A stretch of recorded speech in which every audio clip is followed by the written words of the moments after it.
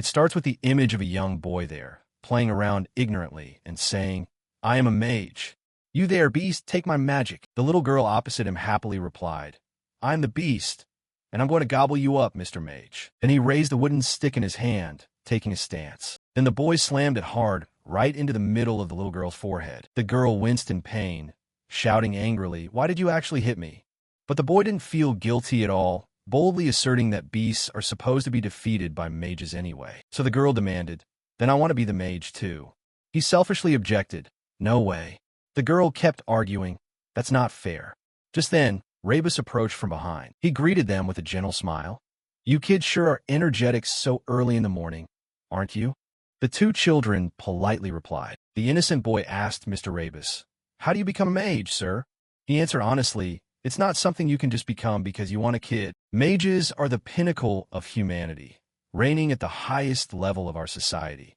They're the nobles and knights who control the mystical powers passed down from their ancestors. So unfortunately, you kids can't become mages." The boy's father stood behind them, feeling somewhat helpless. "What are you telling the kids, elder? And is that story actually true?"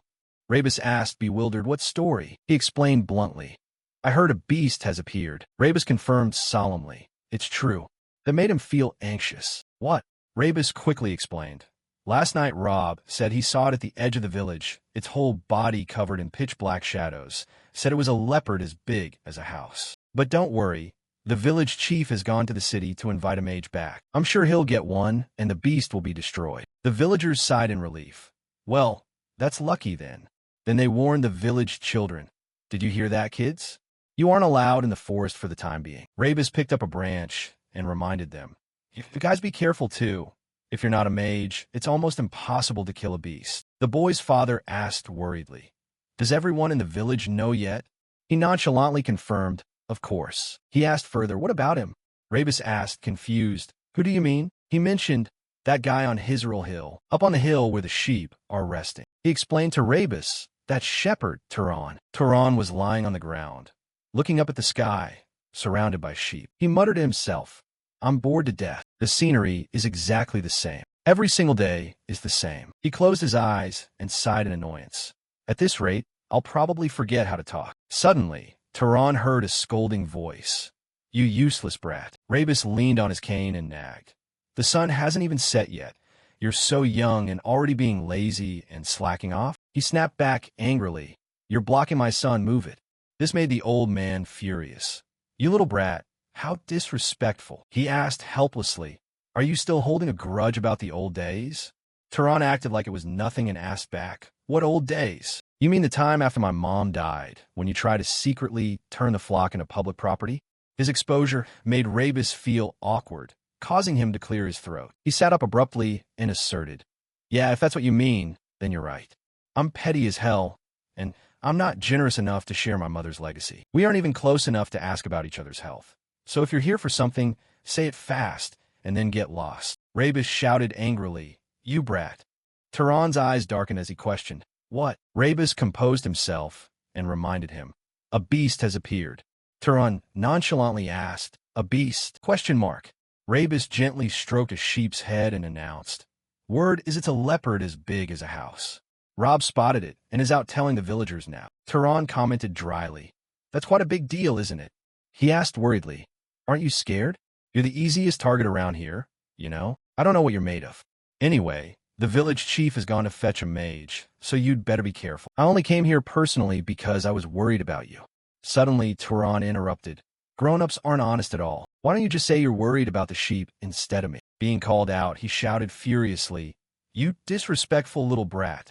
Turan smirked and ordered, "Hey, old man, if you're done talking, then beat it. Your breath stinks so bad it's practically deafening my nose." So Rebus had no choice but to leave, fuming with rage. Turan's gaze stiffened. Beast was the term for animals possessing mystical magical power. If humans had mages, then animals had beasts. Would a mage really come to this backwater village for a beast? Am I finally going to see a mage in person? A mage invited by a rural village chief probably isn't top tier. He smiled excitedly and blurted out, "Well, I want to see for myself at least once." In his heart, Turan wondered how strong they were. And then suddenly he smelled something. Turan's gaze froze as he realized the scent was blood. Sunset gradually descended. Turan walked slowly, looking a bit dazed. It's clearly this way. Suddenly he realized something. Turan's steps faltered, his eyes staring blankly in one direction. Turan saw Rabus's body on the ground and called out nonchalantly, "Rabus, you told me to be careful, but you're the one who kicked the bucket first." He was somewhat shocked inside, not expecting the smell of blood to be coming from old man Rabus. Then Turan began to speculate. This wound wasn't caused by a normal wild animal. It must have been a beast. Suddenly, at that moment, Turan looked up in surprise. He saw a monster nearby, towering high and stepping toward him. He just stood there calmly. The leopard monster stepped out, staring intensely at Turan. Down in the village, the boy asked curiously, "Are beasts really that strong, Dad? Can adults really not win?" The adult quickly replied, "They're very strong, son. If a normal adult like me jumped in, there wouldn't even be bones left." He asked in confusion, "Even you couldn't win? Then what will our village do?" The man reassured him softly, "Don't worry, the chief has gone to get a mage. The mage will destroy the beast for us." The boy asked anxiously, "A mage won't lose, right? The mage will teach the beast a lesson, won't he?" He nodded and confirmed, "Of course, they are great people born with magical powers. With just a single word, they can kill a beast instantly." Turan glanced at the monster next to him, his lips moving slightly, "Die." And just like that, the leopard monster was blown far away. However, it didn't die. It just bared its teeth and growled. The aura around Turan's body radiated intensely. He asked himself nonchalantly, "Didn't work?" While Turan was still dazed, the leopard monster charged again. He shouted a command for it to stop, so the leopard monster backed away. Turan smiled slightly and muttered to himself, "I knew I couldn't kill it instantly, but not even being able to make it stay stopped? Jeesh." The leopard monster aggressively smashed a nearby boulder. It gnashed its teeth, staring at Turan with pure rage. He didn't just stand there anymore and slightly crouched down. Turan exhaled, making up his mind. If that's the case, then. He grabbed a stone in his hand. Turan pulled out a shepherd's sling and shouted, "A shepherd's gotta act like a shepherd." At that same moment, the leopard monster lunged straight forward. Turan commanded the stone to harden and used the sling to whip it far away. Turan's eyes reflected the image of that stone. Then he swung the sling hard, commanding it to accelerate. Turan's foot lifted slightly for momentum. A flash of killing intent sparked, and he shouted loudly, "Pierce through." A powerful burst of energy shot forward, aiming straight for the leopard monster. The energy blast knocked it down directly. Fresh blood splattered everywhere. Turan's energy blast continued to tear powerfully through the air. Then the leopard monster fell face down on the ground, its mouth hanging open in a silent scream of disbelief. Turan approached slowly, thinking to himself, "The target is from above." The stone was still hovering in the air. Right as he cried out, the stone dropped and slammed right into the leopard monster's head. The heavy stone hit with such force that it caused a massive explosion. Turan stood silently looking at the smoke in front of him, watching nonchalantly as the leopard monster was destroyed, telling himself, "That's the first time I've used that on a beast." Turan quietly asked himself, "Should I dump the body in some valley?" Then he clicked his tongue in annoyance, doing another anonymous good deed for those people in the village again. His eyes reflected the image of the monster. "I was originally a mage. I realized I had this special talent 8 years ago. Back then, Turan could control objects. On the day I turned 10, he sat on the ground, making everything float." Turan excitedly called his mother. "Mom, look, these logs are floating in the air." But his mother didn't say anything. So Turan called out again, "Mom." He kept showing off for her. "I have the talent to create fire, and I can command the wind too." The memory of that day remains vivid in my mind, never fading. His mother screamed angrily, "Stop that right now." That was the first and only time my mother had ever been that furious with. Turan blurted out in shock. His mother then gently took the floating log and called softly, "Turan." His mother sat down beside him and suggested, "Come here. Sit down and talk with me for a bit, son." She asked tenderly, "You still want to be with me for a long time, don't you?" Turan nodded sadly and confirmed, "Yes, ma'am." Hearing that, his mother instructed, "Then promise me this. You must swear that from now on, you will absolutely never use this power ever again." She reminded him painfully, "And you must never, ever reveal this power in front of anyone." Turan couldn't understand and looked up to ask, "But why, Mom?" She then explained slowly, Do you still remember the stories about the nobility and the knights? He replied innocently, I remember. Then Turan started telling his mother. People generally call those who possess this power mages, whether they are nobles or knights. But the nature of nobles and knights is actually two completely different extremes. Nobles are the descendants of the Freyan people, the gods who descended to save humanity in ancient times. Knights are actually the descendants of those nobles, but their blood has been mixed with mortals. After listening, she praised him. That's right, you remember very well. Then his mother began her lecture. That is why people must distinguish clearly between nobles and knights, even though both belong to the mage class. I will explain to you why you're not allowed to use this power. Turan, she revealed a shocking truth to him. Because you inherited that power from your father, a knight. Beyond the borders of this village are so many wicked nobles. Those nobles always look down on knights as nothing more than their slaves. She looked straight into her son's innocent face and reminded him, so you must engrave what I say into your heart. Absolutely no one can be allowed to know you are a mage. Turan's mother asked softly, can you promise me that? To this day, 8 long years have passed since that day, and I have always kept the vow I made to my mother. That promise will definitely never be broken. I have no intention of exposing my identity as a mage, nor do I have the slightest intention of leaving this mountain to go down into the world. Turan's eyes slowly opened. Suddenly, from outside, there was a banging on the door and a shout. Turan, get your face out here now. He slowly went out to open the door. A group of people with grim faces stared intensely at Turan. After hearing what they had to say, Turan let out a long, tired yawn. So what you're saying is, he questioned nonchalantly, that I'm the one who murdered Rebus? They immediately grabbed his collar and asserted, exactly, you really are a shameless brat. The man scolded Turan angrily. You killed old man Rebus and then dumped his body out there as bait for the monsters, didn't you? After hearing the accusations against him, he just stood there silent. After a moment of silence, Turan spoke up. I understand why you're deliberately trying to frame me. They were stunned. What? Turan explained without any hesitation. The oldest man in the village had to die alone, instead of you young, cowardly men who weren't brave enough to face the monster. I see clearly why you consider this your best way out. He smiled and expressed, it's such an easy way for you to avoid responsibility and push it all onto my head. Turan just leaned back slightly and was able to dodge a blow. In his heart, Turan thought, magic is indeed extremely convenient. As long as I desire something strongly enough, it will immediately become reality, and the only price to pay is mana. Turan whispered softly, fall down. And just like that, the person opposite him fell flat on their face. I don't even need to light a fire. Just a small influence like this, to make everything look natural and not too obvious. Just enough so they don't lose their lives. I will use pressure to subdue them. While thinking, Turan performed professional fighting moves. A series of wooden sticks were knocked into the air, and it had been like this for 8 long years. I have successfully hidden the fact that I am a mage. After finishing up, Turan lightly dusted off his hands. He sighed nonchalantly and reminded them, you should have spent that energy taking care of Mr. Rebus's funeral instead. Then he turned to the women and asked, are you guys here to cause trouble too? A girl quickly denied it. No, we came here to see you, Turan.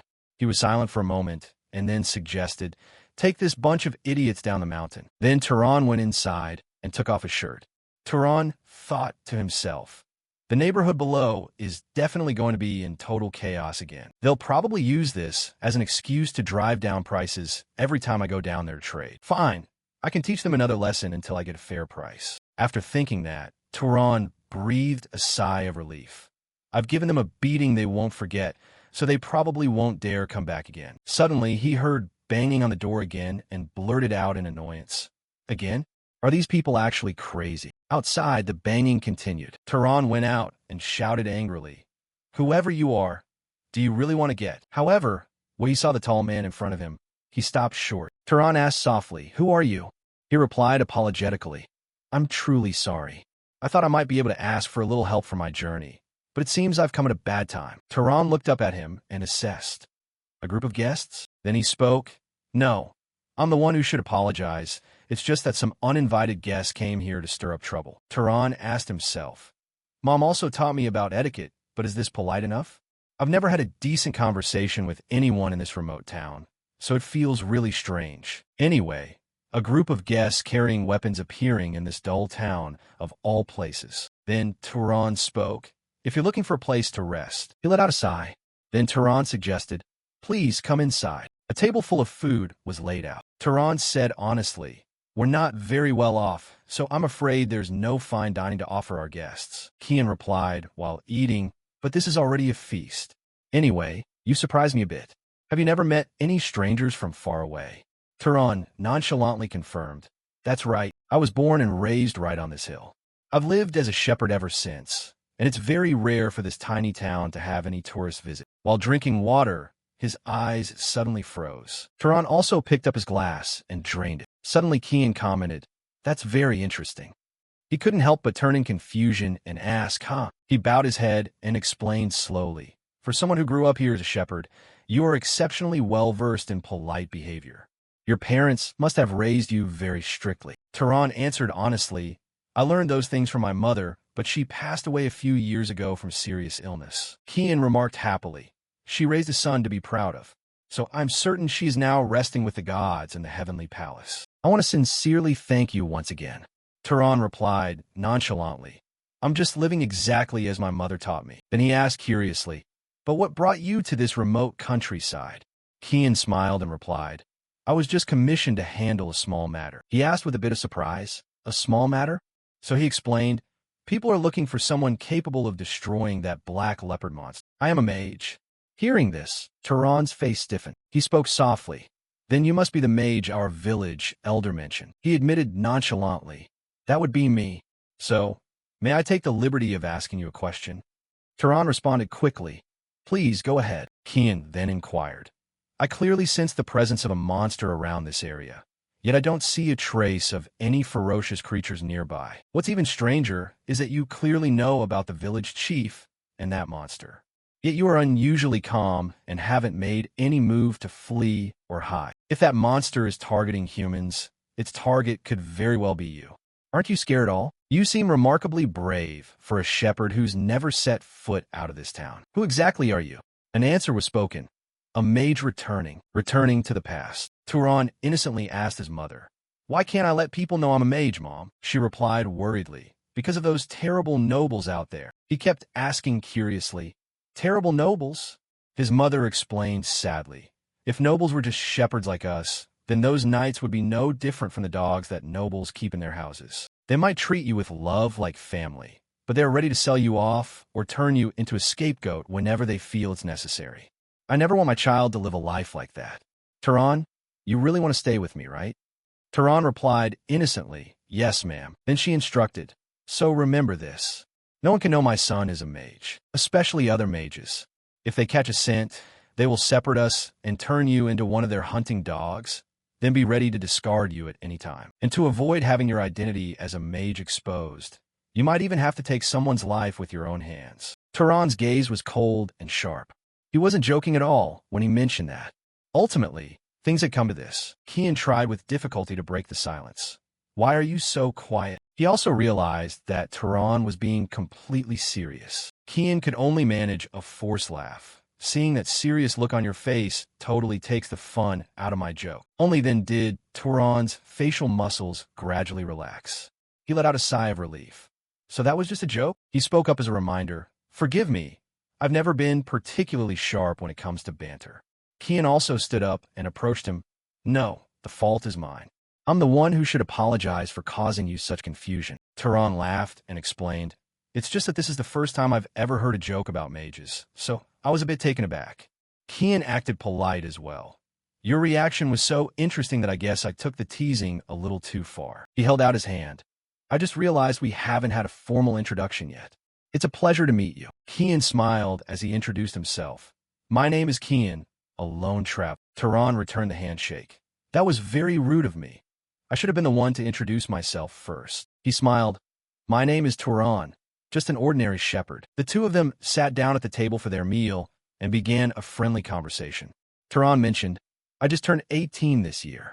Kian replied, as for me, I've already stepped into my 75th year. Hearing that, Turan was surprised. You still look much more robust and younger than your actual age. Kian didn't hesitate to explain.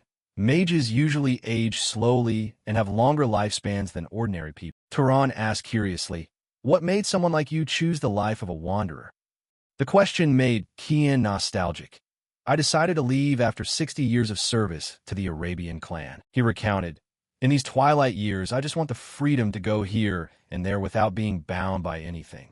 Turan thought to himself, that sounds like such a free-spirited and romantic ideal. Their conversation went on for so long that Turan felt a sense of warmth, getting to converse in such a pleasant manner. Kian also laughed happily throughout the evening. The atmosphere inside the house gave Turan a sense of gentleness and peace as night fell. Being with such a virtuous person, he never expected it would feel this fascinating. They talked until the first light of dawn peeked through the mountain ranges outside the window. Kian suddenly realized, is it already this late? Turan smiled. You're right.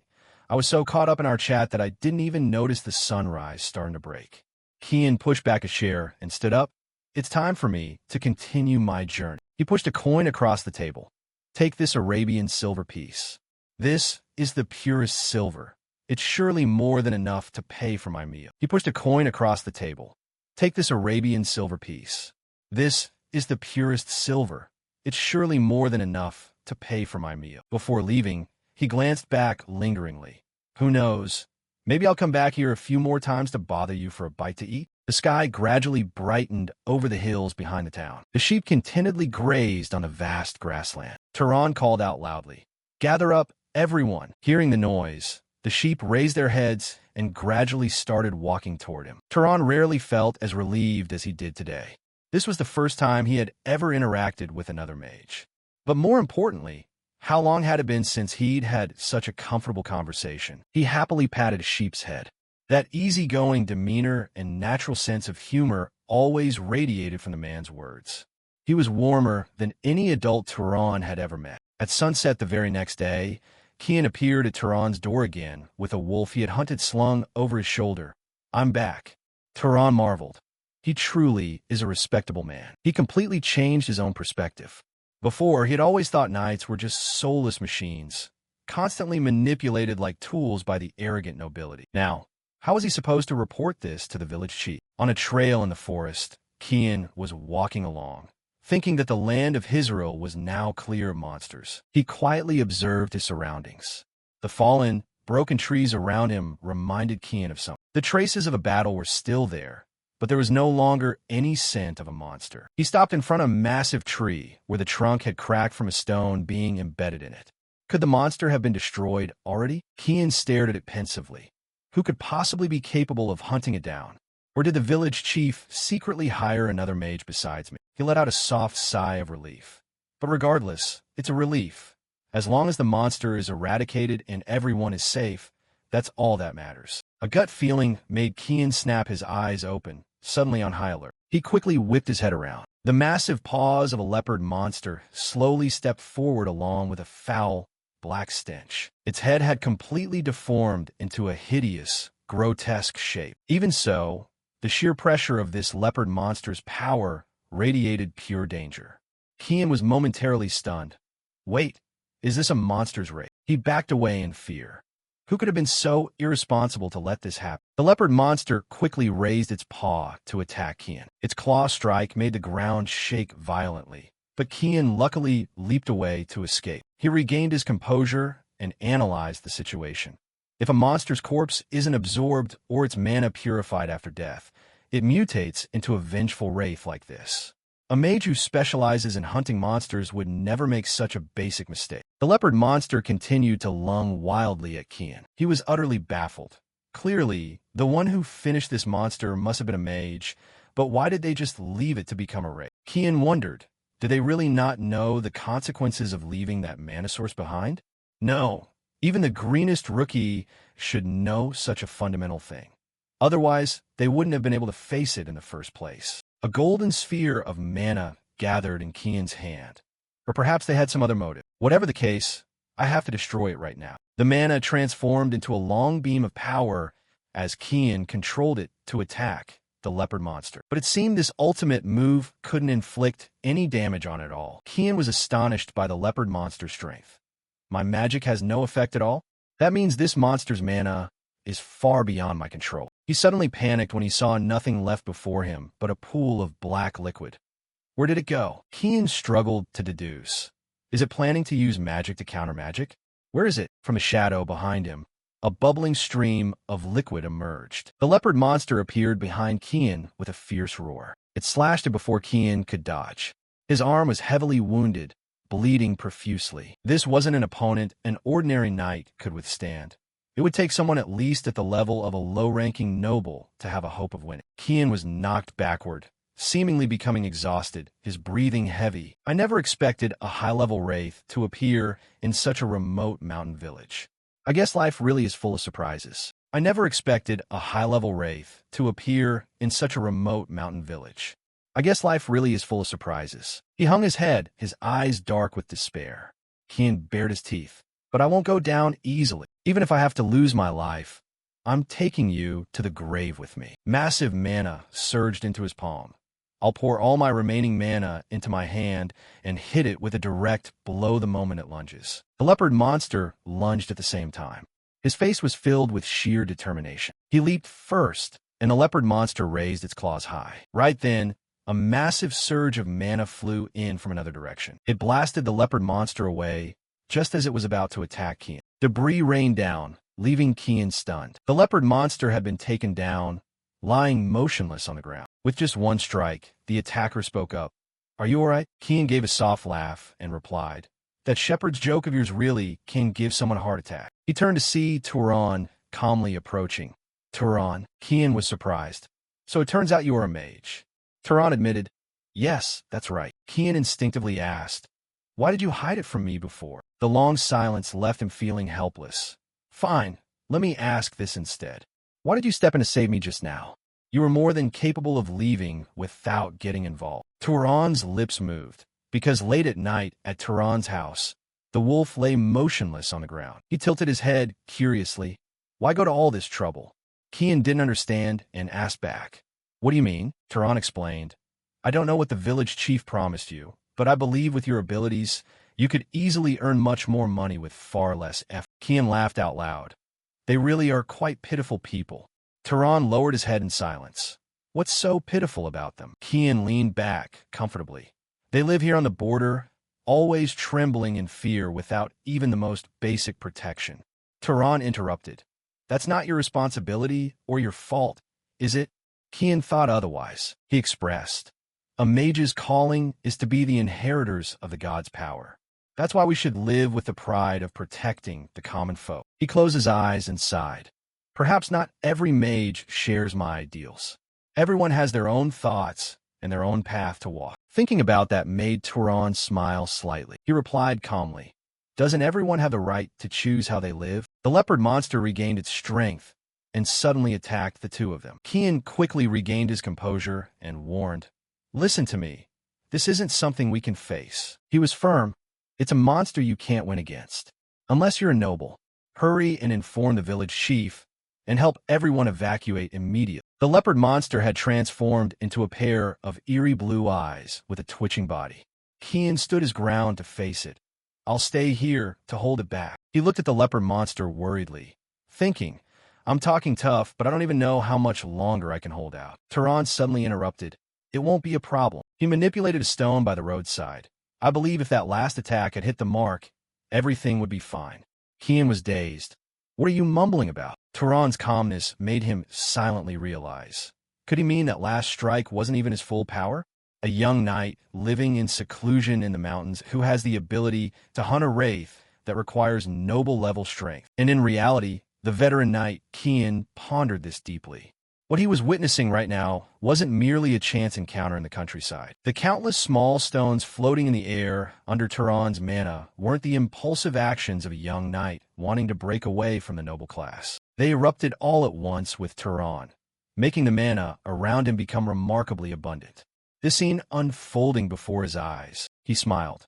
This could very well be the beginning of a mage who will turn the whole world upside down. Turan replied to Kian, "I'm actually quite curious about my own true limits myself." Hearing that, Kian grew angry. "I absolutely won't allow you to act like that. No matter how outstanding your talent is, that entity is still an extremely terrifying opponent. He demanded, when the leopard monster bares its claws, we need to coordinate together. But before it could even attack, Tehran struck first, sending it flying far away. Kian finally realized the gap in their strength. No, at this point, if I jump in, I'll only be a hindrance. I couldn't even react to that last hit. He withdrew the mana from his hands. I can't be of any help at this very moment. What needs to be done now? Kian wisely stepped aside to observe Tehran's exploding, powerful mana, essentially letting Tehran's talent shine brilliantly. Though Tehran looked calm on the outside, he seemed to be having a hard time. Damn it. He leaped back to dodge the attack of the leopard monster, which remained unscathed, the strike having had no effect whatsoever. Kian shouted a reminder. You can't finish off a wraith with normal physical attacks. Tehran backed away from the leopard monster's line of attack and asked, then how am I supposed to destroy it? Kian's reminder came.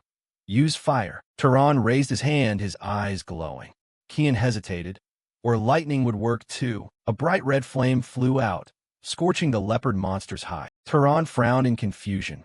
Still no good. Kian yelled, not that way. He thought silently. To impose a mage's power upon another living creature, establishing the law of causality is the most basic prerequisite. Don't tell me he's completely clueless about the most elementary knowledge of mage. Kian suddenly understood. Could it be? He watched Tehran's back as he nimbly dodged the leopard monster's pursuit. Was he the one who killed the monster and then just left it to become a wraith? Does that mean in his entire life, Tehran has never once absorbed mana? Kian had no choice but to shout his instruction. Don't just stop at lighting a fire. Create it and then launch it at him. He couldn't help but be amazed by this surge of power. But has he already reached this level of strength? Tehran stopped running. He channeled his mana, and a bright red flame appeared in his hand. Kian watched everything from the side. If you're a mage, creating fire isn't that difficult, but controlling it requires specialized training. Tehran raised the flame high, and it turned into a massive blaze.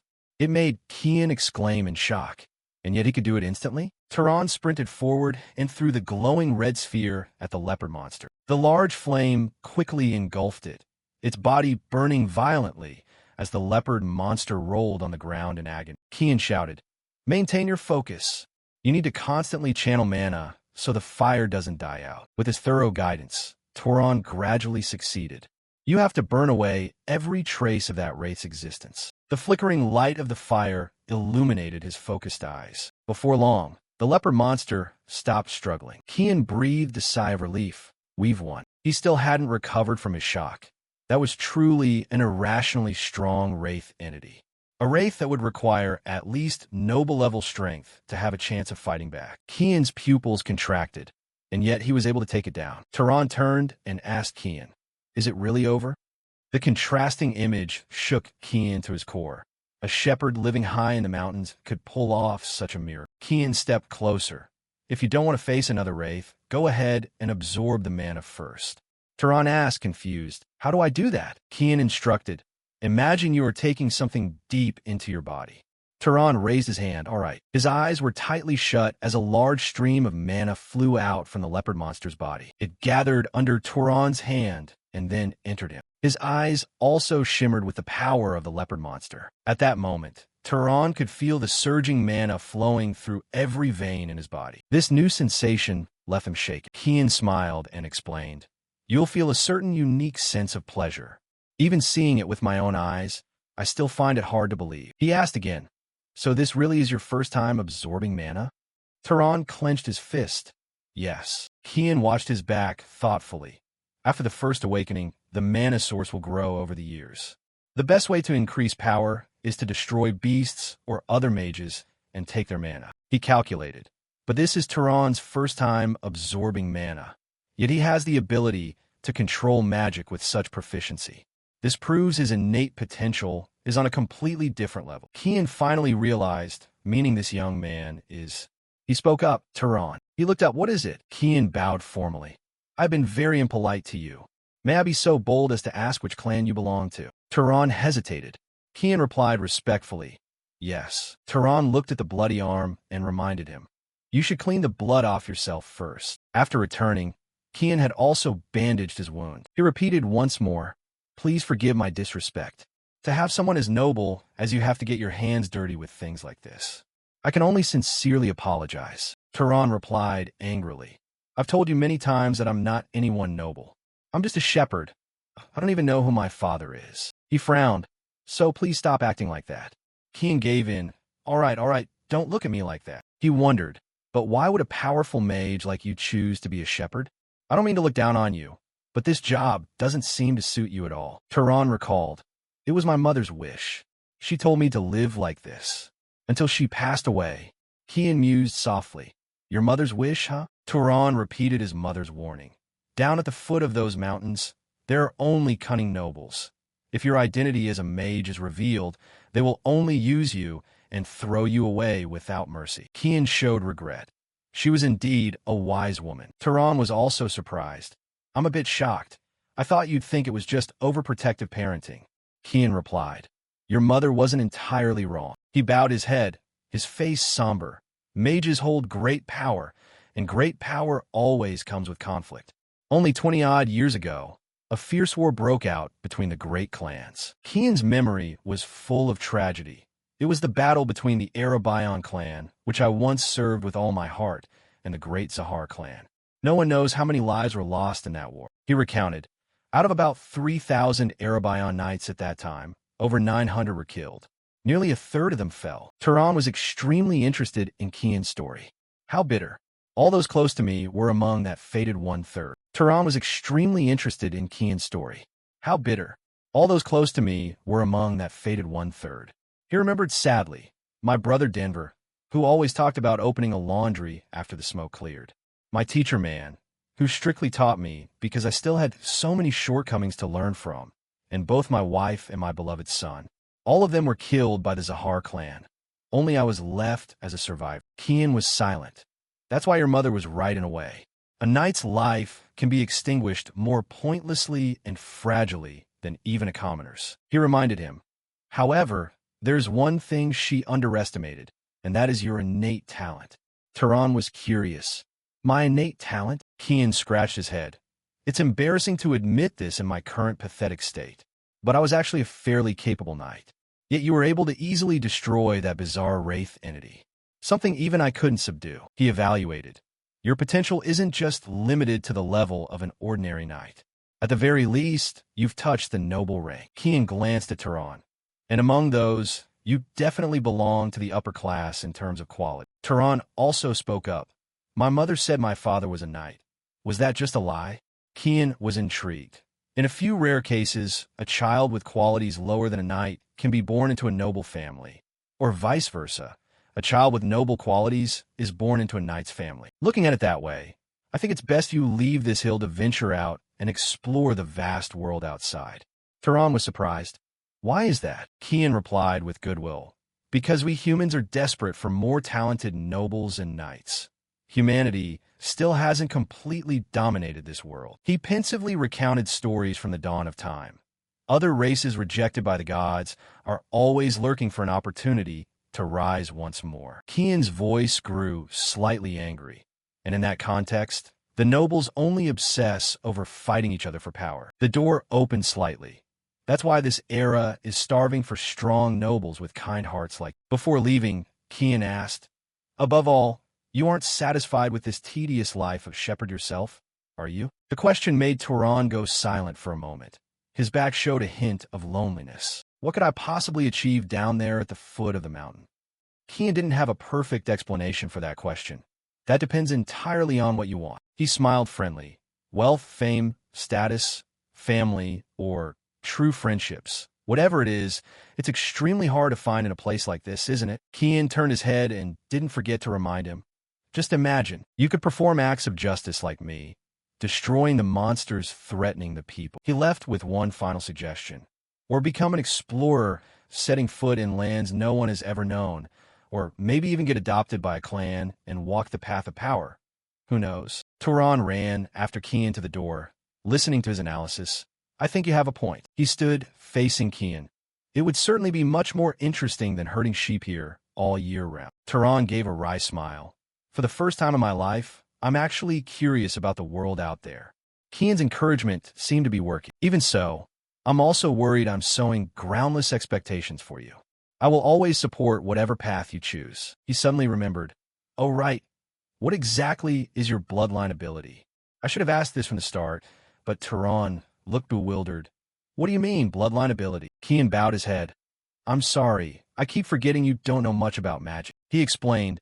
Bloodline abilities are the traits that nobles inherit from their ancestors. For the Freyan people, whether or not you possess a bloodline ability is the dividing line between a noble and a knight. Kian raised his hand and created a sample magic flame. Is there any spell you find particularly easy and natural when performing magic? Or some innate ability that doesn't rely on magic? Tehran clenched his fist and guessed. It's not just the fact that I'm very strong, is it? Kian replied. Just having mana is enough to enhance a mage's physical strength. Tehran remembered his physique. I have a very keen sense of smell, and I'm also quite good at throwing stones. From that, Kian made an inference. If your sense of smell is exceptionally sharp, that could be considered a bloodline ability. He rubbed his chin thoughtfully, and the ability to hit a bullseye every time with a ranged weapon is one of the hallmarks of the Arabian clan. However, that's also a fairly common trait. Kian asked with interest. Keep going. Tell me more. Tehran nodded. All right. After a while of talking, Kian reached a conclusion. I see. Tehran asked worriedly. What's wrong with you? He couldn't help his curiosity at Kian's serious expression. Why the sudden look on your face? Kian spoke up. I think I've realized it. Which clan your ability has the clearest resemblance to? Tehran tilted his head.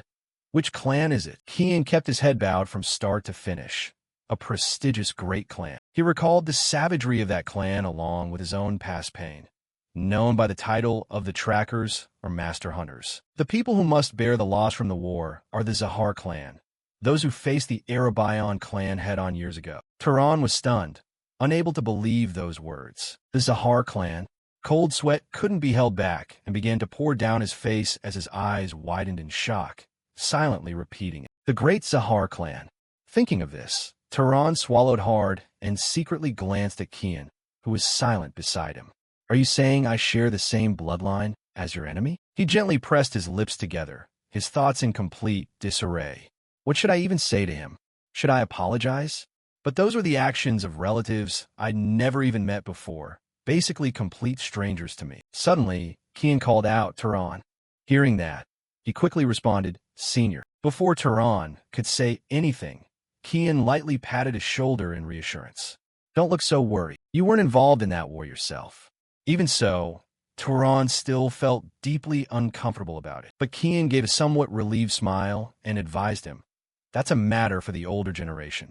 If blood debts are always repaid with more blood, then grudges will never truly end. Hearing that, Tehran suddenly asked, Don't you regret it? Kian's eyes flickered for a moment before he asked back. Regret? What exactly? A gentle breeze drifted by, carrying his somewhat heavy words about telling me to leave the mountain. Kian lowered his gaze slightly before explaining in a deep voice. If you leave the mountain and pursue power, sooner or later you'll end up joining the Zahar family anyway. After all, you're incredibly talented. But I believe in your character. Kian's words left Tehran completely stunned. What? He raised his head and looked at him with complete trust in his eyes. I'm talking about the kindness inside you. You saved my life and even revealed the identity you spent your whole life hiding. On the other hand, if someone like you were to join the Zahar family and rise to a high position, maybe you could prevent a brutal war like that from ever happening again. The more Tehran listened, the deeper he sank into thought without saying a single word. Seeing that, Kian stepped forward and walked past him. Before leaving, he sincerely advised him once more, well, there's no need to think about it so heavily. After all, you still haven't even decided whether you'll join the Zahar family or not. Seeing that, Kian stepped forward and walked past him. Before leaving, he sincerely advised him once more, well, there's no need to think about it so heavily. After all, you still haven't even decided whether you'll join the Zahar family or not. He gave a faint smile and turned to look at Kian. I want to try leaving the mountain. Hearing that, Kian laughed in satisfaction. That's a very good way to think.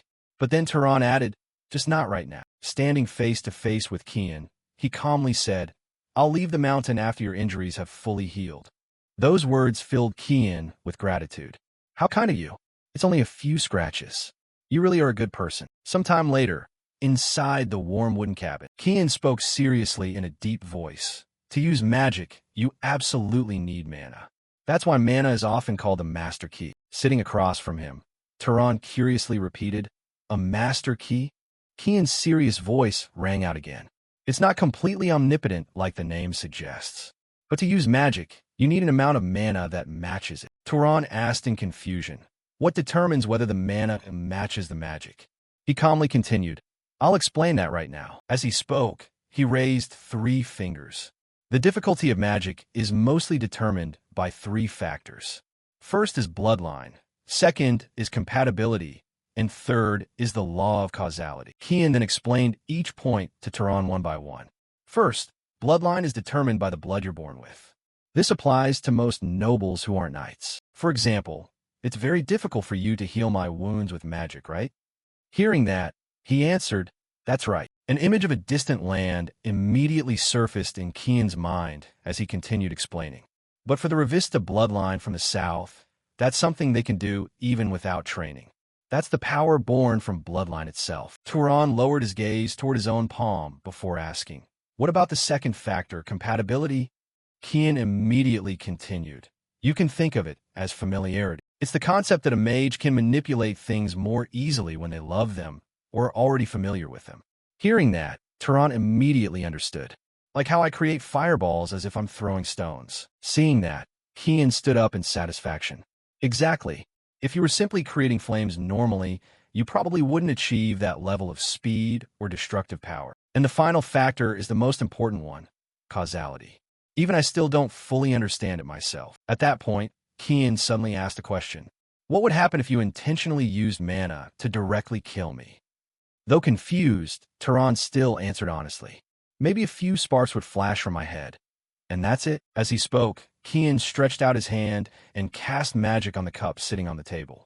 That's exactly what happens when magic fails, because causality is missing. As electricity danced around it, bubbles slowly appeared inside the once empty cup as if the water were boiling violently. When there isn't a suitable cause for a desired result, and when the intended goal is far too difficult to achieve, that's when this law comes into effect. After listening and observing carefully, Tehran seemed to grasp it somewhat. I think I understand the law of causality a little now. As he spoke, he calmly launched a small flame toward the violently boiling cup of water. If I wanted to kill you, then instead of wasting mana, just wishing for your death, I need to create a cause that leads to death. For example, creating and firing a flame, right? Because creating fire and launching it feels more natural than directly burning someone alive. Hearing that, Kian's eyes lit up as though he had discovered a priceless treasure. Exactly. You could have become a scholar instead of a mage. Tehran withdrew his magic and rubbed his chin while muttering, but I can control ordinary animals however I want. So why do magical beasts require all those conditions? Kian casually shrugged and explained, that's because of the amount of mana they possess. After that, the two continued discussing things for a very long time inside the wooden cabin. Much later, sweat finally formed on Tehran's forehead as he quietly sighed in amazement. Magic really isn't easy at all. Immediately, Kian's stern voice echoed out. An outstanding mage doesn't just know how to use mana. They also understand the principles and circumstances behind it. He raised his head to look at him before asking, now that I think about it, does the Zahar bloodline have some kind of special magic too? Kian paused briefly before answering honestly. They're exceptionally skilled at hiding and tracking. After that, he suggested, let's try it once. Hearing that, Tehran quickly stood up from his chair. All right. He then tightly shut his eyes and silently chanted in his mind, I don't want anyone to see me. I wish there wouldn't be any sound or scent for anyone to detect. Immediately, part of his body slowly transformed into white smoke. Unable to see Kian's shocked expression, Tehran hesitantly asked, did it work? At that moment, Kian could no longer see his figure at all, only a faint ripple blending into the air. Several seconds later, Kian finally snapped back to reality and answered, you did it. I can't see you anymore. At that point, he couldn't help but swallow nervously, because right then, the space before him had become completely empty. Even the ripple had vanished. But in the next moment, Tehran slowly reappeared in his original position. Kian looked at him while speaking, his tone unable to hide his astonishment. It's been a very long time since I last witnessed this ability, but it's still terrifying. During the war, the Knights of the Arabion family feared this power the most. Hearing that, Turan sank into thought and remarked, "This ability seems absurdly overpowered to the point of being unfair, doesn't it?" However, Kian didn't completely agree. But remember, it's not invincible. Without continuing the topic, he quickly turned around and walked away. Now then, I'll teach you a few methods for training your magic. Kian's actions only made Turan even more confused. Is he really teaching this much to a mage from an enemy family? Yet Kian merely spoke gently. "You saved my life and even healed me. And haven't I already said this before?" Kian lowered his gaze slightly and placed a hand over his chest, his voice filled with certainty. "I trust your character." Sometime later, after hearing the news, the village chief's face twisted in frustration as he shouted loudly, "What? You're planning to sell the sheep and leave?" He looked at Turan, who already had his belongings packed and ready to depart, and angrily scolded him. "Then who's going to herd the sheep from now on? How can you decide something like that on your own without even discussing it with us?" Hearing that, he became annoyed and closed his eyes before retorting, "Find yourselves a new shepherd. What I do with my own property has nothing to do with any of it." His repeated threats made the villagers shrink back in fear. "Still, I hope you'll buy the flock at a fair price. Otherwise, I'll let them all loose and leave by myself. You can try catching them yourselves, but I bet it'll be a real hassle."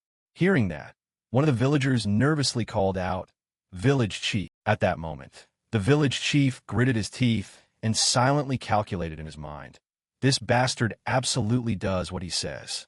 Provoking him won't gain us anything." In the end, the village chief was forced to compromise and handed Turan a pouch of money. "Fine, I get it.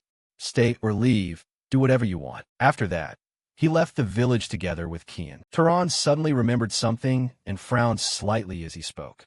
"Now that I think about it, the people in the village still owe you compensation money after everything that happened. Should I go collect it?" Kian simply smiled lightly, as though he didn't care. "I never intended to take it anyway. Besides, you were the one who captured the magical beast, right?" Hearing that, he stopped worrying about it. "All right then now." Turan paused briefly before looking at the two diverging roads ahead of them and continued, "I guess this is where we part ways." Before leaving, Kian glanced at him with visible regret. "I'm sorry for turning down your offer to travel together. I'm more comfortable wandering alone." Turan curled his lips into an easygoing smile and replied, "It's nothing. Thank you for everything." He closed his eyes and softly bid farewell.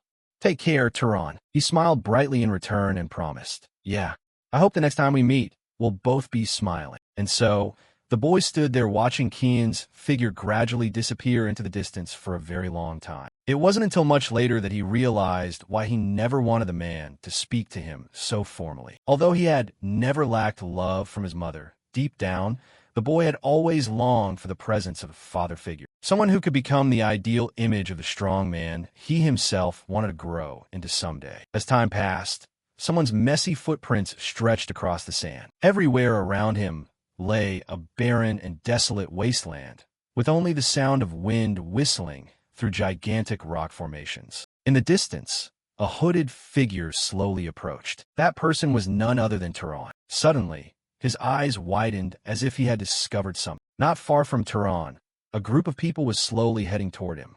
Are they merchants traveling from village to village? Turan secretly rejoiced inside. Great. Very quickly, he walked alone to stand directly in front of them. Let's go ask them for directions. Seeing that, the leader immediately questioned him. Who the hell are you to block our path? Turan immediately explained honestly and asked, I'm traveling alone. Could you tell me the way to the nearest city? Hearing that, the group answered, if you follow the road we just came from, you'll find a city called Muriai. Their attitude left him slightly confused, but he still calmly replied, I understand. As he spoke, Turan slowly walked past them. Thank you very much for showing me the way. However, someone suddenly stepped forward and blocked his path. Hold it. The man curled his lips into a vicious grin and questioned him. You got the information you wanted, and now you're just going to leave? Hearing that, Turan was completely stunned. What? However, he quickly regained his composure, and killing intent slowly flashed through his eyes. So what exactly do you want? The man still remained oblivious, as he continued demanding, "If someone helps you out, you should know how to return the favor a little." Before he could even finish speaking, the people around him simultaneously drew their blades and surrounded Tehran. "First, put down that bulging bag you're carrying." Tehran glanced around once before immediately understanding the situation. "Highway robbers." The man who had blocked him earlier arrogantly replied. "And what if we are?" The leader rested his long sword on his shoulder and sneered disdainfully. "Call it stupidity if you want, but this is abandoned land. Even if someone dies out here, nobody would find it strange, right?" He then pointed the tip of his sword toward Tehran's throat and threatened him. "Drop your bag and cloak while we're still being nice to you. Killing you and stripping your corpse afterward would just make a bloody mess and waste extra effort." Yet contrary to his expectations, Tehran merely spoke calmly and indifferently. "I see. So highway robbers like you can even kill people without hesitation, huh?" At that moment, memories of Kian's teachings quickly resurfaced in his mind, especially the moment he understood the third factor, the law of causality, along with everything else Kian had taught him after. Tehran curled the corner of his lips slightly, his gaze toward the bandits, now looking as though they were nothing more than moving sandbags. "I guess I'll use you all as practice targets." His eyes suddenly froze in place, slightly confused by the sound of laughter. The leader of the group looked at him mockingly. "This lunatic's talking like he's actually a mage." One of the lackeys immediately chimed in excitedly. "Exactly, boss." His pale fingers lightly flicked through the air. Tehran swung his arm widely behind him, creating a violent gust of wind that threw all of them into chaos. He removed his hood, revealing his razor-sharp eyes. So, instead of simply creating wind from the atmosphere, shaping it with your hands, and amplifying it consumes far less mana. Tehran still remained deep in thought. "I had no idea it was possible to create such a powerful gust of wind with so little mana." Meanwhile, the others were starting to crawl back up. "What the hell is happening?" Calmly, he opened the lid of a water flask. The droplets of water suddenly transformed into sharp spikes. Under his control, all of them aimed in the same direction. One of the bandits immediately went pale with terror. The projectiles pierced straight into his body, sending him flying backward. Tehran spread open his palm as he prepared for another attack. This spell would probably be much more useful in places with lots of water around. Honestly, throwing stones by hand still felt faster and stronger than this. The bandit leader fearfully begged in panic. "We didn't know you were such a powerful mage, sir. Please have mercy and forgive us this once." While he spoke to distract Tehran's attention, the others behind him lunged forward. "We'll hand over anything you want. So please, spare our lives." One of Tehran's legs slowly lifted to just the right height. The moment he slammed his foot down, a surge of sand erupted behind him and attacked all the bandits at once. Witnessing that, the bandit leader's face turned deathly pale. "Impossible." Tehran looked down silently with a frightening expression. "They're all dead already?" Only then did his voice slowly ring out. "Let me ask you something." The man crouched there submissively and answered politely. "Yes, great mage, sir. I'll answer anything you wish to ask." Tehran stared directly at him and bluntly asked, "Why would you attack me without any sort of plan? Even if I looked like a lone traveler, I still could have been a mage like I am right now." The bandit leader's voice became hesitant. "Because you bowed your head." The moment he heard that, Tehran's pupils widened. "What?" The man kept his head lowered while sweating nervously. "Even when we spoke rudely to you, you still bowed and greeted us politely. So we assumed you were just some weak and ordinary nobody." Tehran's face remained completely cold and expressionless. "Thank a lot. That taught me an incredibly useful lesson." Hearing that, the bandit leader looked up hopefully. "Then you'll really keep your word and spare me?" But what he never expected was a droplet of water transforming above his head. The scene shifted to a moment when Kian was calmly talking. "Tehran, from now on you're going to meet many kind of people out there. And there's one thing I absolutely need to warn you about." Tehran held the backpack he had prepared in his arms and listened attentively. Kian continued, "Never show any mercy to scum like highway robbers. They're people who never hesitate to hurt others for money." A sharp sword rested silently on the table. "The reason I'm warning you this seriously is because..." At that very moment, he answered with complete seriousness, "I think I already understand why." Tehran now stood before the motionless corpse of the bandit leader. Because the life you spare out of weak compassion might one day come back and directly harm 10 innocent people around you. His expression remained calm as he muttered to himself, I've lingered around here long enough already. Tehran carefully walked across the sand, following the wagon tracks. Along the road where merchants and brigands had dragged their wagons through, the heavy wheel marks cut clearly across the sandy ground. Alone, he continued walking along those tracks. The thought seemed burned deeply into Tehran's mind. His lips pressed tightly together as he kept moving forward without looking back. I killed people. The terrified expression on the bandit leader's face suddenly resurfaced in his mind. He felt guilty, but he truly couldn't just let them walk away. Because Kian's warning once again replayed vividly in his head. He also remembered the moment those bandits tried to ambush him from behind.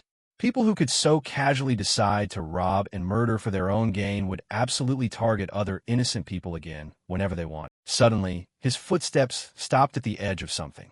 The wagon tracks in the desert gradually faded as patches of grass began covering them. Tehran's chaotic heart slowly calmed down again as he remembered Kian's teachings from before. He stopped there for a moment, gazing up at the blue sky, before continuing to step forward into an entirely new and unfamiliar world. His eyes constantly wandered around as he murmured in amazement. He had arrived at a place that looked incredibly grand and bustling. So this is it, the small city of Mare. Along the road, a mother was holding her daughter's hand. With a backpack slung over his shoulders, Tehran slowly entered the city with curiosity. This is the first time in my life I've ever seen so many people gathered together like this. A towering and sturdy building stood proudly in this place. Even the architectural style looked completely different from the small village he had once lived in. Tehran slowly walked through the town, silently observing everything around him. Now this truly felt like a real city. He stopped in front of a fruit stand. Excuse me. The shopkeeper immediately greeted him warmly. Oh, hello there. The shopkeeper directly asked what he needed. What would you like to buy? Tehran politely raised one arm. Actually, I'm not here to buy anything. Once again, Kian's teachings resurfaced in his mind. Once you arrive in a city and need a place to stay, just look for a nearby inn. Whether it's a village or a city, there's almost always an inn somewhere. But in reality, the shopkeeper immediately became annoyed and waved him away. If you're not buying fruit, then get lost. Tehran suddenly fell silent, unable to understand the man's attitude. Why did he suddenly become so rude? Is there some kind of unspoken rule in cities like this where you have to buy fruit before you're allowed to ask questions? Thinking that, Tehran pointed toward a red-colored fruit. How much does this cost? The shopkeeper answered bluntly, 2 ducats. Tehran calmly counted a few coins in his palm. 2 ducats. The shopkeeper still sounded rude. You really do look like an outsider. Guess you don't know what those are, huh? You can pay with another kind of coin if you want. Tehran moved to place a coin into the shopkeeper's hand. Where can I find an inn? The shopkeeper casually gave him directions.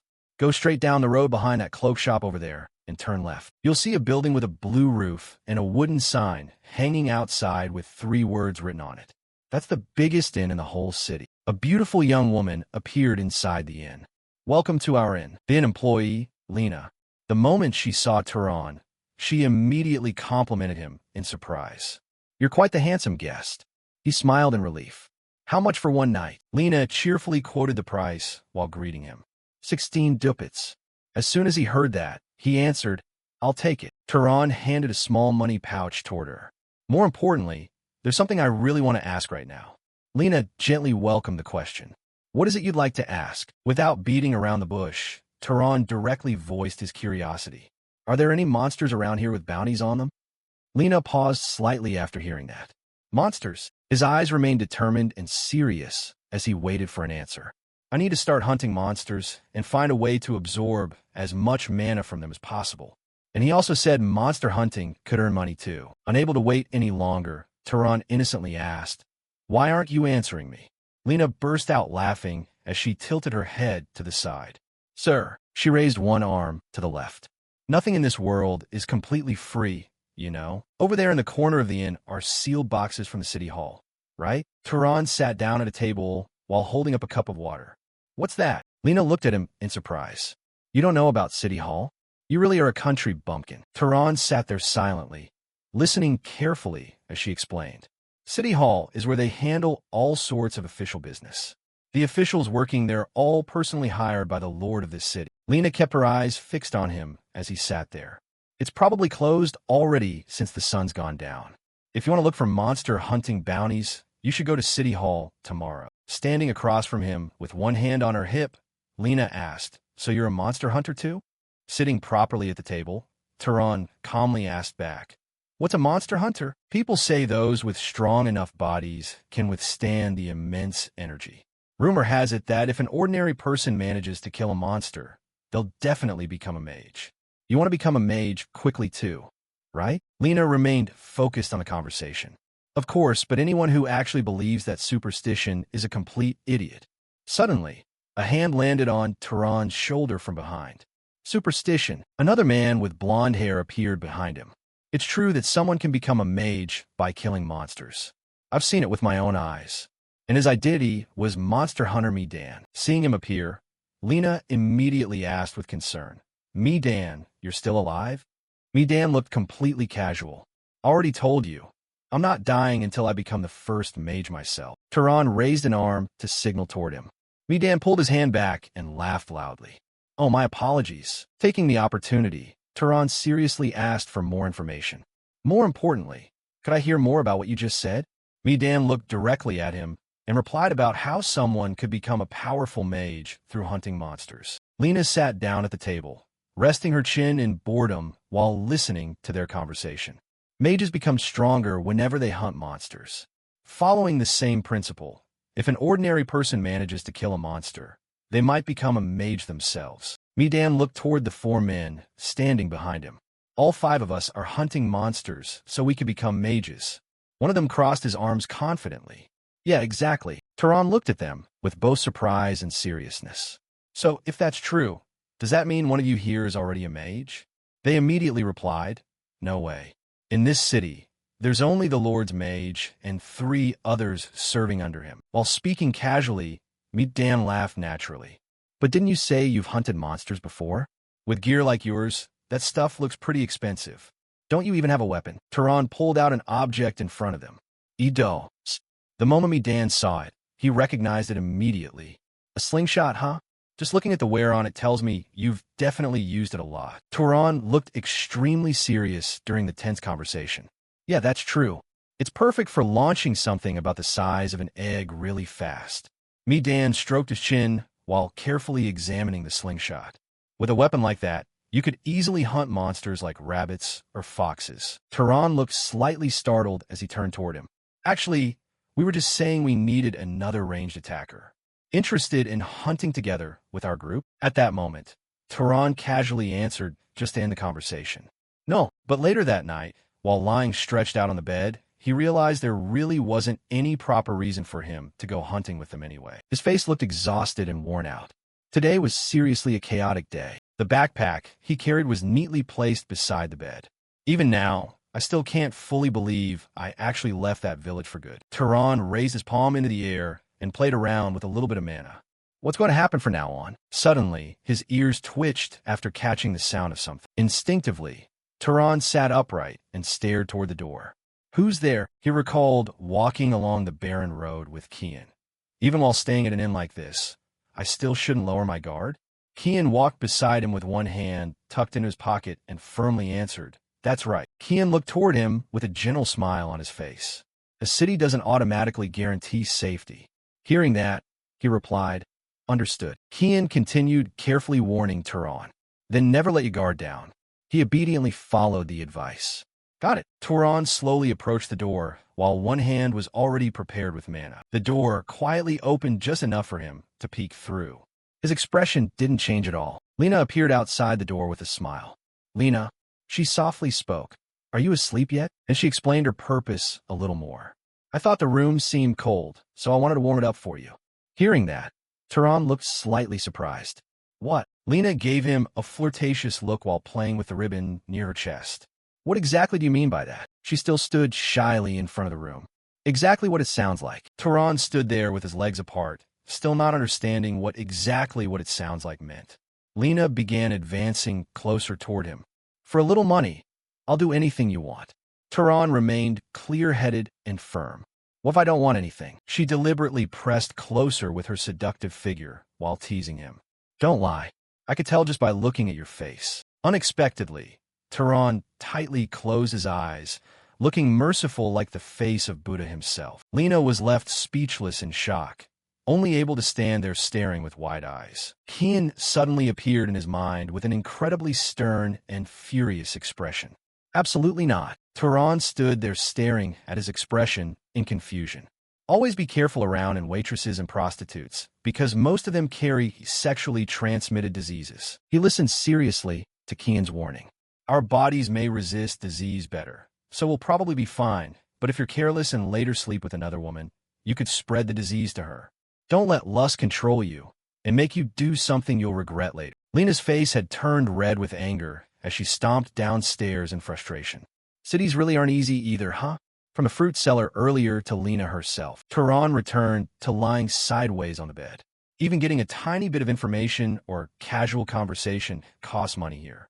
Cities really are cold places. His eyes shifted toward the direction where the sound came from. Hey, I've got something I want to ask. One of me Dan's followers walking behind him asked curiously, why'd you want that guy to come with us earlier? Honestly, he doesn't look useful at all. Tehran gave a faint smile, though his expression looked strangely sad. Yeah, that's true. His tone's rough too. He looks like the perfect bait for attracting monsters. But suddenly his eyes widened when he heard me Dan's voice. Looking at him reminds me of my own youth. Seeing him go hunting with a weapon like that really makes me worry. Me Dan walked away with a kind smile. Well, with you by his side, maybe he'll manage to stay alive a little longer. Beast hunter, Midan. His subordinates could only accept it. Their boss was just too kind-hearted. Because of that, Tehran let a satisfied smile creep onto his lips. Yeah, well, Tehran folded his arms behind his head and looked up at the ceiling. This city isn't as cold-hearted as I thought. The scene shifts to the next day as sunlight shines down on the city hall. A man at the reception desk was flipping through a folder. Hello? What can I do for you? Tehran walked over politely and inquired. Are you a civil servant here? The receptionist immediately replied. Well, what do I look like to you? He didn't beat around the bush and got straight to the point. I'm here to hunt beasts. The receptionist tilted his head in surprise. Beasts. Kian's gentle voice echoed in his mind once again. Life won't be kind to you. At that time, he had asked, why's that? He was sitting on a rocky outcrop, stroking the wool of some sheep. Because conversely, there's no reason for it to be kind to you. If you want others to treat you well, it's quite simple. The man at the reception desk handed Tehran a piece of paper. As soon as he took it, he was cautioned, don't take this outside. Give it back when you're done looking. Tehran looked at the ugly drawing of a black crow on the paper. Is this supposed to be a monster? The man snapped back. What? Did you think it was a cat? The receptionist continued flipping through other documents in his hand. It's unlikely, but if you manage to kill a monster, bring it into the city. If a mage doesn't reclaim the mana, it'll turn into an undead. He kept issuing careful reminders. If you kill a monster and just leave it there, you'll be heavily fined under city law, most likely facing execution. Tehran listened intently while studying the paper. I understand. The image of ferocious monsters with deformed bodies flashed through his mind. I know what happens if a monster turns into an undead. I can't repeat the old mistakes. Tehran intentionally posed a question. Don't the knights go monster hunting?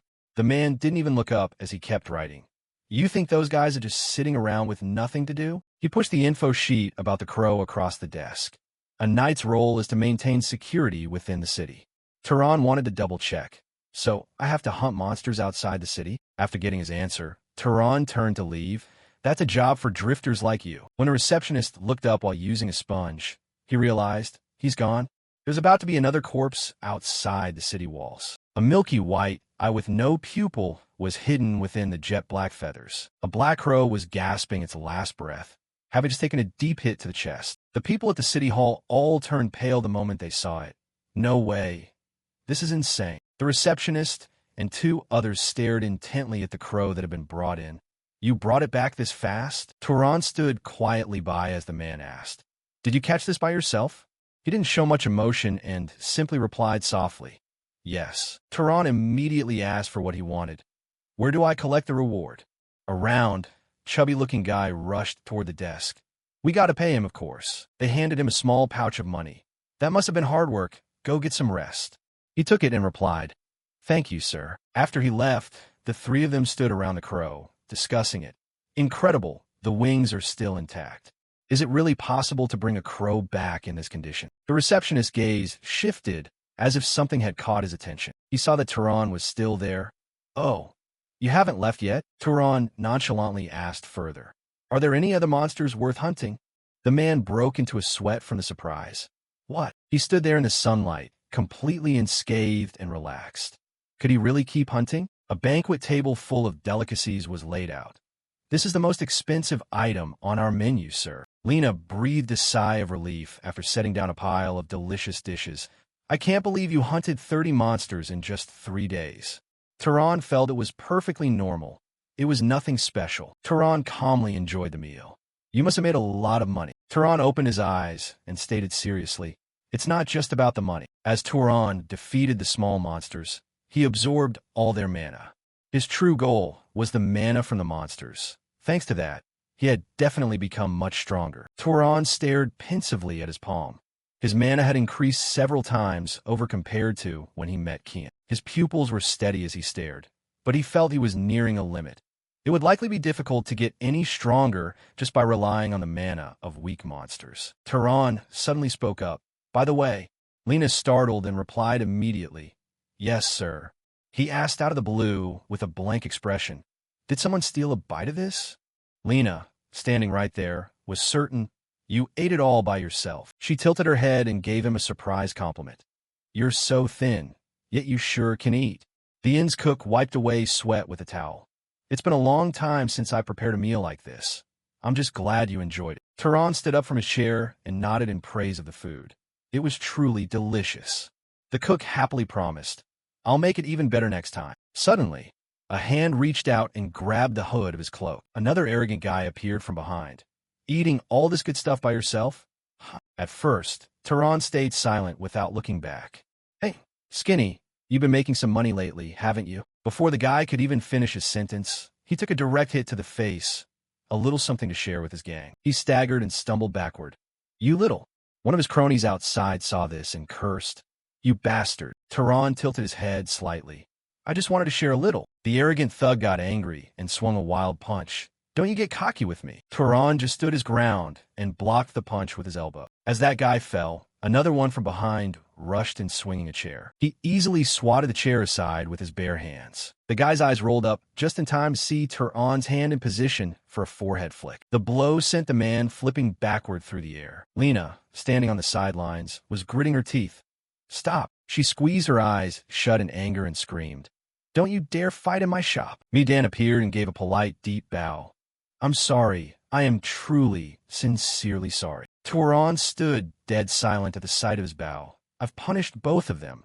I'll never let this happen again." Still bowing, he explained, "We've been going through some hard times lately, which is why things got out of hand. They probably just saw how well you're doing and got jealous." Then Midan signaled, "Apologize now." Both thugs bowed out of fear. "We're sorry." Turan looked at him seriously and asked, "Are things that hard for you guys?" Midan looked away slightly, avoiding eye contact. "Money is a bit tight." He started explaining the situation, though his fist remained still at his side. "We've got about 3 days left before we can't pay for our room, but that's our problem." Turan held out a pouch of money directly in front of him. "Take this." Midan didn't understand and looked up at him in surprise. "What's this for?" Turan explained nonchalantly. "It's a thank you for your kindness the other day, when you were worried and invited me to join you." Midan was genuinely shocked to hear those words. "Kid, how did you know?" Turan cut him off with a serious face. "It's not for free." Turan wanted something in exchange. "Share some information with me." Midan laughed and pointed at his chest. "Confidence. I've got plenty of confidence when it comes to information. I'll tell you everything I know." The entire city then returned to its usual peace. Initially, Turan was standing alone on a high vantage point. "This will probably be my last hunt in this city." He observed his surroundings and thought, "Midan gave me info on the next city. It's almost time to head out." In that inn, the two of them had sat opposite each other and talked for a long time. There was more useful information than I expected. And no matter how many times I look back, Midan is truly a good person. In his memory, Midan remained a cheerful man.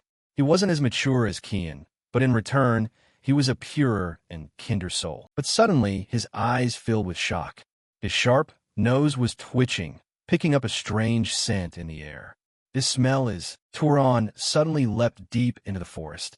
I hope my intuition is wrong. His pale hand pressed against a tree trunk. Turan came to a halt in a deserted part of the forest. Before his eyes lay a murdered body slumped at the base of a tree. This person is definitely... He recognized the man gasping for breath, covered in blood. Isn't this me, Dan's companion? His lips curled into a smile when he saw the man. The man's eyes turned gray. A few small coins lay near his motionless hand. Turan knelt beside him, growing curious. What exactly happened here?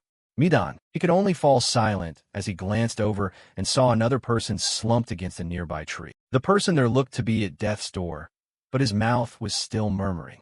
Rabbit. Two long front teeth appeared in the darkness. A rabbit. Turan looked over and saw a rabbit monster gnawing on a corpse. It had white fur, and its mouth was sticky with fresh blood. Turan watched it carefully and slowly stood up. Its eyes were blood red, and it suddenly lunged forward, biting a chunk out of a tree. Turan's teeth clenched in surprise. It's fast. The rabbit monster's ears stood up sharp.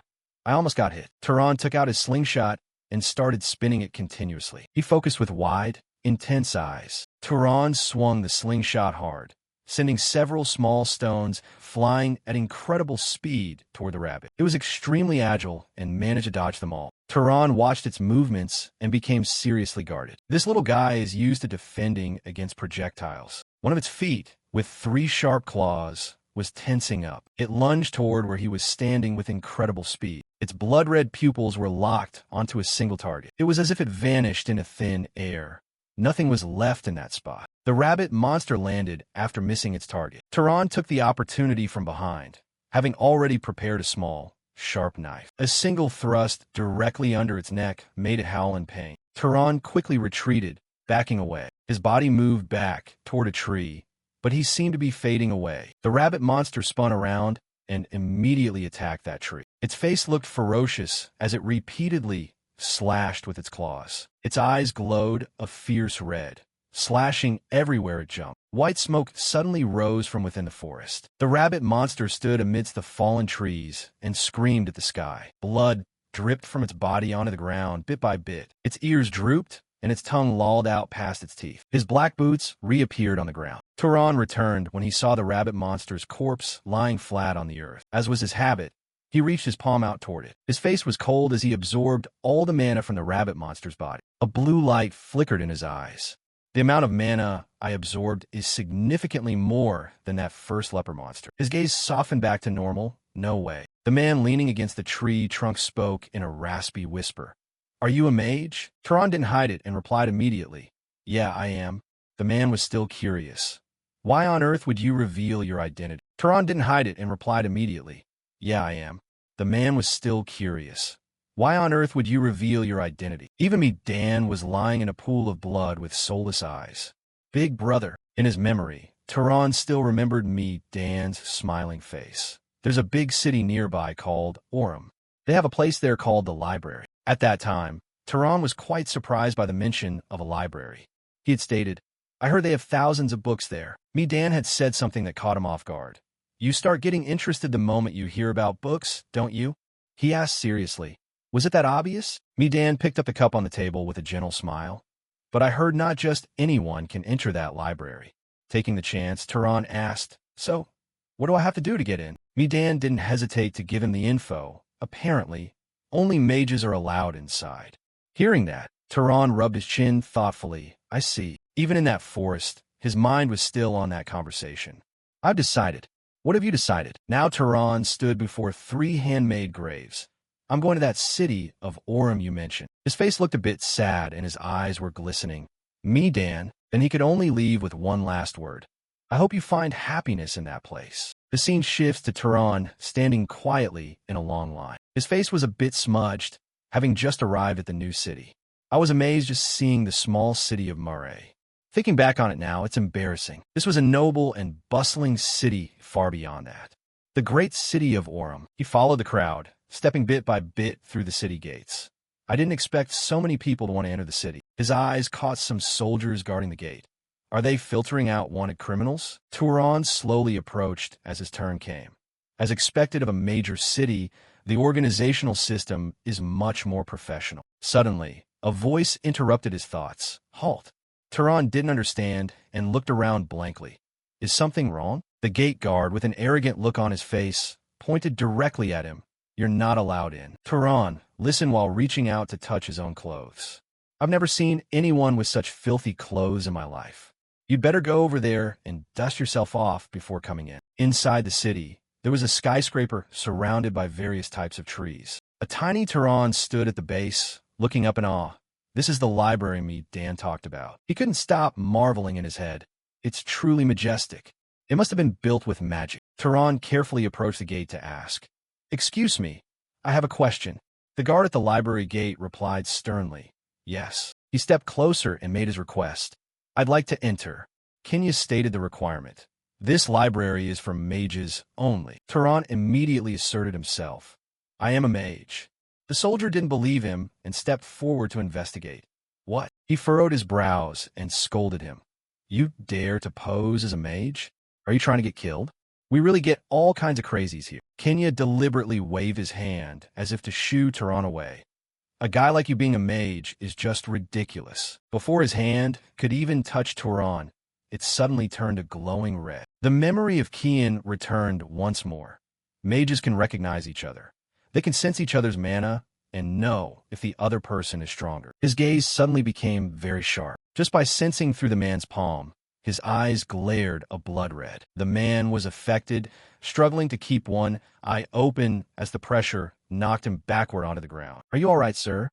I'm Phoenix. Kenya, with his head still touching the ground, stared in shock. This isn't just an ordinary mage. This person is at least of noble rank or higher. Then he stood up and gave a long yawn. I am Kenya, a knight of the Bantus family. May I ask which family you hail from? Turan remained calm, not wanting to answer. Is it mandatory to say so to get in? He replied respectfully, No, sir. Kenya lowered his head, his eyes darkening. However, to use the library, you need permission from Lord Bantus. Turan was still unclear. You mean? Kenya immediately proceeded with the arrangements. I will contact the Bantus family right away. Meanwhile, as Turan was bathing, all right, he opened one eye wearily. I thought this would be simpler. A maid with blonde hair also appeared there. His long arms were being carefully wiped. Turan sat in the bathtub while the maids wiped him down. How did things end up like this? He suddenly turned and ordered them. Stop. They all jumped in surprise. Yes, sir. Turan wanted some privacy and intentionally tried to get them to leave. Is there a problem if I bathe by myself? The maids replied timidly. If we don't serve such a distinguished guest properly, we will be punished. In this massive city, he just had to accept it. Suit yourselves. They complied. Thank you, sir. A maid with cool brown hair was marveling at something. Truly wonderful. A voice rang out, making her startle and quickly cover her mouth. What is it? Turan was carefully fixing his hair in the back while wearing his new suit. Is there something on my face? The maid with cool brown hair explained. I believe I was simply overwhelmed by your grace's beauty. The other maids nearby also bowed. Please forgive us. Turan, on the other hand, was kind and gentle. There's nothing to apologize for. They spoke up immediately.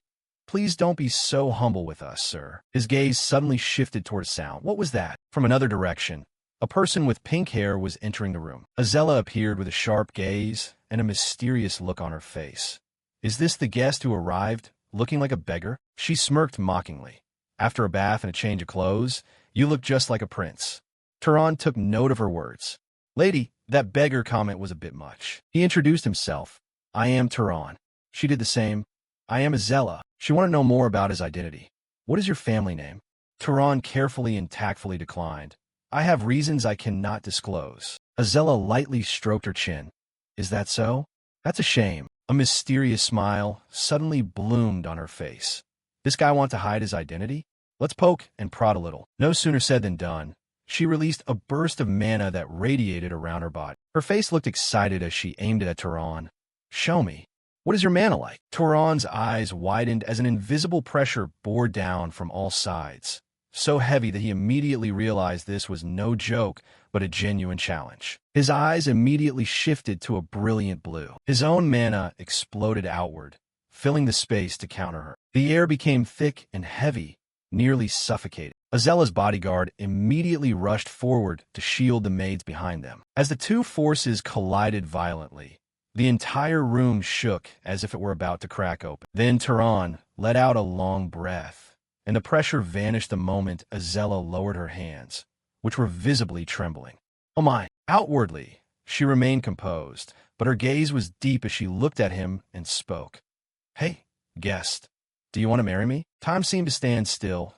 Tehran could only stand there frozen, eyes wide, his mind completely blank. Azella suddenly burst into laughter.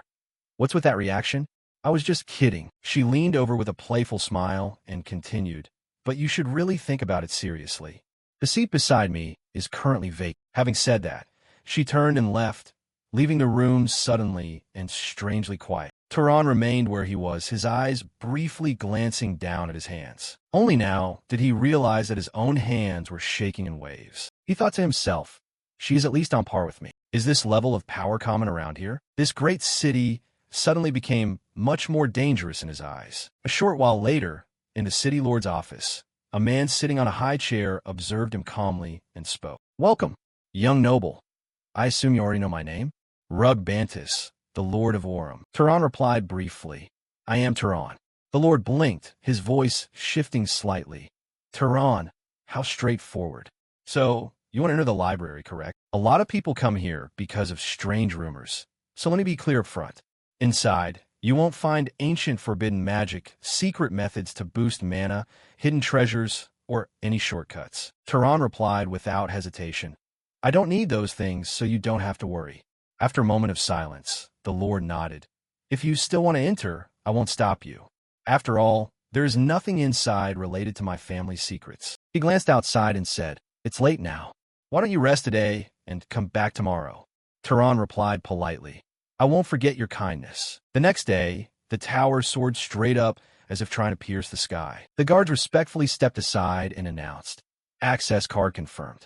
Welcome to the Horizon Library. The massive doors swung open, light flooded in, and for the first time since arriving in Orem, Tehran's composure shattered. His eyes widened in amazement at a sight that far exceeded his imagination. The interior space felt detached from reality, with spiral staircases ascending endlessly, rising so high they nearly vanished into the clouds. Tehran stood in silence for a long time, thinking to himself, this isn't just a building, it's a monument to knowledge. Suddenly, a cute voice rang out. It's a pleasure to meet you, Tehran. He looked down to see a small girl, smiling brightly. I'm a librarian here. By the Lord's order, I'll explain the rules. They're actually quite simple. Tehran stared, secretly surprised. A child is the librarian? But the girl continued confidently. Rule number 1. If you damage a book, you must pay compensation. Second, books cannot be taken outside the library. And while you're using the library, I'll be keeping an eye on you. Tehran asked hesitantly. Fine, but could you stand a little further away while I'm reading? The girl just smiled brightly without answering. He carefully followed up. If you're the librarian here, you must have read every book in this place, right? The girl nodded excitedly. That's right. Finding what you need is my specialty. What kind of book are you looking for? Romantic love stories or history? Or since you're young, do you want to read something a bit more stimulating? There are some adult books over there. Tehran looked at her intently and replied immediately.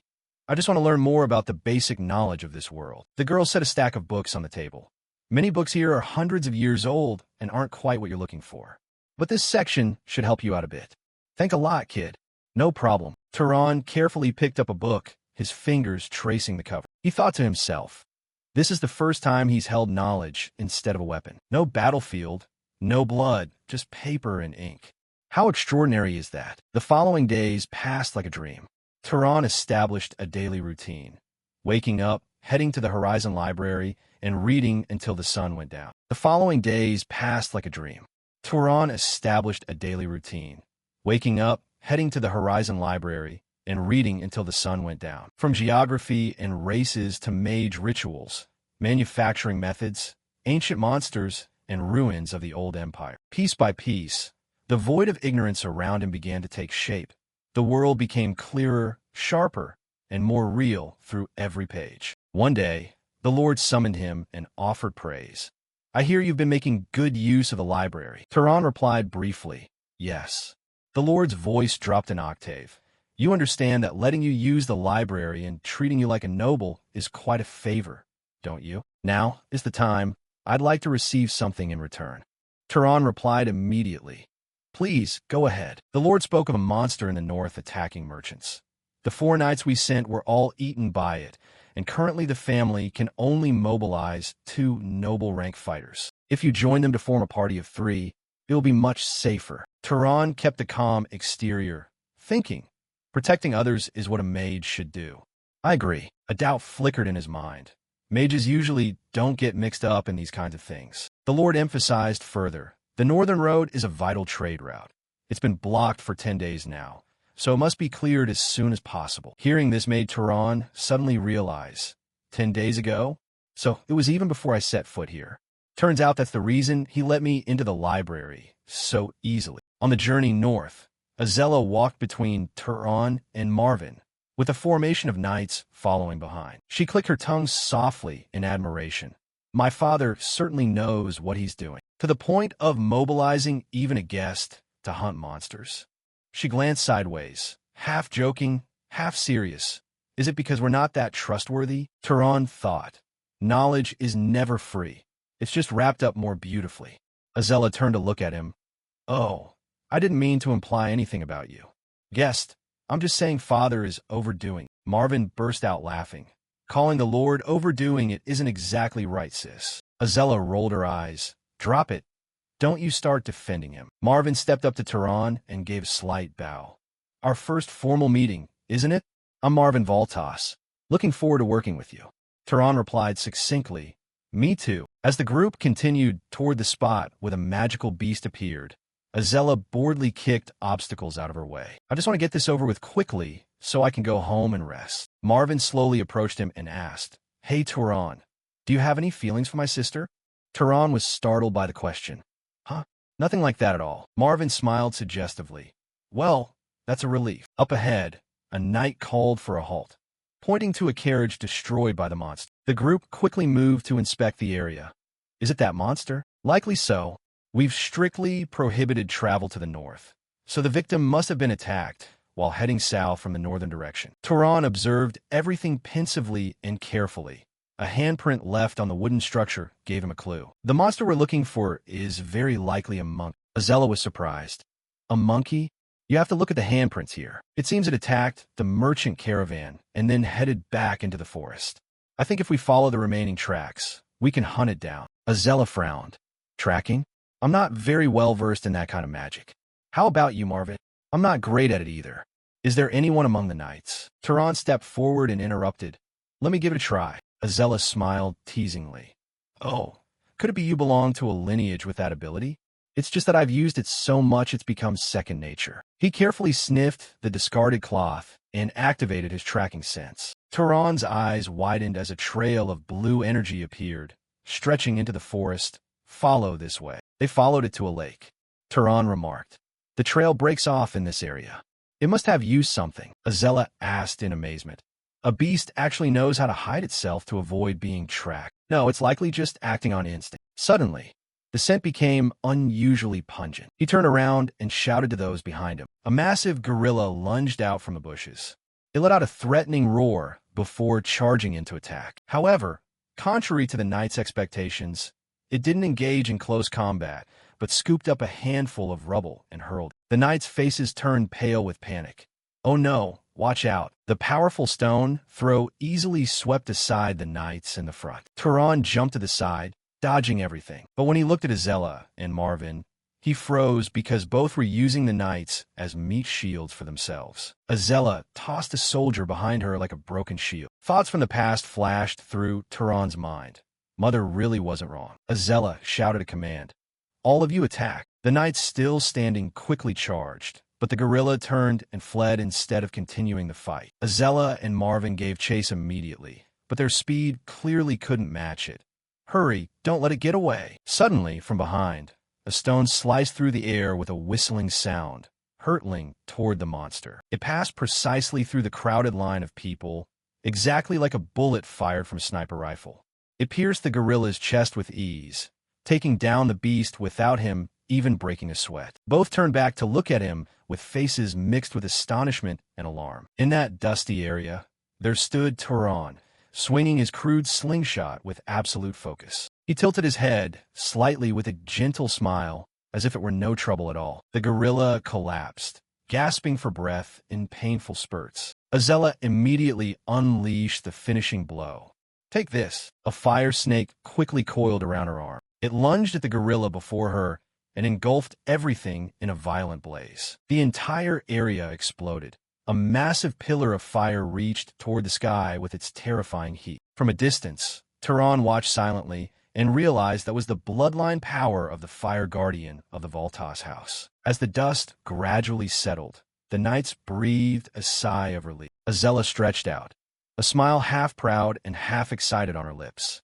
When that massive rock came flying, my heart nearly jumped out of my chest. Marvin immediately smirked, his eyes twinkling with mockery. "Oh, so the haughty lady was scared enough to get goosebumps." Azella snapped back, pointing right at her brother's face. "Shut your mouth. You were the one screaming like a girl." Marvin stammered in protest. "I was just surprised." While everyone gradually recovered and bandaged their wounds, Turan stood silently from afar observing the entire chaotic scene. Blood stained the ground. The groans of the injured and the acrid smell of magical fire still lingered in the air. He thought to himself, luckily no one died, but this situation really isn't right. Even though it was a surprise beast attack, this was a battle where serious casualties could have been avoided. Given that both Azella and Marvin have man-enhanced bodies, they should possess far superior endurance and speed compared to regular knights. Yet, at the most dangerous moment, they didn't hesitate to use those weaker than them as shields.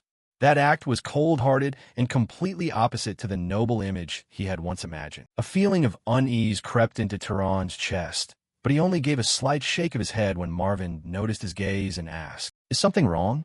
Turan replied curtly, "Nothing." Azella clapped her hands together loudly, the sharp sound cutting through the air, her voice suddenly full of excitement. "Come on, stop moping.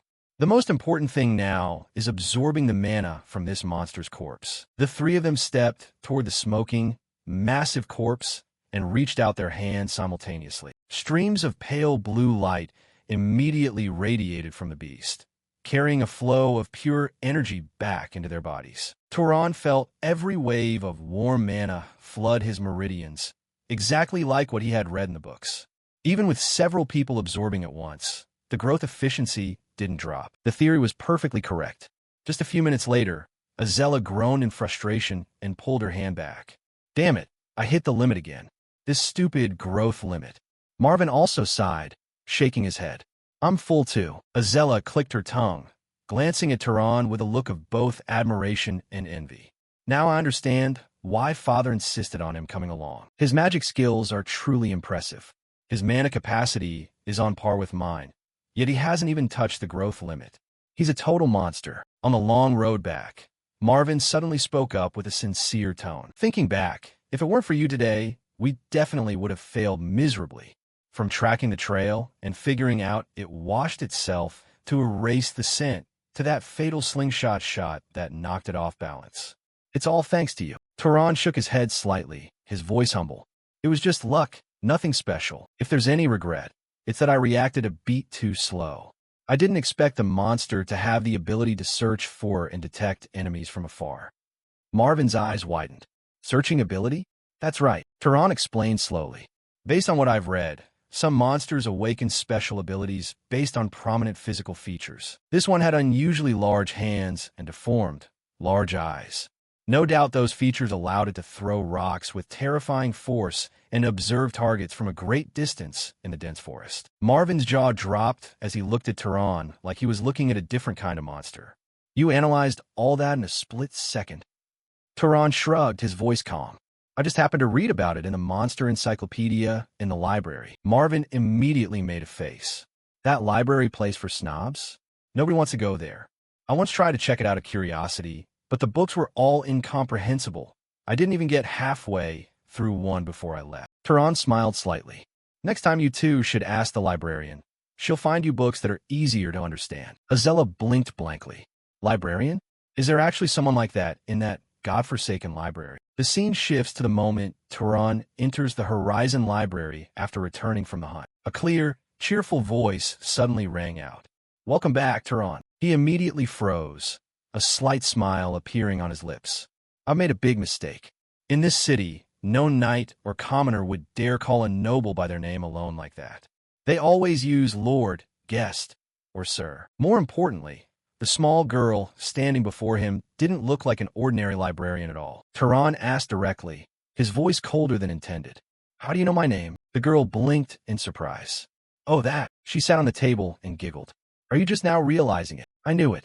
For your library permit, of course. Where else? Within the scope of this library, my gaze can reach every corner. Your name was right there on that thin piece of paper. Turan was silent for a moment, then asked further. So what should I call you? She shrugged, her tone playful. I don't have a real name. Call me whatever you like. Or maybe darling? That sounds pretty cute. She even blinked and cupped her cheeks, pretending to be bashful. Turan immediately cut her off. Fine, I'll just call you Kid Librarian then. Oomph. She pouted, acting offended. How cold. Oomph. You've been using me for days to run around and get books. Now that you know my identity, you're going to act all suddenly polite? Turan replied immediately. I wasn't using you, and don't get so close to me like that. It's uncomfortable. Turan tilted his head curiously. Are you a mage from the old empire, kid? She shook her head, her smile becoming mysterious. No, I'm not even human. I'm closer to a spirit. Then she explained slowly, her voice as gentle as a fairy tale. When a soul enters a living being, it becomes a living spirit. But when it enters something that is neither living nor dead, it's simply a soul. This library is my body. My current human form is just a convenient way to communicate, reflecting the preference of the person seeing me. She winked teasingly. Your preferences say a lot about you. Turan cut her off immediately. Don't talk nonsense, kid. She giggled. I'm like a reflection on the water's surface. You see me clearly, but you can never touch me. To confirm, Turan reached a hand toward her. His hand passed straight through her body as if passing through smoke. The girl looked at him with a strange expression. Don't do that. It feels weird. Turan quickly withdrew his hand. She grumbled, crossing her arms. I hate that I can't directly deal with the intruders in the library. If I could, I would have given them a beating long ago for daring to take books out without returning them. Turan suddenly realized something important. Even the head of the Voltas house doesn't know you exist, right? Perhaps no one in this library has ever known. She nodded as if reading his mind. Because until now, no one has been qualified enough to perceive my existence. The one who created me reached a limit. Only those whose form has reached a certain level of completion can see me. And as far as I know, you're the only one. She tilted her head playfully. Kinda romantic, isn't it? Turan asked immediately. What is this form you're talking about? Mages usually call it bloodline. He took a deep breath and spoke. Can you tell me about my bloodline? You should probably ask your parents about that. Turan replied softly, his voice dropping. Unfortunately, I'm an orphan. She paused for a moment, then smiled. Then let me check directly. If you'll allow me to look over your body. Turan froze, his brain short-circuiting for a split second. Look over my body. But before he could react, her small hand passed straight through his chest. He jerked back with a cry. Oh, she smiled brightly. Done. Now you and I are connected. Don't say such weird things. It didn't even hurt, right? After a few seconds of scanning, she withdrew her hand and reported. Most of your bloodline consists of two main components, tracking and hunting, characteristic of the Zahar house, right? Turan nodded. She continued, but there's another bloodline mixed in. You are the result of parents with two different bloodlines. So what is the other bloodline? She shook her head regretfully. It's currently sealed. Being born with a sealed bloodline from the merger of two lineages isn't that unusual. When you become stronger, the seal will break on its own and reveal itself. Turan nodded silently, though the mystery still lingered in his mind. Afterward, he involuntarily thought of his mother. She had always been too refined, too educated to be just a commoner. Perhaps she had come from some noble house, but the bloodline had been diluted to the point where it could no longer maintain mana. He shook his head, clearing his thoughts, and turned to thank her. She smiled mischievously, eyes twinkling. If you're truly grateful, then stay for another month. From a day he learned the librarian's true identity, everything changed completely. Instead of reading quietly by himself, Turan constantly asked questions, demanding she explain every detail in depth. Surprisingly, she not only mastered every book still on the shelves, but also remembered the contents of those stolen or lost thousands of years ago, acting as a vivid archive of ancient knowledge. Under her guidance, he began to see the world through a completely new lens. Countless invisible substances surrounding us could be observed by suspending water into a lens. Sickness wasn't a curse, but came from creatures so tiny the naked eye couldn't see them. Decomposition happened because they slowly ate away at living matter. Light refracted, heat was generated from friction, and the body was injured then healed itself according to clear natural laws. All of it far exceeded the usual magical theories that mages taught. Turan immediately put it to the test. He placed a ripe red apple on the table, focusing on applying the knowledge of decomposition. With just a light touch, the apple immediately blackened from the inside, rotting rapidly as if time had fast-forwarded 100-fold. The librarian tilted her head and asked, "How does it feel?" Turan couldn't hide his amazement. "It's incredible. It's not that current magic can't do something similar, but by understanding the principles, I achieved the exact same result while consuming far less mana." Just a single shift in his worldview had raised his mage skills to a new level. But immediately after, a cold thought crept into his mind. The great houses probably deliberately monopolized this knowledge. If every mage understood the basic principles, the advantage of the elite would vanish. No wonder the general level of the world is steadily declining. The librarian spoke softly, her voice low. "I'm starting to understand why." Finally, Turan announced, "It's time for me to go." The kid librarian's eyes widened in genuine surprise.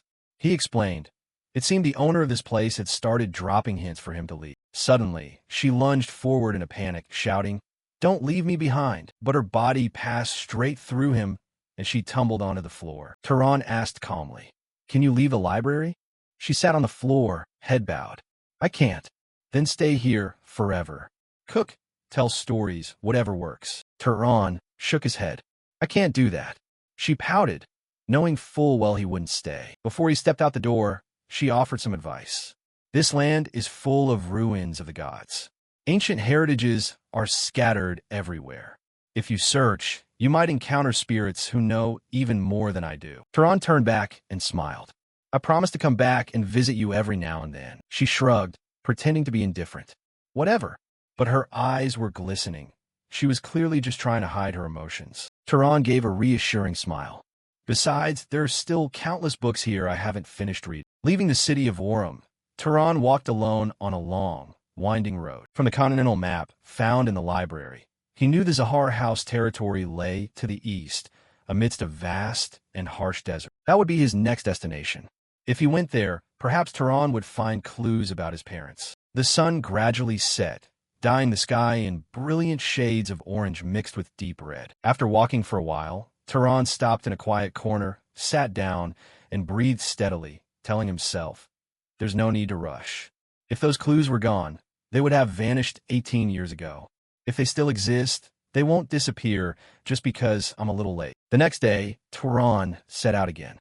On the road heading east, he came across bodies scattered along the path, dried blood staining the ground, the faint smell of death in the air. Despite the gruesome sight, Turan didn't let it distract him. Suddenly, a neigh rang out from up ahead. Immediately, he ducked behind a dense bush, observing carefully. Before his eyes was a man lying motionless on the ground with serious wounds, and beside him was a bright red horse, standing tall to protect its master. Suddenly, the horse lunged forward at terrifying speed, attacking two figures standing opposite. Turan narrowed his eyes, thinking, "There's a saddle, so it wasn't a monster attack. Is this horse protecting its master?" Turan's gaze sharpened as he assessed the situation. Attacking from that direction, The two attackers revealed themselves. They were dark elves. One growled a curse. "Damn it, how is a beast this strong?" The other replied with a faint laugh. "Find an opening to break through." "You think it's that easy?" Observing more closely, Turan immediately realized their true nature. Both began to concentrate their power, a weird, dark energy spreading forward. Suddenly, the bodies lying scattered around began to twitch, twisting grotesquely before standing up. They had been resurrected as disgusting monsters following their master's orders. Seeing that gruesome sight, Turan remembered a passage from a book. This is the dark elf corpse summoning technique I read about in the library. He hesitated for a moment. Should I step in to help? Who knows if that man attacked the dark elves first? But thoughts still conflicted in Turan's mind. He continued to watch, eyes never leaving the battlefield, carefully weighing his next move. One dark elf knelt by a corpse, nonchalantly tearing at it with a distorted voice. Whose hand is this? Give me one. The other didn't even bother to look up. Eat your own part. I'm sure you grabbed one too, didn't you? Turan narrowed his eyes, thinking, so they're cannibals. Without another second's hesitation, Turan immediately activated his concealment ability. His entire presence vanished from all senses. At the same time, the second dark elf continued to grumble with disgust. The ones I killed are all men. The meat is tough as hell. Suddenly, an invisible attack struck with terrifying force. The dark elf was torn completely apart before he could even react. The other one froze, not understanding what had just happened before his eyes. No attacker, no warning, only instant death. But he quickly regained his composure and roared, "All of you, gather around me." Immediately, the entire horde of undead rushed over, forming a protective circle around. Another invisible attack lunged forward. This time, a monster leaped out to block it. Its sturdy horn deflected Turan's stone. The dark elf gnashed his teeth, screaming in a rage. Which one of you bastards is hiding there? Show yourself right now. He ordered the bull to charge and flatten everything. But then he suddenly realized something. Is this guy using a stealth skill? His face darkened. He summoned a new monster and sneered. Let's see if you can keep hiding after this. The fox-like monster released a strange surge of energy that spread throughout the area. As it touched him, Turan's concealment began to flicker, and his form gradually became visible again. The dark elf immediately locked eyes with Turan, a vicious, smug grin crossing his face. Found you, little prick. He issued an immediate order. All of you move out. Kill him. The swarm of monsters rushed toward Turan from every direction. He focused instantly, a violent flame gathering in his palm, growing brighter and hotter by the second. He lunged forward, engulfing two of the monsters in intense fire. But from the front, the massive bull monster seemed completely unfazed, charging ahead like an armored tank. Turan jumped to the side, dodging it by a hair's breadth, nearly getting crushed. He gritted his teeth. I have to hurry. Luckily, I took one out earlier. But when he looked back, Turan realized the situation was worse than expected. The fox had bitten deep into his leg, causing blood to pour out. He used all his strength to kick it away, creating a brief moment of space. But before he could even catch his breath, the crazed bull charged again at a terrifying speed. Before Turan could fully react, the devastating impact sent him flying backward, slamming into a large tree. Turan's entire body ached, and internal injuries made him cough up blood, making it nearly impossible to stand up. Seeing this, the dark elf laughed savagely. Serves you right. You dared to kill one of my kind? You'll be begging for death on your knees. Just then, the red horse suddenly charged back in. It delivered a powerful kick to the dark elf's face, sending him tumbling to the ground. Caught off guard and humiliated, he screamed in a panic, "Save me! Hurry up!" Immediately, all the monsters stopped attacking Turan and turned back to protect their master. The dark elf roared in fury. How dare you humiliate me like this? I'll kill you all. But before he could act, another sharp attack struck. The fatal blow pierced through his head, finishing him off in a single breath. As the dark elf died, all of his summoned monsters collapsed and vanished into thin air. The battlefield suddenly became eerily silent. Turan struggled to stand up, his body falling apart and blood flowing nonstop. He gasped for air, exhausted, thinking to himself, "It looks like I'm really about to die." Turan's body collapsed, his legs too weak to support him any longer. The horse slowly approached him. Turan reached out slightly to stroke its muzzle and whispered, "That's right. Thank you." The scene shifted to late at night, a quiet atmosphere blanketing the area. Turan sat by a small fire, and in front of him was the man who had just regained consciousness. At first, the man jumped, looking a bit scared. "Huh? This is..." Turan spoke calmly. "You're finally awake." The blond young man looked at Turan blankly. "Who are you?" I saw you being attacked by dark elves, so I stepped in to help. Hearing that, he turned to his horse and gently petted it. Turan observed the horse and remarked, "It's actually really smart. It even knew to protect its master and bring you to a safer place." The young man nodded, his voice full of gratitude. "I sincerely thank you for saving my life. I am Aziz of the Burke family." Turan replied, "And I'm Turan." After a moment of silence, Turan looked at Aziz and asked, "Is there a reason you were in conflict with the Dark Elves?" Aziz lowered his head and answered slowly, "A reason? None. I was on a pilgrimage with my attendants when we were suddenly attacked for no reason. I'd heard that other races were violent, but I didn't expect it to be this bad." His voice began to tremble, and his suppressed pain exploded as tears rolled down his cheeks. "I'm sorry. The people I lost today were very precious to me." Turan asked softly, "Were they your relatives?" Aziz shook his head. "They were the knights and attendants traveling with me, but they actually raised me since I was a child." Turan observed him quietly, thinking, "He's a kind person. This pain is very real. It can't be fake." After a while, Turan asked further, "How many dark elves attacked you?" "I think there were only those two," Aziz replied. "You said you killed two, right?" Turan gave a slight nod. Inside his mind, he activated his exploration ability, his senses expanding to scan the entire surrounding area. After a few seconds, Turan confirmed, "That's right, there really aren't any more of them around." After a brief silence, Aziz looked at Turan and asked politely, "Turan, are you in a hurry right now?" "I'm just on a pilgrimage, same as you." Aziz observed Turan with surprise for a moment, and then asked, "Even though you're this strong, you're still on a pilgrimage? Are you perhaps the son of a great house? But why are you traveling alone?" Turan replied vaguely, "It's hard to explain in detail. And honestly, I'm not that strong." He continued in a level voice, "I only managed to kill one because of an ambush and a surprise attack. The other one almost killed me. If it wasn't for your red horse, I wouldn't have one." As soon as he finished speaking, a strange phenomenon occurred. A faint blue energy radiated from Turan's body, spreading outward. At the same time, a bright red aura flared up from Aziz. The two energies collided gently in the space between them, creating an invisible pressure. Aziz observed Turan more closely and thought, "He's not actually that strong, is he? If he hadn't absorbed the Dark Elf's mana earlier, he'd probably be even weaker now. He was no match for those two dark mages. So how did he survive? Was it because of incredible combat instincts or a special bloodline? But if that's the case, why would someone like him be traveling alone?" Breaking the silence, Aziz spoke with a calmer voice. "If you don't have a specific destination, can I invite you to the Burke family?" He paused for a moment and then continued with sincerity, "I want to repay you for saving my life and escorting me home safely." Turan looked at him and asked briefly, "Repay me?" Aziz explained with a warm smile, "Our Bantus family is a vassal to the great house of Erebion in the north. Our lineage consists of artisans specializing in the art of making charms. We have been crafting magical artifacts for generations." His eyes held a quiet pride. "We will craft a perfect artifact, one that suits you best."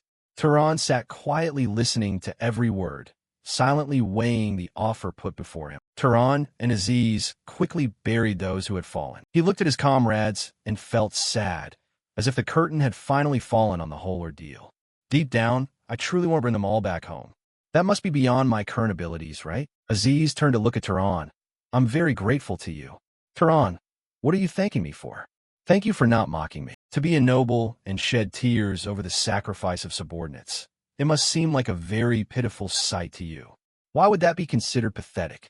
Because those were the lessons my father drilled into me since I was young. Warriors who fall for a great cause will rest in the heavens with the gods. So mourning their departure is seen as a sign of weakness. A true noble must move forward bravely despite the sacrifices. However, if being strong means being indifferent to the death of loved ones, then I'm afraid I'll never achieve that kind of strength." Turan smiled slightly. "That's not weakness, it's your kindness. Please forgive me. Since we've decided to move forward together, can we talk more comfortably from now on? It seems our ages aren't that far apart." "Oh, I see. Just do whatever you want." "Great. From now on, I look forward to your support, my friend." Turan froze slightly as he looked at Aziz's hand. "Friends? I look forward to your help as well. Could we stop and rest for a moment?" Turan looked at Aziz's chest and wondered, What is this thing? This is a cooling device. I've been storing a lot of food in it since I was in the previous city. Does the temperature inside always stay cold? That's right. Thanks to that, every dish can be preserved for about a week without spoiling. If it gets too cold, I just heat them back up. And this is a magic tool that can create water with just the push of a button. And this is a magic tool that helps build a shelter if you collect enough firewood. A magic device that will signal an alarm if it detects someone approaching. Plus the outfit I'm wearing right now. It's a type of magic tool that features automatic stain cleaning. Hearing this made Tehran even more astonished. Magic tools shouldn't be used for such mundane purposes. This truly leaves me feeling completely amazed. That suit alone is worth the reward for saving your life. How can these items compare to my life? I promise to repay you with a much better gift when we get back to the family. Even if the elders don't agree, I'll personally craft one myself. Besides, no gift can make up for what you've contributed. I can't even count the number of spells you've deployed throughout the journey. From taming, freezing, and levitation to manipulating liquids, physical enhancement, lighting, chains, instant kill, terrain alteration, and even calling down light. Have you spent your whole life just studying magic? Or do you actually possess some kind of special bloodline ability? A capability that allows you to master any kind of magic at will? No, it's just that everything happens naturally like that. We already had an agreement that you wouldn't look into my family background. Aziz quickly waved his hand. No, I was just joking. There's no such thing as a bloodline that's that nonsensical. Anyway, how old are you this year? You look like a guy who's not even 30 yet. Don't tell me you're actually 80 already. It'll be about another month before I officially turn 19. The answer left Aziz overwhelmed. Really? I've turned 43 this year. Well, a 24-year gap doesn't seem like much of a problem between us, does it? Oh, I should have noticed that sooner.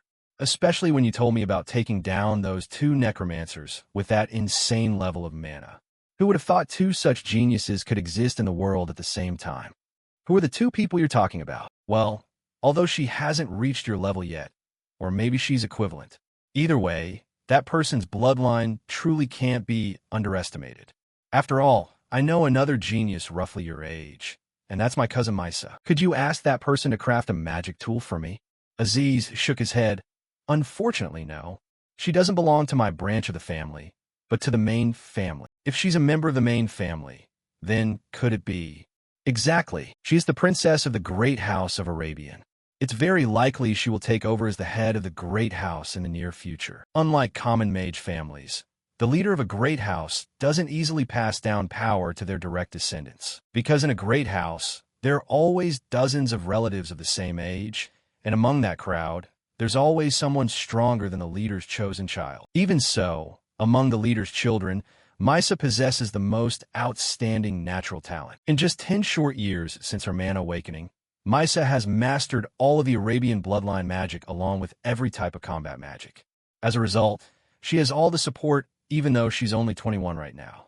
Her mana reserves are already not far behind the key figures in the clan. With such great magical power at this age, is the family giving her any special training? With such great magical power at this age, is the family giving her any special training? Tehran thought to himself, it's true that great houses always have a reason for maintaining their top position. But it seems we've finally reached our destination. Aziz pointed forward, and a vast field appeared before the two of them. That is the Deccan Plain, the central territory of the Arabian house, managed by the Burke family of the Zabalan region. As soon as they both entered the mansion, the head of the Burke family walked over in worry.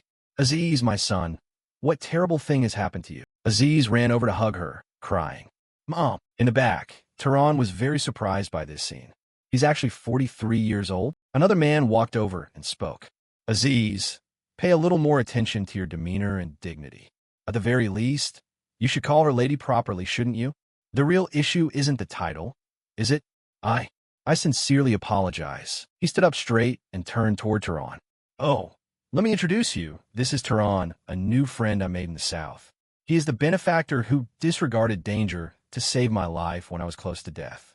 Without this friend's help, I wouldn't have made it back home alive. The head of the family stepped forward and placed a hand on Aziz's shoulder. Your pilgrimage shouldn't have involved this much risk. In short, what happened to you all? Our group was attacked by necromancers of the Dark Elf faction. Hearing that, she shouted in a rage. The Dark Elves? Those filthy creatures dared to lay a hand on my son? I won't be satisfied until I personally lead an army to wipe them all out. Please calm down, my lady. People around here are watching us. So, may I ask which family this benefactor comes from? This was actually a very difficult question to answer. Why is it hard to say? Ma'am, to be honest, I'm not very sure about that myself. I am the son of a commoner mother, and I have no idea who my father is. Aziz was stunned when he heard that. What? You never mentioned this to me. Because it's not exactly something to be proud of. I see. So your name is Tehran, and you don't belong to any prestigious family. Since you saved the child who is our family's priceless treasure, in the name of the head of the Burke family, I will grant you a fitting reward. However, arranging a guest room in this mansion will be a bit difficult. Therefore, I will arrange for you to stay at the best inn in the area instead of the main house castle. Mom, what are you saying? My lady, why won't you welcome my savior into our very own home? At any other time it would be fine, but right now our house is hosting an extremely important guest. Even for a benefactor, it's difficult to allow a stranger of unknown origin into the palace at times like this. I hope you can understand the inconvenience. As soon as the words were spoken, someone suddenly appeared and spoke.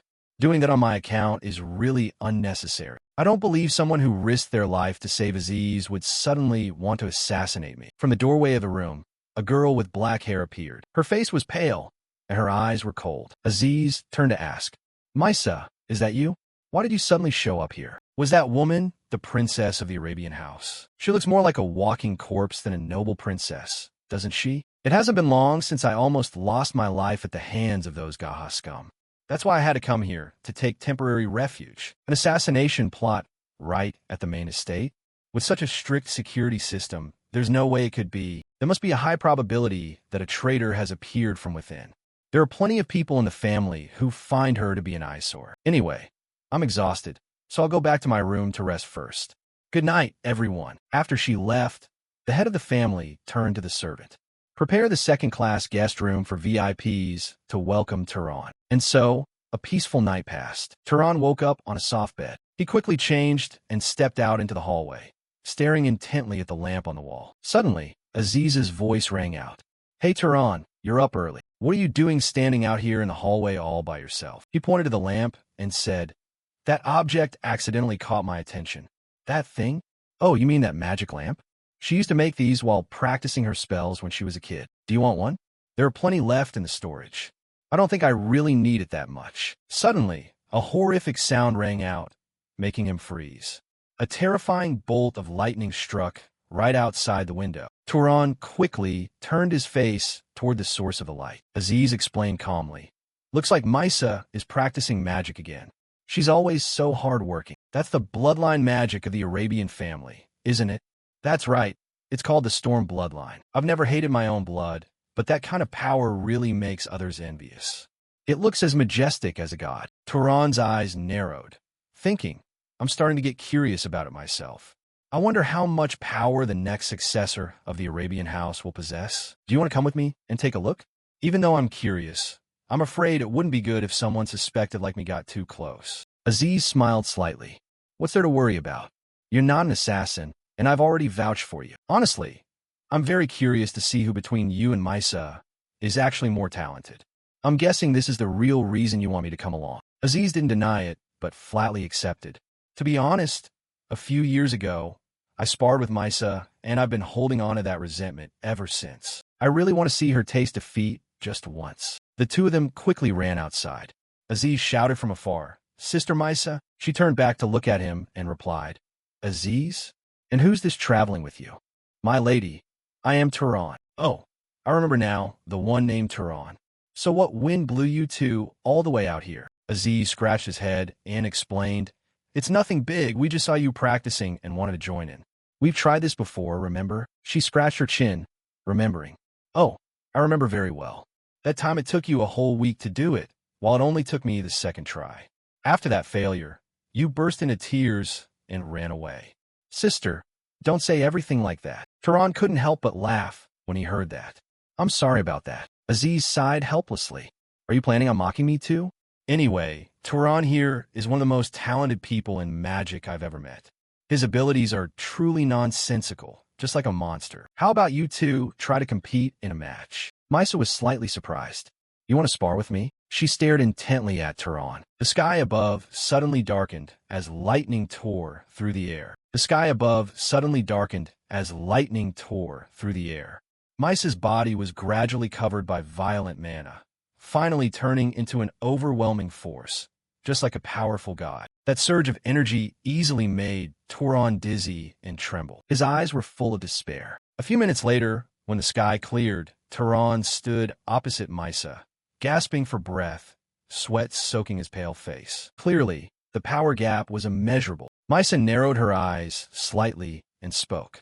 I'm sorry to have to be blunt about this, but it seems you're still not at a high enough level to face me. At this point, Aziz stepped in with a bright smile.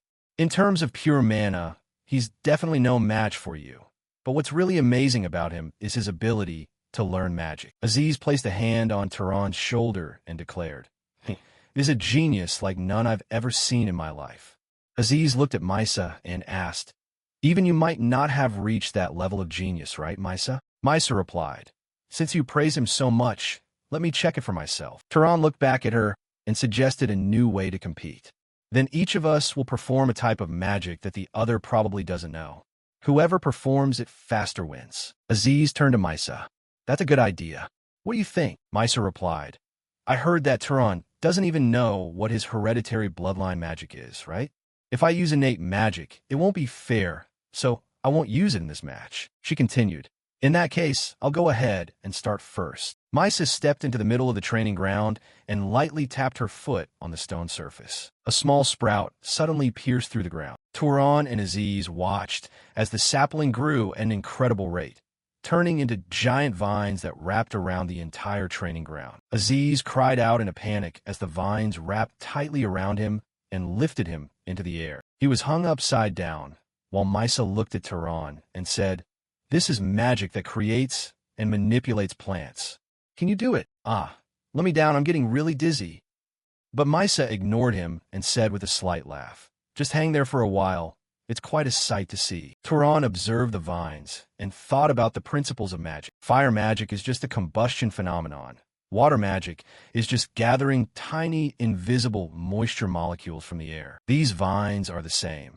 This magic forces the seeds already sown in the soil to germinate quickly. In other words, this isn't creation, but the acceleration of growth. He knelt down, placed his palm flat on the hard stone, and whispered, Grow. A surge of brilliant blue mana spread out.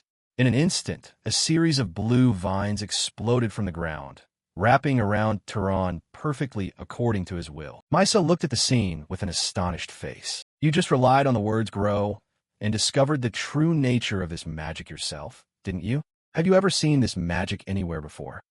Turan shook his head. This is the first time I've seen it. Misa let out a light hum.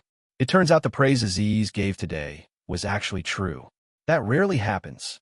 She dispelled the magic, causing Aziz to fall to the ground with a thud, groaning in pain. Misa stood up straight and said, Now it's your turn to give me a challenge. Turan thought to himself, Using bloodline magic here would be suicide. Suddenly, he remembered something and reached out toward the tall grass. A small mouse ran out from the grass and toward him. Misa looked at the mouse and asked suspiciously, Is it just animal control magic? Is this your limit? Turan caught the mouse, holding it tightly in his hand. It's not like that. This little creature is just the ingredient for my magic. He cast a spell, and blue energy began to dance around the mouse's struggling body. Its life force was drained, its body withering rapidly. The mouse turned into a desiccated corpse in Turan's palm. He held up the desiccated mouse corpse and said, I'm finished. Misa looked on with a serious expression. Not bad. Now it's my turn. She gave a slight wave of her hand, and another mouse scurried over. She caught it and attempted to use the same type of magic as Turan, but nothing happened. She closed her eyes to focus, thinking, This isn't ordinary magic. How on earth did he do it? Aziz watched the scene and asked, Why are you using such a disgusting type of magic? He looked at Misa, silently evaluating. Even a great house like the Arabians doesn't clearly understand this principle. Aziz looked at Misa and smiled. It looks like things aren't going too well for you. Misa, do you want to concede the victory to Turan? She looked visibly annoyed and snapped back. Stop being so loud. You really think I can't do this? Misa gritted her teeth. In the process of using magic, the relationship between cause and effect is an incredibly complex structure. Whether a desired phenomenon occurs naturally or whether the amount of mana spent is enough to manifest, it is one thing.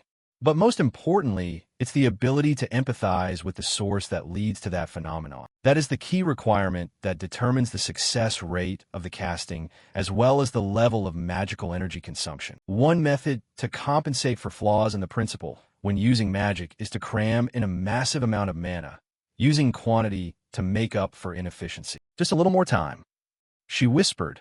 Rot away while you're still alive. Suddenly, the mouse in her hand let out a pathetic shriek. Its flesh began to decay. The creature quickly turned into a dried-out corpse exactly like Tehran's. Aziz cheered. It's a success. Aziz cheered. It's a success. Suddenly, a wave of intense exhaustion hit her. Her vision blurred as she collapsed to the ground. Aziz frantically shouted her name and ran to support her. Tehran and Aziz knelt beside her. Sister, what's wrong? Tehran thought to himself. What's the reason? Did she use too much mana? Usually, people don't pass out just from mana depletion like that. At most, they get so tired they can't stand because the energy maintaining their physical state is gone. But why did? He looked at her hand and realized the problem. Ah, I see, that's it. She's suffering from a lack of physical nutrition. Tehran picked her up and asked, Is there a mage nearby with healing abilities? Aziz shook his head. No one like that nearby, Tehran said. Then hurry and bring water and salt to her room and call for the adults to help. As he carried her, he realized she was so light he almost mistook her for a lamb instead of human. A while later, Maisa slowly opened her eyes.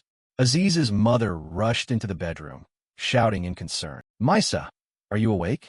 How are you feeling? Maisa asked weakly. Why am I here? The woman explained. Aziz said you suddenly fainted while practicing magic with that guest.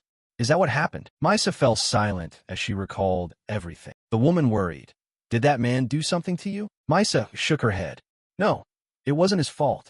I was just a bit careless. Please, everyone leave the room. My head hurts. Her aunt paused and said, I made some porridge for you. She placed a bowl on the nightstand. I know you often skip meals because of your magic training, but you have to think about your health.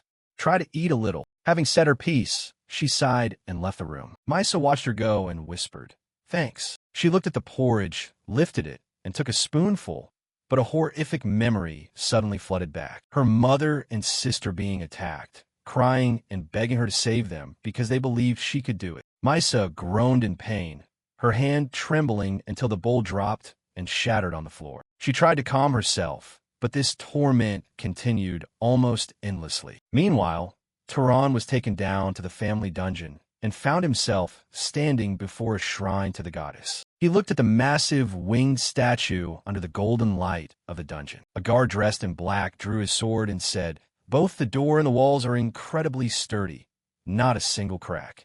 They've been tempered for hundreds of years, so give up on any ideas of breaking them to escape. This man's name was Haram. Tehran replied, I understand. I wasn't even thinking about doing that. Haram stepped closer and emphasized, It's very sturdy. Tehran nodded. Yes. Haram got right in Tehran's face again.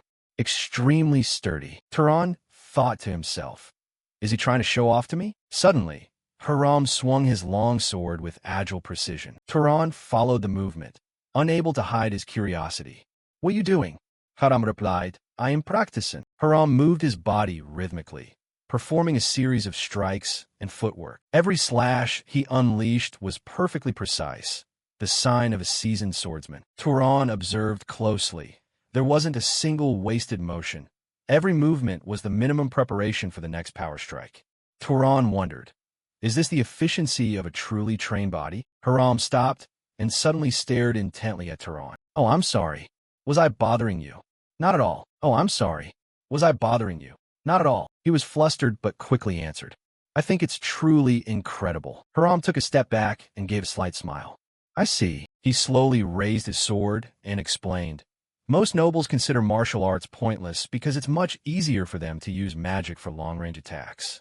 It's all because their bodies are weak and their spirits can't control their physical forms, so they rely on cheap tricks. Tehran replied. Unless it's a bloodline specialized in physical combat like the descendants of Hercules, focusing on mana is usually more effective. However, through various trials, situations will eventually arise where one is forced to face it whether they want to or not. Afterward, Haram handed the sword to Tehran. Take it. Tehran was surprised. You're actually handing a weapon to a suspicious person like me, even though you were sent to guard me? Haram laughed. It's fine. This weapon is just a piece of scrap metal anyway. What makes it a sword is the body of the user.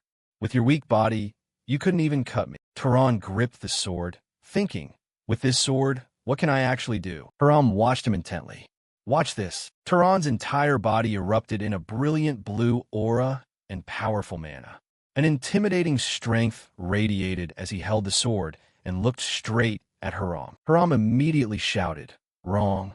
Don't channel mana into the weapon yet." Tehran calmly replied, "Yes, sir."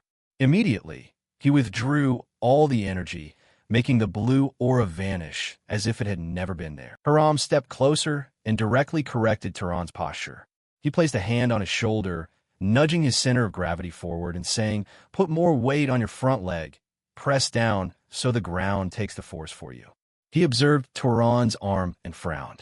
"Your elbow is too high. With a weak elbow like that, you can't control the weight of the sword." He pointed to Tehran's thigh and warned, "If you keep your stance like this, your thigh will be pierced by your opponent." Then he ordered, "Raise your hand higher. Don't set limits for yourself."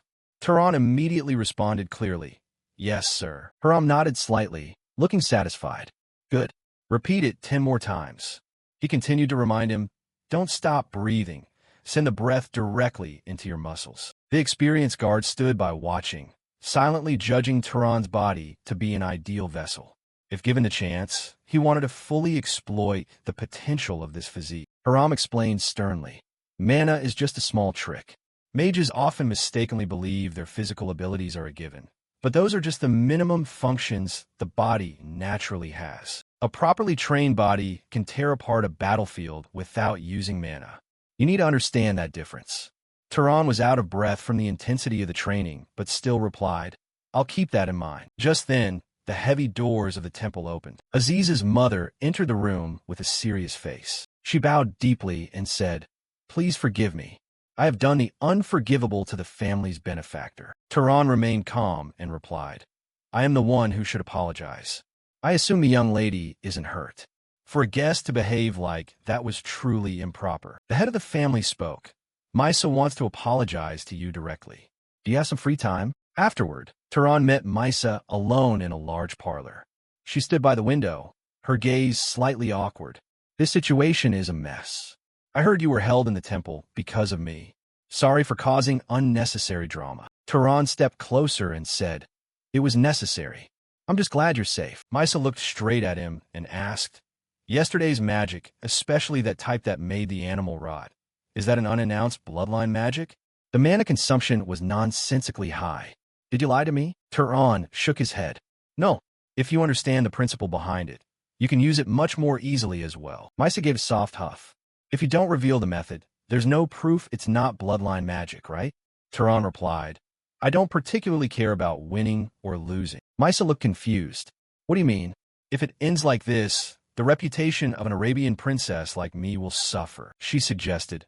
"If you tell me the secret of that magic, I'll teach you one of the secret techniques of the Arabians." Tehran smiled. "If you say so, then fine." He began to explain everything required to cast that magic. Maisa held the mouse in her hand and spoke. "Basically, the root of this magic is biological enhancement magic, isn't it? You use microorganisms that can't be seen with the naked eye, right?" "Exactly." She sighed and admitted, "No wonder. I used it without understanding, and that's why it turned out like that. It's frustrating, but I guess I lost to you. Even though I eventually succeeded, it was entirely by forcing it with pure mana." She sighed and admitted, "No wonder. I used it without understanding, and that's why it turned out like that. It's frustrating, but I guess I lost to you. Even though I eventually succeeded, it was entirely by forcing it with pure mana." She looked a bit embarrassed and suggested, "Can you tell Aziz it was a draw? I don't want to see him get all full of himself." Tehran nodded in agreement. "Then for the payment, I should probably use this." Then Maisa took out a comb and ran it through her hair to illustrate and explain. As you can see, when two objects rub together long enough, they create a phenomenon of mutual attraction. But before she could explain further, Tehran said, "Static electricity." Mice's expression immediately froze in shock. "You already knew?" She confirmed. "That's right," Mice muttered. "This alone is considered one of the profound, secret techniques of my family. So, I need to think more about how to repay you. I have to find something you don't know yet." Finally, she suggested, "Until I think of a fitting payment, let's train together from now on." She hastily added, "This is just to pay the debt, not because I specifically need you." Tehran smiled and agreed. "All right, from tomorrow, let's meet in the garden in the afternoon." Afterward, Tehran was invited to a lavish dining hall. Aziz's mother spoke modestly. "The meal is nothing special, but please eat your fill." Aziz looked at the banquet table and asked in shock, "Why was such a lavish meal prepared? I've never even seen a meal like this for my birthday." Anyone looking at this would think the Arabian lords were a royal family. "Shut up, boy." Tehran sat down and was equally overwhelmed. This definitely wasn't an ordinary meal. The head of the family turned to Tehran and asked, "So, shall we continue our previous conversation? My son promised to gift you a powerful magic artifact to repay his life-saving debt, right?" Tehran confirmed, "Yes." She asked, "Do you have any specific requests?" Tehran answered, "I want a defensive support artifact. Hurting others with magic is easy, but protecting oneself is much harder. If possible, I want something that can protect against surprise attacks." The head of the family said, "I've crafted similar items before, so it's not hard, but I don't have one ready immediately." Aziz suggested, "Then can I craft it for him myself?" His mother immediately stopped him. "If you don't want to tarnish the honor of the Burke family, give up on that idea." Aziz's older brother, Mello, raised his hand to take the job. "I'll craft it personally. I just finished a commission from the main family, so I'm free right now." The head of the family asked, "So how will it be built?" Mello explained, "To defend against surprise attacks, it's best to have something you can carry with you at all times. I plan to embed mana into jewelry like a ring, earring, or necklace to create a function that activates the defensive power of the Guardian bloodline." The head of the family nodded. "How long to complete it?" "Please give me 1 month," she remarked. Nothing is more tactless than parents bragging about their kids, but Mello is already a mage nearly as skilled as I am. He possesses a natural talent equal to a family leader, so you don't need to worry." Tehran said, "Thank you very much, but a magic artifact crafted by the family's top mage over a whole month is probably too much." The head of the family replied, "Not at all. My son's life cannot be taken so light. Please stay with our family for a month as an honored guest. Make yourself at home." The next morning, as Tehran and Aziz walked down the street, Aziz said, "My mother seems to really like you. Last night, I told her about your talent and how you're always working hard at your training. Initially, she tended to look down on you as a wandering noble with no backing, but that view has changed now." Tehran remarked, "It seems she wants to recruit me into the family." Aziz confirmed, "Exactly. My mother often acts generous to make others feel indebted, then introduces a beautiful lady to entice them to join the family." Tehran felt it was a hassle, but Aziz reassured him, "Don't think too much about it. That magic gear is just a gift. It's not like you have to get married just because you accepted it." "My mother isn't that classless." Aziz asked, "What's your plan for today?" Tehran replied, "I have magic training scheduled with Misa this evening." "Great, then come on a patrol with me for a bit. Jabin might not be the capital, but there's plenty of fun to be had. Don't tell me you're going to stay cooped up in your room practicing magic all day when the weather is this nice." "Well, actually, yes." Aziz laughed loudly. "There's still plenty of time. Walk with me. Life is short. It's a waste not to enjoy it, you know." The two went to a casino, but Tehran shook his head. "I don't play." They went to a lively bar.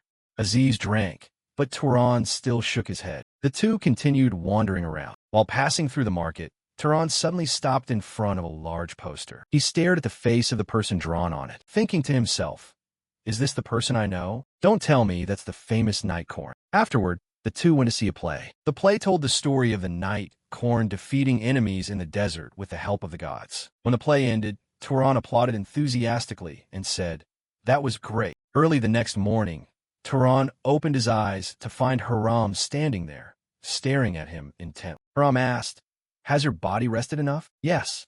"Why have you come all this way?" "Yesterday, I realized your body has great potential. It's time for some serious training. Follow me." Tehran thought to himself that training would be more beneficial than just going out to have fun. "No, let's go." Right then, Aziz burst into the room and said cheerfully, "There's a fantastic performance today." But when he saw Haram, Aziz's face immediately fell in fear. Why are you here?" Haram said coldly. "I was just about to take him for training. Your weak body needs some work too. Want to join?" Aziz frantically made an excuse. "Huh? No thanks.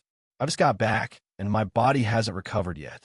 I'm leaving now." Having said that, he ran out as fast as he could. Tehran watched him go, feeling confused at first. But a moment later, he understood why when Haram put him through a high-intensity training session. Haram stood high above supervising, while Tehran had to do push-ups with massive weights on his back.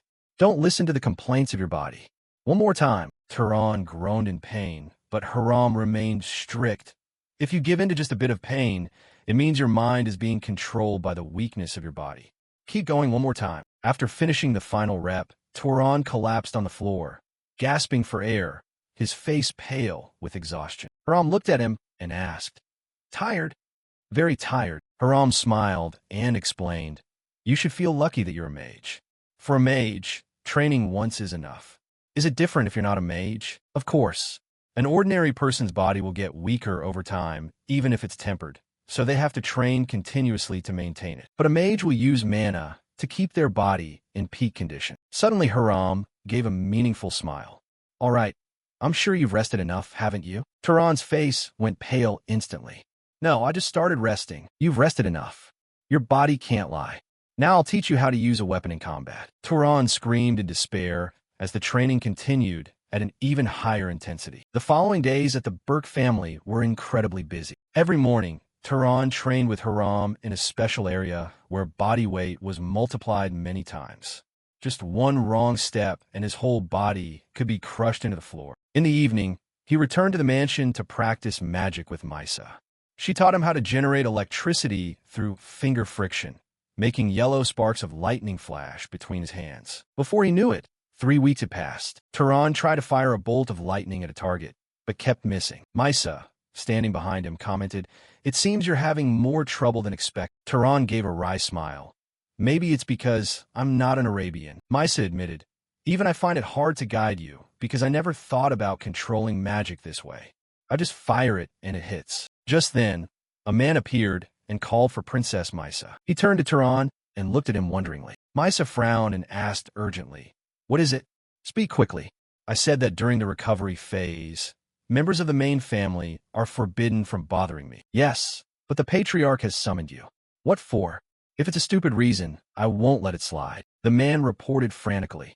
"Emergency situation. The Dark Elves are wreaking havoc in the south. 3 cities have fallen. The main family is preparing to assemble an expeditionary force." Tehran's expression hardened, thinking, "They've appeared already?" After hearing everything, Misa nodded. "I understand. Tell them I'll be back right away." She turned to Tehran and added, "I think I have to go now. Speaking of which, I should pay you back for that disgusting decomposition magic." Having said that, Misa clasped her hands together, looked straight at Tehran, and asked, "Did you know that electricity also flows inside the human body?" Tehran was stunned and replied in confusion. "Electricity? What do you mean?" Misa said calmly. "You didn't know? Well, I guess that makes sense. This is a secret of the Arabian family. Tell you what, if I teach you that technique, we'll call it even. It'll definitely be a big help." Tehran thought for a moment and then nodded. "I understand." Misa began to explain in a steady tone, sharing everything she knew. When a person sees or feels something, that part sends a tiny electrical signal to the brain. If it's through the eyes, the signal goes from the eyes to the brain. If it's a smell, from the nose to the brain. She continued to describe the entire process in detail, knowledge that sounded both mysterious and profound. The brain receives sensations through those electrical flows. Then, the brain sends electrical signals back throughout the body to command movement. Tehran listened intently to every word, focusing absolutely. Although he didn't quite understand it yet, there must be a reason for it. The information in the library at the beginning also recorded similar things. Perhaps this is part of the natural laws inherited by the Arabian family. So what if we use mana to boost the speed of these electrical currents? Awareness and reaction speed would increase, wouldn't they? Exactly. You're more suited to being a scholar than a warrior, aren't you? Well, I'll demonstrate it for you right now. I'm curious to see how quickly you grasp it. Afterward, wanting to grasp the concept more deeply, he slowly closed his eyes. He focused on repeating the idea in his head, a tiny electrical signal. As the thought echoed, the change became apparent. Electricity began to spread across his face, weak at first, but quickly strengthening. In the next instant, his eyes glowed brightly, crackling with energy like thunder. In the next instant, his eyes glowed brightly, crackling with energy like thunder. The surrounding air fell into an unusual silence, as if frozen by the sudden surge of power. Tehran stood there facing Maisa. She looked at him calmly and asked, "How are you feeling?" Tehran stood in a daze, as if pulled into a completely foreign state. "Feel the difference yet?" Only one thought echoed in his head. "What is this?" Only one thought echoed in his head. "What is this?" Suddenly, a sharp pain pierced through his head. Tehran immediately clutched his head, tried to endure the horrific headache that came with the surging sensation. Tehran immediately clutched his head, trying to endure the horrific headache that came with the surging sensation. It'll definitely be hard to adjust now because of the headache, but once you're used to it, you'll be able to maintain it for quite a while. Tehran was still trying to understand what he had just experienced. He muttered, "No matter how I think about it, this is too valuable compared to what I gave." Maisa gave a small laugh, looking a bit amused. She floated into the air and said, "This is just an investment because you seem to have some talent." She continued from above, "If you learn even more terrifying magic later, I'll take it all back, including the debt from this time." With that, Maisa flew away quickly, disappearing from Tehran's sight in a blink. The scene shifted to a vast and peaceful blue sky, in total contrast to what had just occurred. Under that sky, a massive crowd was gathering in a place radiating an atmosphere of unease and expectation. This is Morgan City, the heart of the Deccan Plains. The crowd was chanting a slogan in unison. The shout echoed through the air, "Long live the Arabian family! Long live the Arabian family!" It's just a departure ceremony for the Sand Elves, but it looks like a victory parade. Look at their enthusiasm. As he finished speaking, Aziz's gaze shifted forward and suddenly lit up with excitement. "It's Maisa. Maisa is here." But before he could do anything else, a man gripped his hand tightly and said, "Aziz, maintain some aristocratic dignity." Aziz tried to respond, his voice thick with emotion, "Father," but he couldn't finish the sentence. Just then, an announcement echoed through the area. The head of the house was entering. The entire atmosphere immediately fell silent. The soldiers instantly stood at attention, their posture disciplined and perfect. Tehran observed it all and thought to himself, "That man is the current head of the Arabian family, but in Arabia." The man looked straight ahead, his blue eyes striking even from a distance. But there was something wrong with his condition. The man looked straight ahead, his blue eyes striking even from a distance. But there was something wrong with his condition. Aziz replied, "I heard rumors he was seriously injured fighting the head of the GA family a while back, but that was a long time ago. Maybe it's just old age now." On the other side, the family head slowly raised his hand. All the soldiers acted as one in absolute unity. Every eye turned toward the sky. A terrifying sight appeared. The entire sky was swallowed by a black shroud. The air grew heavier and more horrific by the second. "Believe that I am always supporting you from behind as you step forward. This is the power of the Arabian family." Within those dark clouds, golden lightning began to roar, flashing across the sky. Everyone watched in awe, and then the cheers grew louder. "Long live Arabian!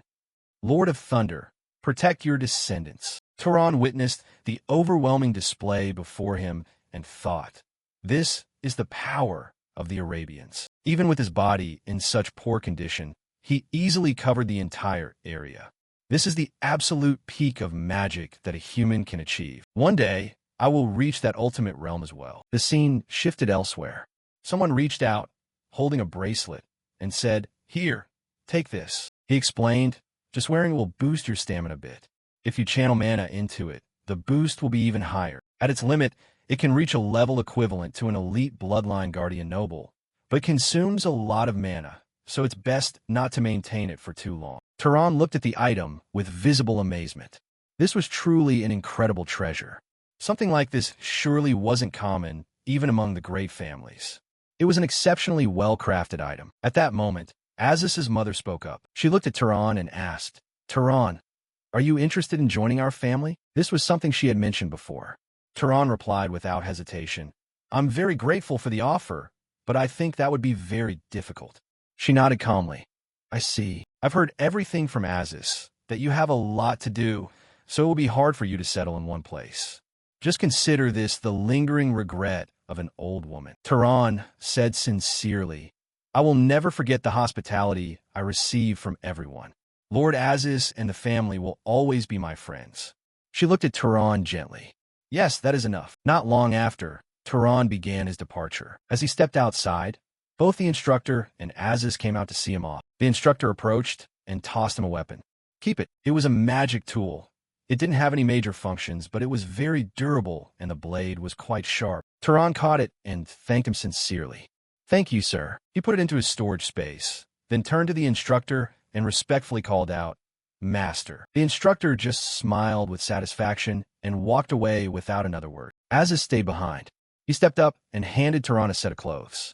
Here, these are for you. Tehran asked in surprise, What's this? Aziz laughed. You once mentioned being jealous of my clothes. They don't get dirty easily, and if they get a small tear, they'll self-repair. Here is a full set of a shirt and pants for you. Tehran looked at him, slightly stunned. Aziz paused for a moment and then asked, So, where are you planning to go now? Tehran answered briefly, East for starters. Aziz sighed, Kamen, huh? I've been there before. If you can help it, don't take a ship. The waves there are truly nightmare level. Even a wine glass starts dancing. Tehran thought to himself, to reach the Yaha lands of the El Desert, I'll have to cross those waves. But he couldn't say that out loud. Tehran thought to himself, to reach the Yaha lands of the El Desert, I'll have to cross those waves. But he couldn't say that out loud. Tehran continued to press forward without rest. The journey took him through many places. Alone once again. While walking, a thought popped up. Should I run for a bit? The very next moment, he exploded with incredible speed. He shot past the crowds, moving so fast that people only had time to turn their heads in shock, watching him like a passing ghost. At that speed, he crossed the entire city, traversed vast lands, and finally stopped in a remote area. For the first time in a long while, he stood still, looking up at the massive mountain looming before him. He took a deep breath, steadied his mind, and stepped straight into the mountains without hesitation. As he went deeper, he paused for a moment, focusing his sense of smell. The smell of a campfire. No, it was something much more disgusting. The smell of burning flesh. He drew closer. The truth gradually revealed itself before his eyes. He came upon a place that had been completely devastated. The houses were burned to the ground, leaving only charred black frames. Bodies lay scattered everywhere. The entire area was submerged in the heavy silence of destruction. Tehran thought, his gaze darkening. Could it have been a bandit attack? Dark elves couldn't have made it this far inland. He continued to walk through the ruined houses. The sight made him extremely uncomfortable. A quiet sadness washed over him. After a while, he entered a damaged house. While searching, he discovered a basement. This was the place. Without hesitation, he tried to open the door. After a moment, the hatch finally swung open. Inside was a little girl, huddled in fear. When the door opened, the girl burst into tears. Hey! The girl was still trembling as she hesitantly asked, Really? Yes. Tehran replied gently. Can you tell me what happened? Overcoming her fear, the girl said, That man killed everyone. He was a mage. A mage. But before the girl could say more, she suddenly collapsed unconscious. Tehran quickly caught her and checked her condition. Fortunately, it wasn't serious. She was likely just exhausted after being trapped in the basement for so long. I need to get this child to safety first. He carefully carried the girl outside. But the moment he stepped out, the air suddenly grew tense. Someone was aiming at him. A girl stood not far away, drawing a bow, her arrow pointed directly at him. Found you. She radiated a dangerous aura, clearly capable of using both fire and ice. The girl's voice rang out sharply. On your knees, you murderer. Despite being accused and threatened, Tehran remained absolutely calm, not panicking even for a sec. Across from him, the archer girl gripped her bowstring until her fingertips turned white. Wasn't all this enough for you? Now you're planning to kidnap a child too. Beside her, a fire mage took a half step forward, his gaze as cold as ash after a fire, standing perfectly still. If you so much as twitch, the consequences won't be pretty. Turan let out a soft breath, keeping his voice steady, trying to cut through the escalating atmosphere. Wait, this is all a misunderstanding. But before the explanation could be finished, disaster struck. In the moment of extreme tension, the fire mage's hand trembled, and a spark of mana slipped out of control, erupting into a violent flame that surged forward at a terrifying speed. A blinding light tore through the space as a massive explosion rang out, shaking the ground and blowing away the surrounding ash and debris. The archer girl's eyes widened in horror, her heart clenching. "Heal, you idiot, there's a kid there." The mage stepped back, his face pale, his voice breaking in panic. No, it was a slip, I didn't mean to." But when everyone's gaze shifted forward, they all froze. The fire, which should have swallowed everything, had been stopped easily, not by a complex barrier or high-level magic, but by a single hand. The fire, which should have swallowed everything, had been stopped easily, not by a complex barrier or high-level magic, but by a single hand. The artifact in his hand glowed faintly, creating an invisible layer of protection that completely neutralized the impact of the explosion. The area fell into absolute silence. Eyes filled with shock and fear were all fixed on him. He actually blocked it? With just his body. Trembling whispers broke out, as if no one could believe what they had just witnessed. As for the archer girl, her mind was in a whirl. What kind of magic was that? Could it be a bloodline ability? Turan took a step forward and spoke softly. "I am not the one who attacked this village. I repeat, this is a misunderstanding." He paused for a moment, his gaze turning cold. "But if you continue to attack, I won't just stand here and defend myself." The archer girl clenched her hand as a vague sense of unease crept into her heart. Her gaze slowly shifted to the little girl fainting in Turan's arms. After a long silence, the girl lowered her bow. "That makes sense." Her voice softened, no longer as sharp as before. "If you were the culprit, there'd be no reason for you to be here saving a child." She took a few steps forward, her gaze still cautious but less confrontational. "I'm Bisen. And you?" "Turan." The name was given as a short answer, devoid of extra emotion. Bisen nodded slightly, but her eyes were still searching. "Even though the circumstances aren't in your favor, and the evidence at the scene points against you, how can I trust you?" Turan replied without hesitation. "Just ask the girl when she wakes up. It seems she saw the one who actually did this." Bisen froze. "What?" "The girl saw the arsonist." Bisen froze. "What?" "The girl saw the arsonist." "The arsonist?" She frowned, her eyes showing a flicker of shock. "Don't tell me you don't know who he is." "I don't." The answer was so blunt it made her sigh. "He's a crazed mage who's been committing these crimes. For the past few months, he has been repeatedly attacking remote villages, tying up the residents, and burning them alive." The air around them seemed to grow cold. There were no survivors. No one knows if it's a man or a woman. Only a single name. The arsonist. Right then, the little girl behind them stirred slightly, her voice weak but clear. He wore a red cloak and had a beard on his face. He looked very scary, like a woodcutter. Everyone immediately listened to every detail, clinging to every tiny clue. Bisen turned back to Turan, her gaze having changed, her suspicion replaced by consideration. She stepped closer with her teammates and bowed her head. "I'm so sorry. We were too hasty and acted rudely." The fire mage also bowed, his regret evident. "I sincerely apologize as well." Turan looked at them, his eyes thoughtful. Even among the nobility, there were still people who placed responsibility above ego. He nodded slightly. "At least you should look after the child first. That will be enough." Then he asked, his voice returning to its initial calm. "Are you here to catch the arsonist?" Bisen nodded. "Yes. When I saw the signs of a fresh fire, I thought we'd finally caught him, but it wasn't him after all." Then her eyes lit up, as if finding new hope. "But now that we have a description, it won't be long. I have someone on my team with excellent tracking abilities." Turan raised an eyebrow slightly. "Tracking? Don't tell me you're from the Zahar family. Then why are you all in a place like this?" Bisen shook her head, her voice certain. "No, I am Bisen Carmain, from the Carmain family. And these are my friends from my vassal families." She briefly explained the Asha bloodline, a rather weak lineage from Zahar that focused on tracking but lacked stealth capabilities.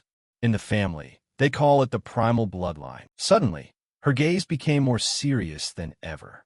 More importantly, I have a proposal for you. Tehran, can you help us hunt down that arsonist? You can take the entire bounty after he's captured. I'll even give you my share of the mana. What I need right now is just the credit. The area was silent for a few seconds. Tehran began to ask, do you know how strong he is? At least a noble-level mage. Among the villages he's wiped out, there were some protected by many knights. Yet they were all slaughtered.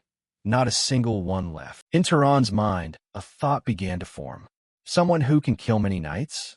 Maybe he's the opponent I need. The weak beasts along the road aren't enough to help me grow stronger anymore. After a moment's thought, Tehran replied clearly, fine.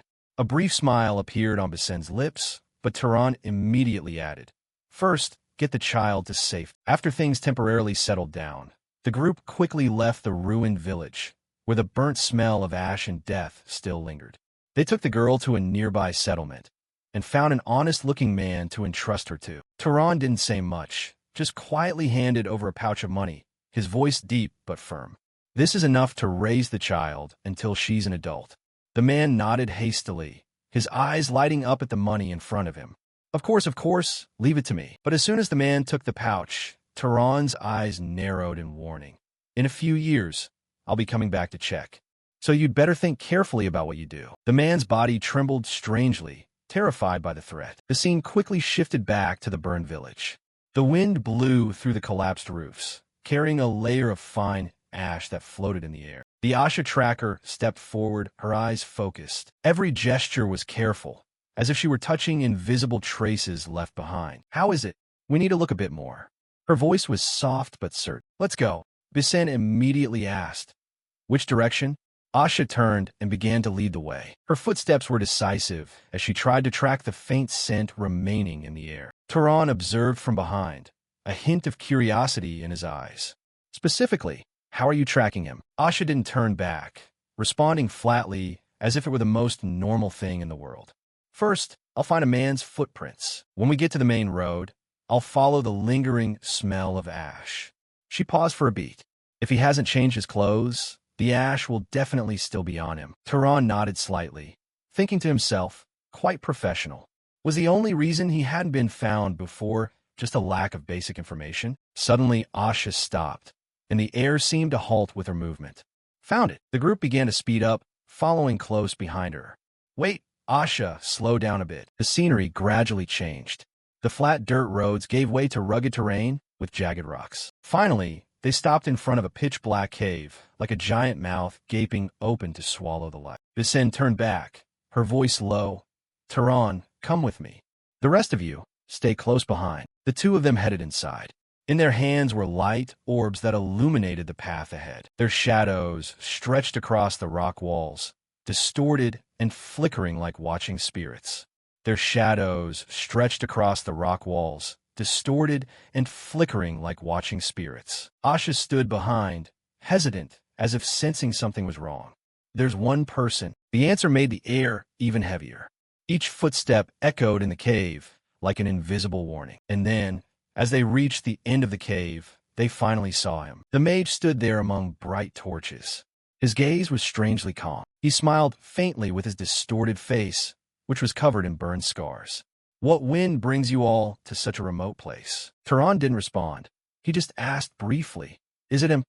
Asha focused for a moment and then nodded. The scent is very clear.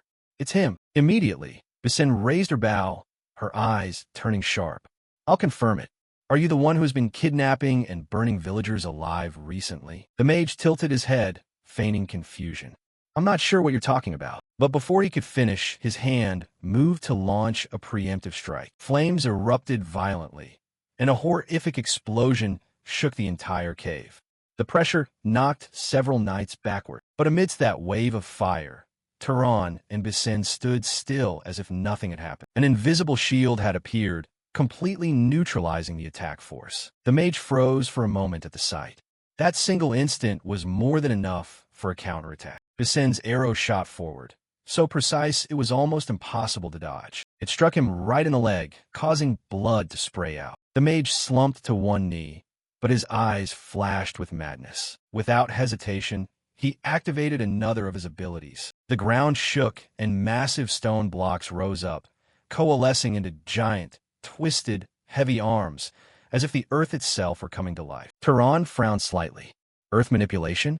Wasn't his ability just fire? The stone arms lunged forward with crushing weight. He moved instantly, dodging each attack.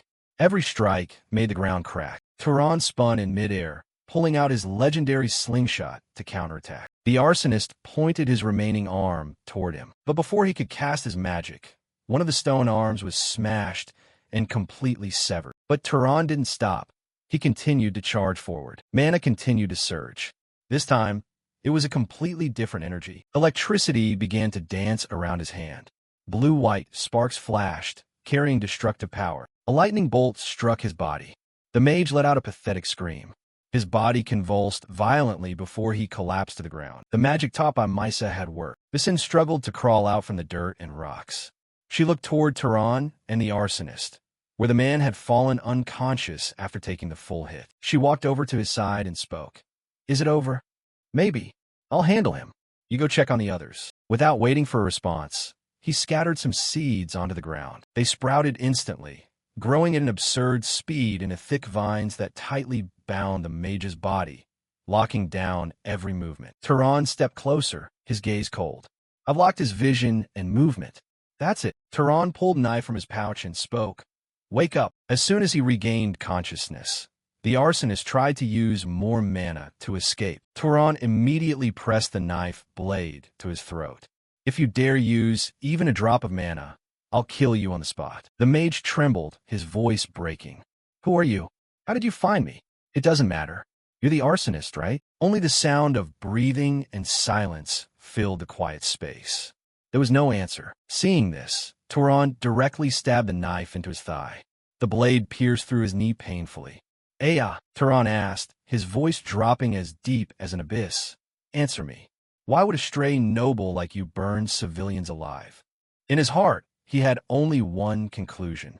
A murderer doesn't deserve forgiveness. The mage trembled and then burst into a crazed laugh. God told me to do it. If I burn the flesh and souls of sinners, I will go to him." The group behind them was stunned. What on earth was he talking about? The arsonist continued, his voice full of hysteria. "He taught me how to steal the bloodlines of others. Just a few more people, and I'll have the fire bloodline." Bisin turned away, her face full of disgust. "He's insane. How can you steal an innate bloodline like that? Committing so many massacres for such a stupid reason." But on the other side, Turan no longer looked at him like he was just a crazy person. His gaze darkened. An old memory suddenly surfaced in his mind. Even commoners could get stronger by killing magic beasts. "Huh, I've seen that many times." The mage's voice still rang out like a curse.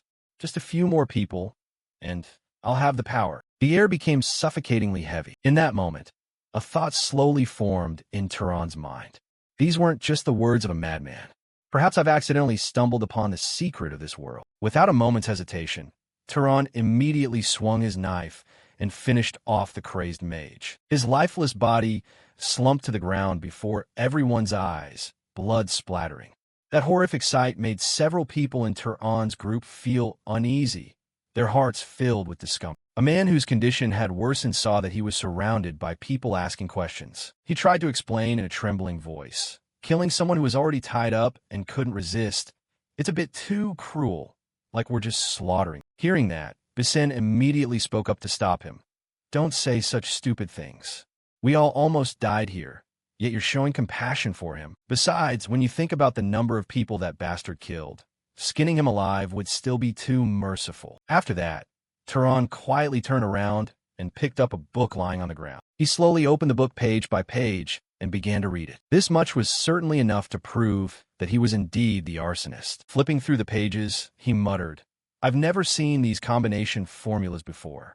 Did that voice claiming to be a god teach him all of this?" While he was still lost in thought, the archer's voice rang out from behind him. "Lord Turan." She was calling him over to take the next step.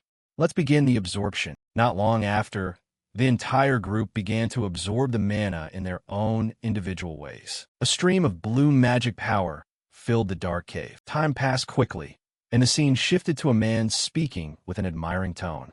"Congratulations, Lady Bisin. I never imagined you would catch the arsonist.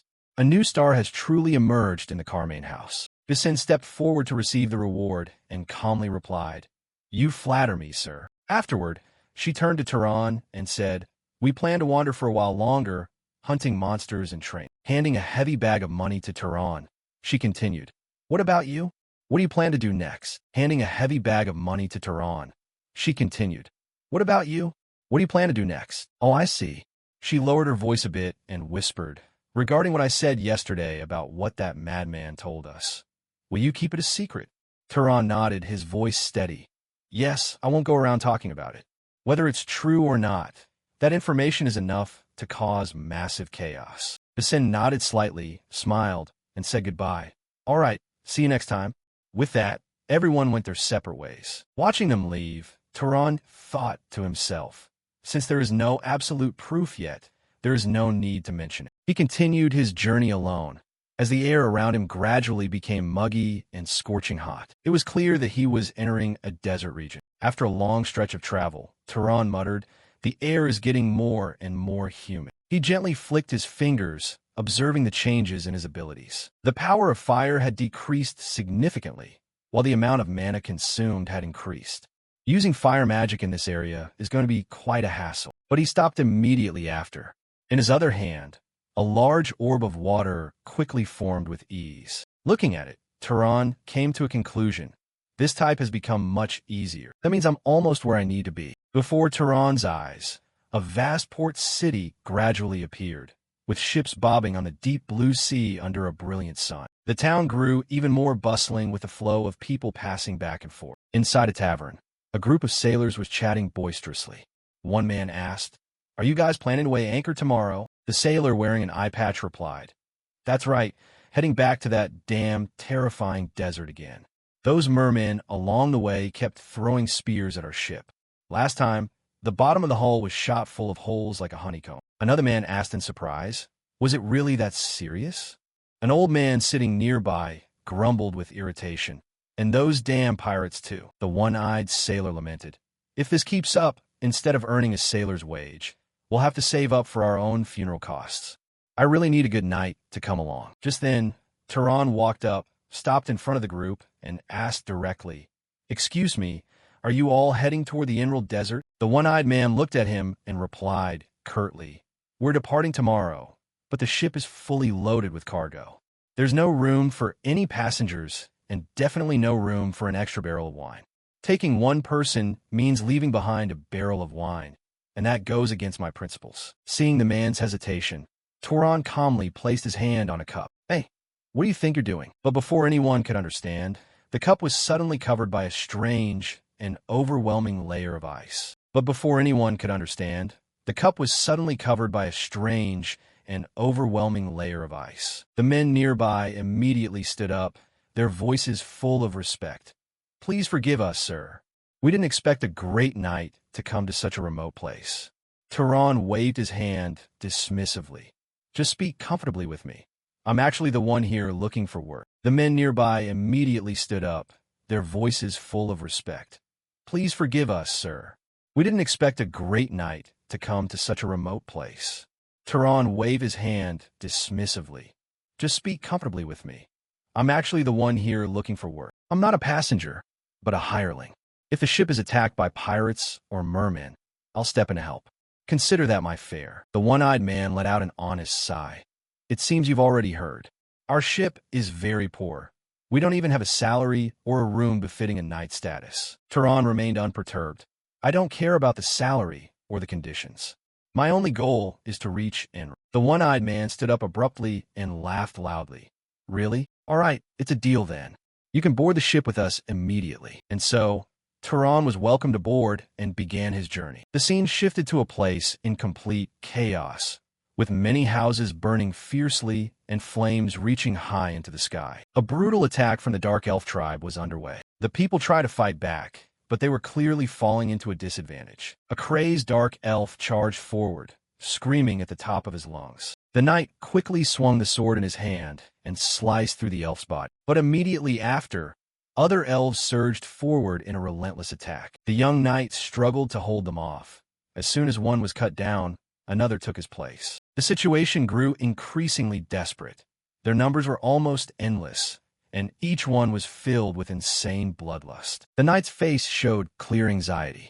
Damn it, if this keeps up. Just as the situation seemed hopeless, a brilliant bolt of golden lightning suddenly flashed across the sky. In an instant, all the dark elves in the vicinity were incinerated by the terrifying heat. From within the fading light, Mysa appeared with an overwhelming presence. Seeing her, the knight breathed a sigh of relief.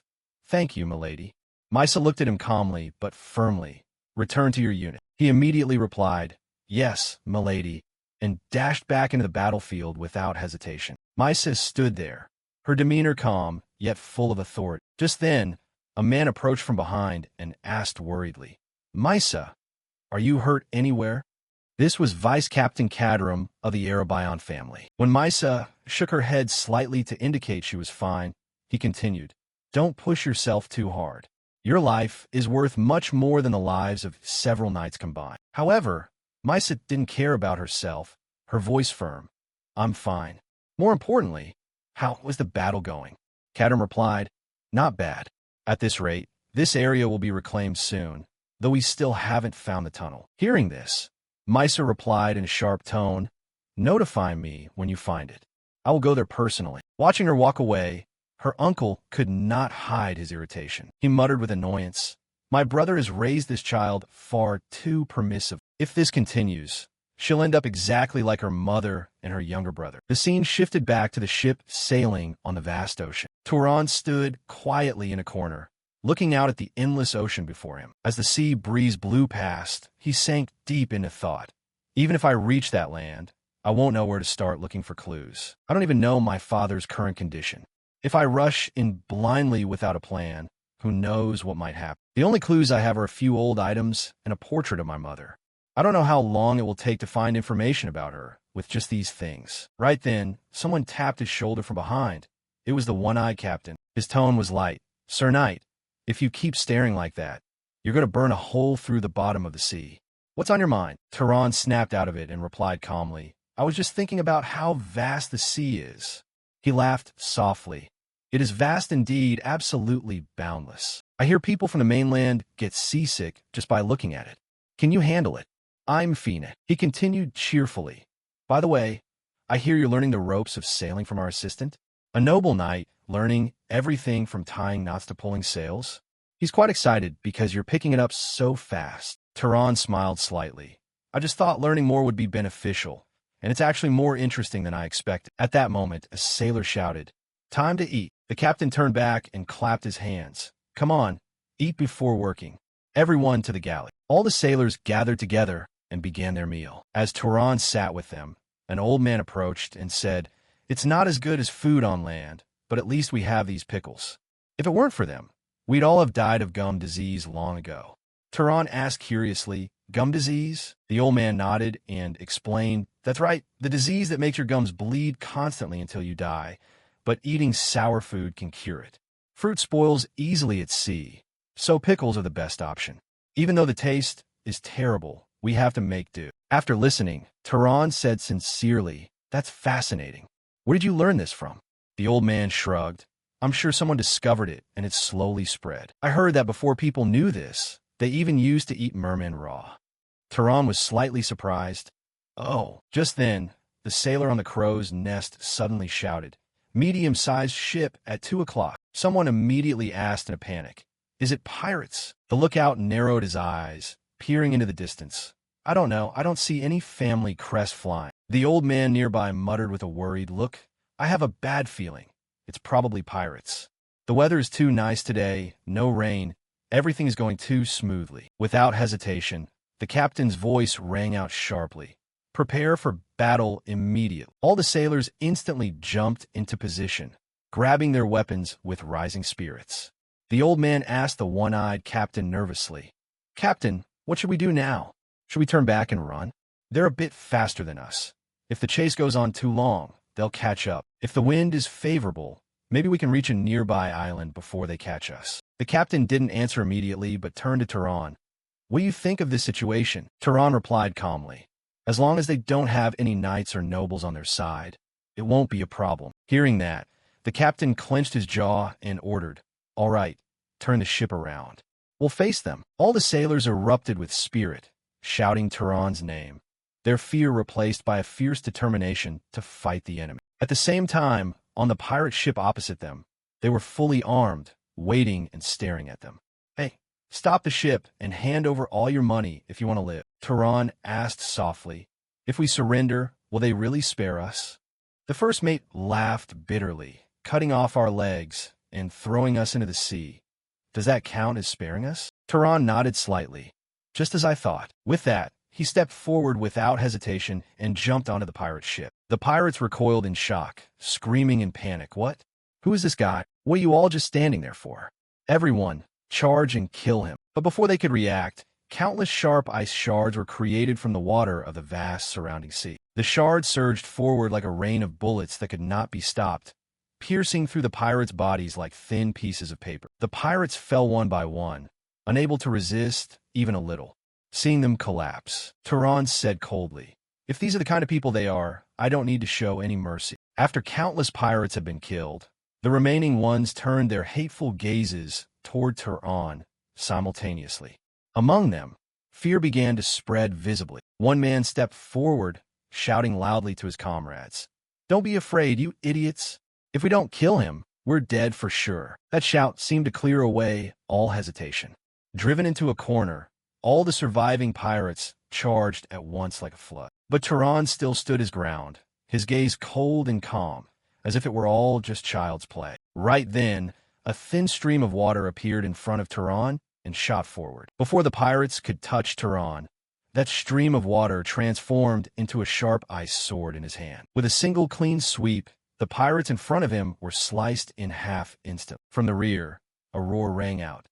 "Don't stop! Kill him right here!" Encouraged, another group charged, but the result was still death in the blink of an eye. Both men were pierced through the head and collapsed. Another man lunged straight at Turan with a spear. Turan calmly blocked it, the ice blade in his hand swinging up to finish him on the spot. Turan calmly blocked it, the ice blade in his hand swinging up to finish him on the spot. Even so, the number of pirates was still very high. He jumped back, dodging a downward strike, but the pirates clung to him like a swarm of hungry leeches. Realizing he couldn't deal with each one easily, Turan unleashed a powerful attack forward. His blade turned into liquid, extending into a sharp whip that swept across the crowd of pirates. The terrifying power wiped out a line of pirates in an instant, cutting them in two. Their bodies fell like heavy, useless chunks of meat.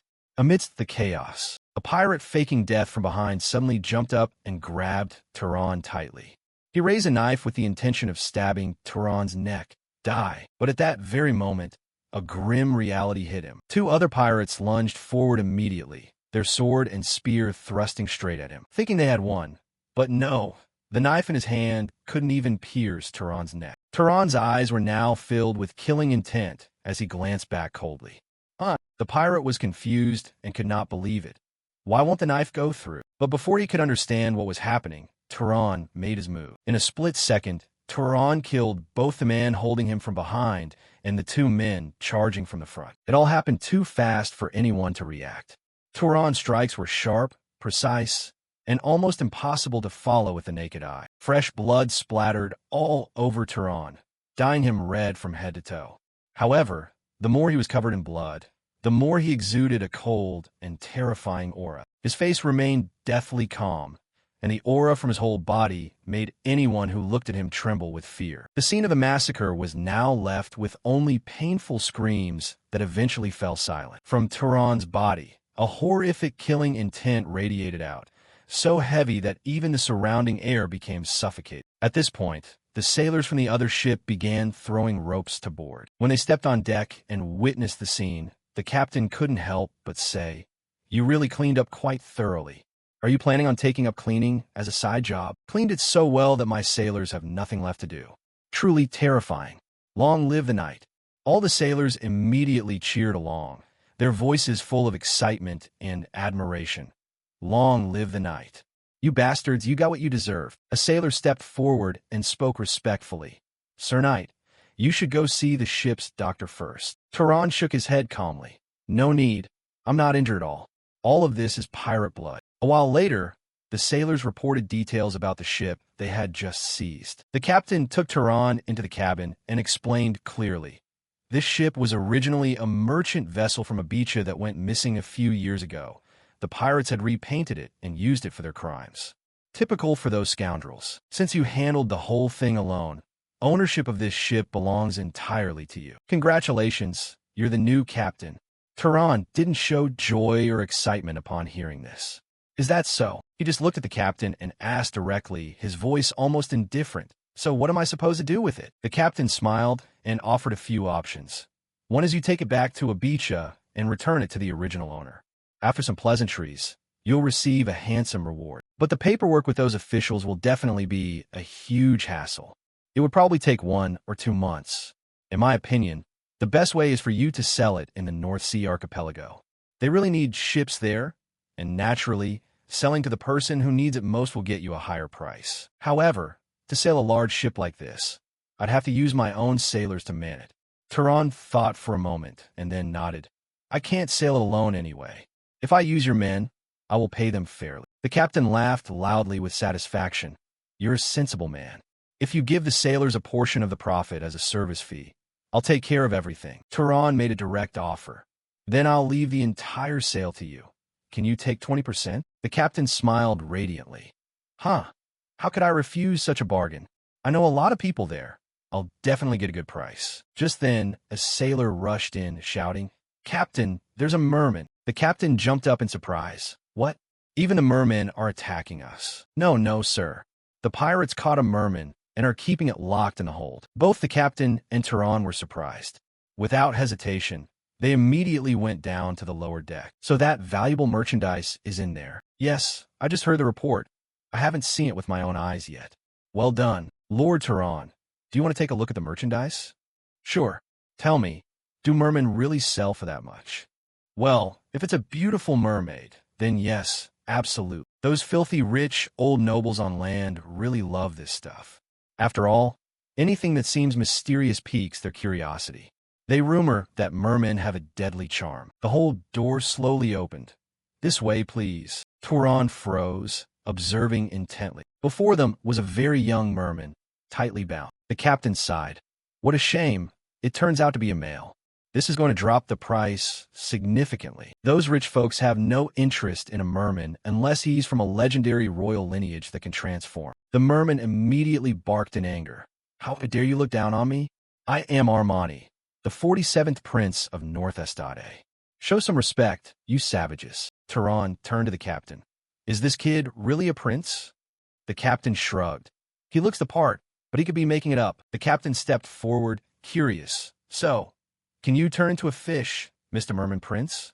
I can't do it right now. Why not? The merman replied. How can I transform when I'm tied up on land like this? I can only transform when I'm in the water and in top health. Turan and the captain looked at each other.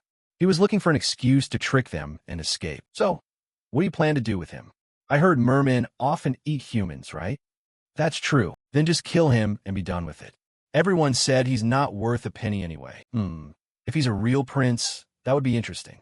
But if we believe this brat's words and let him go, and he dives away forever, we'll look like total fools. His hands slowly rose. Streams of mana began to appear threateningly. The merman still protested stubbornly. Stop that. How dare you? But looking at that dangerous flow of mana, his tone became earnest. I swear I've never eaten a human. I haven't even had the thought. The atmosphere became extremely tense. 2 pairs of eyes staring at each other in the silent room. Armani screamed in panic. If you spare me, I'll show you a treasure. Turan paused slightly. A treasure. That's right, a massive treasure. The treasure left behind by the goddess Freya, whom you humans worship. Time passed until sunset, and the group's ship docked at an island to find a buyer. The sailors cheered as soon as they set foot on land. Finally on solid ground. We need to have ourselves a real drinking session. Turan stood on high ground, observing with the captain. So, have you finished the calculations? He turned and replied. Fortunately, that place isn't too far from here. Let me make a trip, and I'll be back tonight. The scene shifted to late night. Turan was rowing a small boat, bringing a shackled Armani along. Armani asked irritably, Why do you have to shackle me like this? I am a prince. I will keep my word, Armani continued worriedly. If there really is a treasure, you'll let me go, right? Turan replied shortly. Yeah. The two of them slowly left the dock in the small boat. Don't blame me if you're disappointed. It's a treasure of Freya. For someone like you, it's extremely valuable. I get it. Just lead the way properly. A moment later, Turan slowly opened his eyes, also looking ahead. Armani pointed to a small island rising out of the sea and said confidently, It's right there. Turan nodded slightly. All right. Turan lowered his hand to the water, his fingers touching the surface of the sea as he activated search magic through the water. Turan whispered the activation for the probe, targeting mermen. Instantly, countless undersea creatures appeared clearly before his eyes. Schools of fish swam with the currents, and giant sea creatures glided through the deep layers. After observing for a while, Turan opened his eyes and thought, Luckily, he's not leading me to their lair. Not long after, the two of them reached the island. They tied the boat near the shore and stepped onto land, continuing deeper inside. Armani walked while looking around anxiously, trying to recall the location. He muttered, It's definitely around here. No, it's right here. I remember it clearly. Suddenly, Armani cried out, Found it! Over there, look! Turan followed his gaze and saw a small pond hidden in the middle of the island. Turan asked, It's not very deep, is it? Armani nodded, Yeah, only about 300 meters. Turan looked at Armani with an expression of pure disbelief, as if saying, What did he just say? A moment later, Armani was tightly bound with several coils of rope. He struggled frantically, shouting in anger, What are you doing? You let me go just to tie me up again? Do you think I'm going to run away? If you drown down there, I'll starve to death. Ignoring the complaints entirely, Turan replied calmly, Then you'd better pray that doesn't happen. Turan took off his outer coat, tossed it aside, and prepared to dive. Before jumping, he gave Armani one last glance.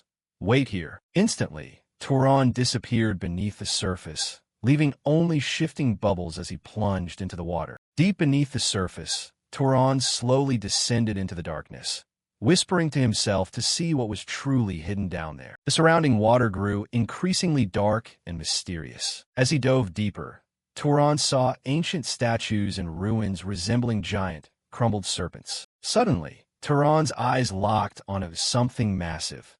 An ancient stone serpent coiled around a large rock. Turan looked up at the head of the serpent and saw something that filled him with amazement. A humanoid statue was standing there. He had finally found it. The shock caused him to accidentally open his mouth, and air escaped into the water. Turan quickly covered his mouth, then swam closer to observe more carefully. The statue looked incredibly lifelike, almost as if it weren't a sculpture at all, but a real human who had been sealed at the bottom of the sea for countless ages. The more Turan looked, the stranger it felt.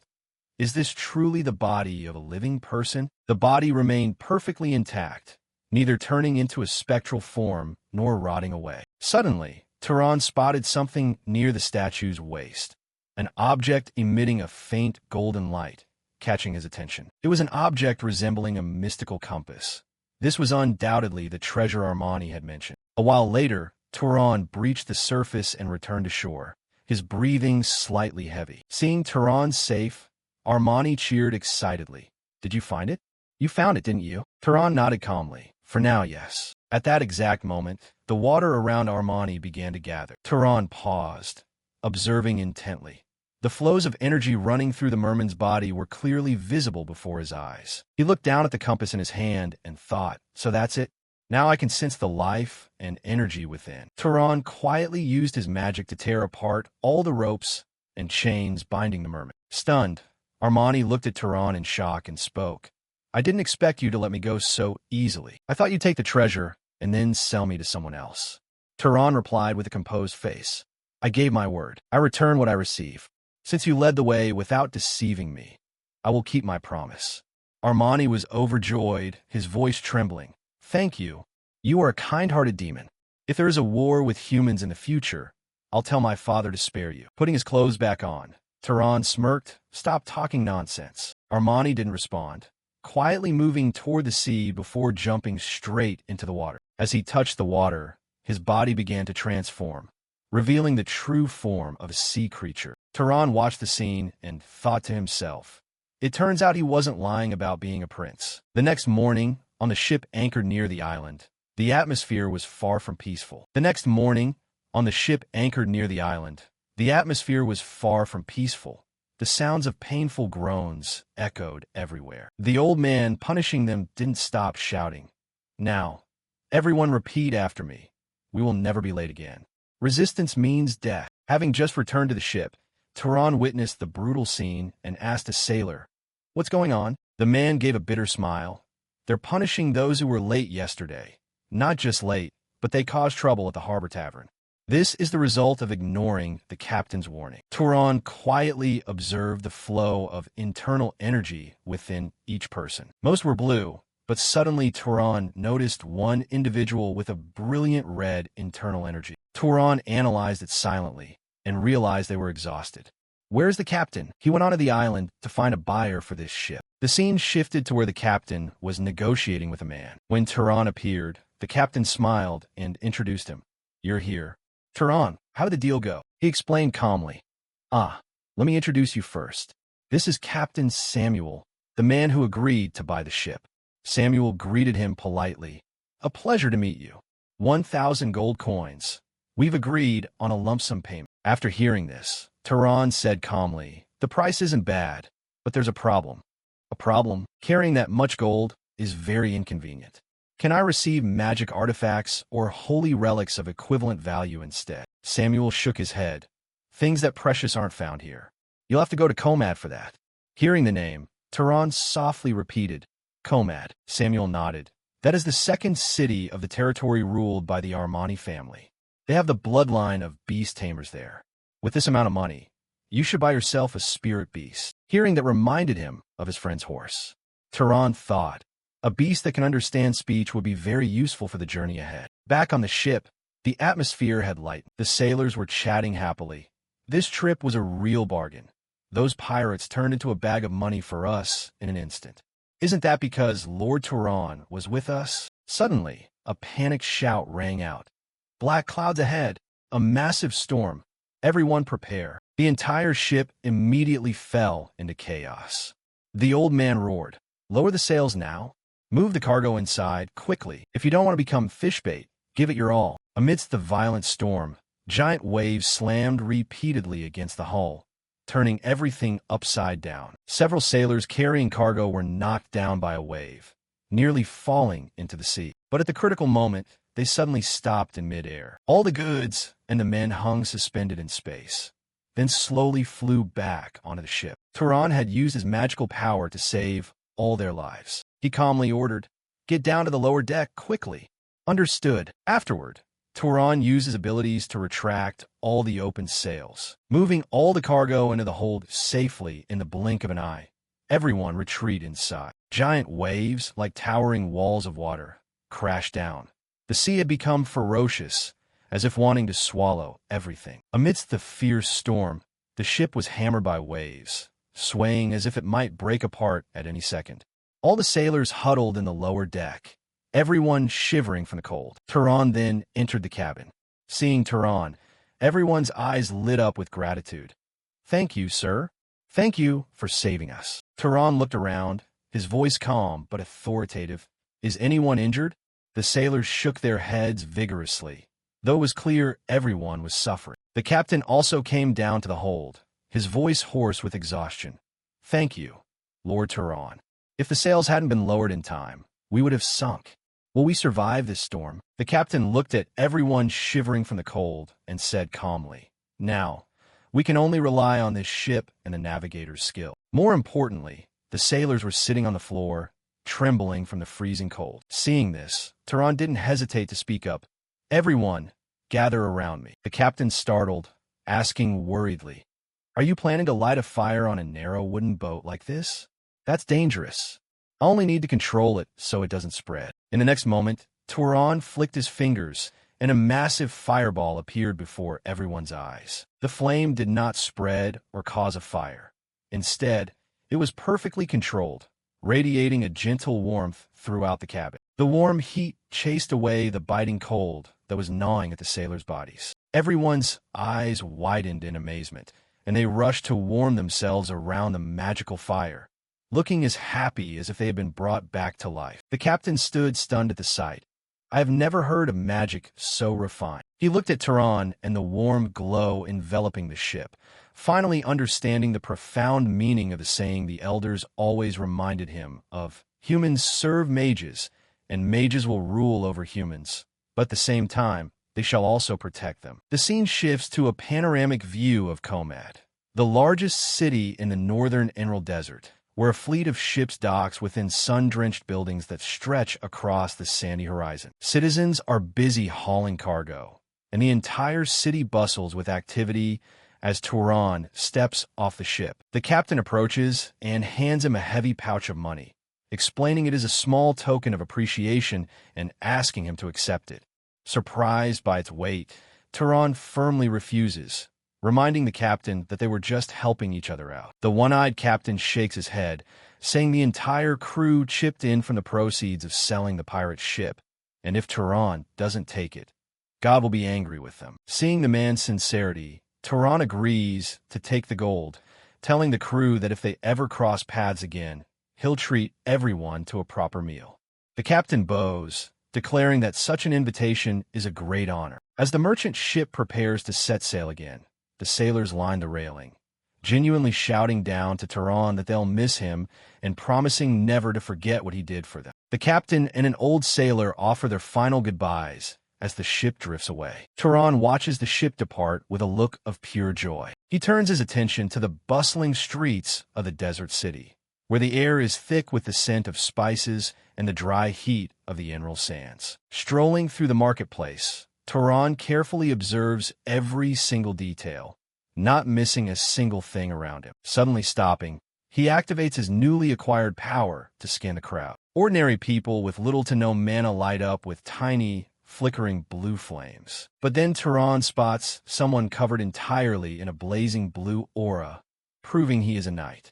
The man is wearing armor and carrying a sword. Tehran approaches and calls out to the knight, releasing his mana to ask if he is a knight of the Derman clan, which sends the guard into a panic as he senses a terrifying magical power from a noble standing right behind him. Terrified by Tehran's presence, the man quickly bows his head, confirming his submission, not even daring to look up at Tehran. The protagonist introduces himself as Tehran from Abacha and says he wishes to see the head of the house. Tehran is quickly led through the grand palace of Komad, a structure with soaring towers and vast courtyards. Finally, he is brought into a luxurious drawing room to meet the patriarch of the Derman clan. Sitting comfortably on a lavish sofa, the patriarch nods in approval, noting that the local attire suits Tehran well, while a faint layer of blue aura flashes around him. The man welcomes his guest and introduces himself as Cal Derman,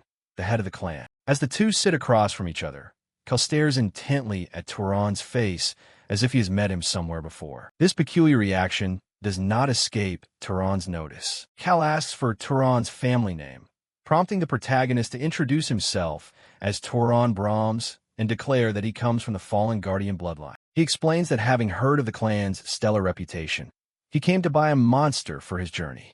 Cal stands up to leave, stating that his daughter will guide Tehran, while staring at his face once again. Hesitating slightly, Tehran asks Cal if he has ever met someone who looks like him, referencing the hesitation the man had just shown. The patriarch waves it off, saying it's nothing and that Tehran simply looks exactly like someone he used to know. Shortly after, Kelderman's daughter enters the room and is tasked with leading Tehran to the monster breeding grounds. Walking along the long, sun-drenched corridors, the young noblewoman notes that despite Tehran claiming to be from a fallen clan, he still seems quite wealthy to boldly come by a beast from the Derman family, which is famous for its expensive monsters. She asks Tehran if the guardian bloodline is truly suited for a mercenary life. But Tehran remains silent, his mind racing with questions about that mysterious person. The question of who the patriarch had met keeps lingering, leaving him wondering if that person reminded the man of his mother or his father. He thinks about his mother's appearance, her curly hair, straight face, slightly large ears, and wonders if sharing those traits was what triggered the man's memory. Or perhaps the person the patriarch saw was his father, a man whose face he had never even known. After a moment, the patriarch's daughter suddenly stops and proudly announces that they have arrived. She welcomes him to the Derman clan's monster breeding grounds, The moment Turan steps inside, his eyes widen at an unimaginably vast space with countless enclosures stretching out in every direction. Each area is carefully designed to accommodate different types of monsters. As they walk further, Turan finally stops in front of an exceptionally impressive horse-like monster. The creature has a robust build and sharp eyes that exude an intimidating aura, catching his attention immediately. Looking closely, Turan asks how much it costs, and the girl casually replies that they put a lot of effort into raising it, so it will run him 4,000 gold coins. The moment he hears the price, Turan practically freezes in shock. He feels completely paralyzed inside, realizing that the amount is double his entire net worth. Continuing through the breeding grounds, Turan falls into deep, quiet contemplation. He wonders if he should just give up on buying a monster, but then remembers he can't exactly carry a heavy chest full of money across the desert. The situation leaves him stuck between a rock and a hard place, with neither option being ideal. After thinking for a moment, Turan abruptly stops in front of a much smaller cage tucked away in a corner of the breeding facility. Inside the cage is a strange bird-like monster. Unlike the other beasts they just passed, this creature has been silently staring at him the whole time, almost as if studying him carefully. Turan narrows his eyes slightly, points at it, and asks for the price. The girl casually responds that it's 1,500 gold coins. The moment he hears the price, Turan's expression changes instantly. Compared to what he's seen, this price is unbelievably cheap and quite a steal considering its mana capacity, even if it will drain all his savings. Watching it a bit longer, Turan asks about its abilities. The girl answers that it's smart and flies very well. Hearing this, Turan can't help but wonder what kind of ability that is. But before he can ask further, she goes on to explain that this is actually a pretty common species, but this one is excessively intelligent. She says it absolutely refuses to listen to anyone it considers dumber than itself. Even as she explains, the bird monster keeps its eyes glued to Turan, not looking away for a single second. Noticing the unusual behavior, Turan slowly approaches the cage and asks the monster if it understands his words. He tells the bird that it really is smart, though a bit ugly.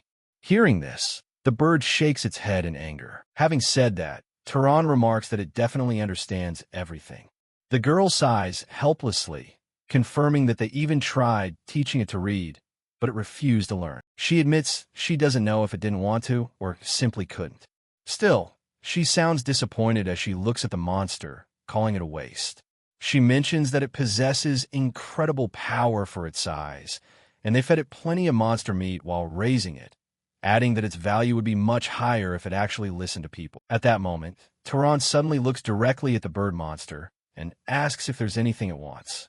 The girl starts to say dismissively that it's useless to ask, but before she can finish her sentence, the monster extends a leg and reaches out toward Turan. The girl's eyes widen in sheer astonishment, unable to comprehend why it would suddenly do that. Even Turan is slightly taken aback by the reaction.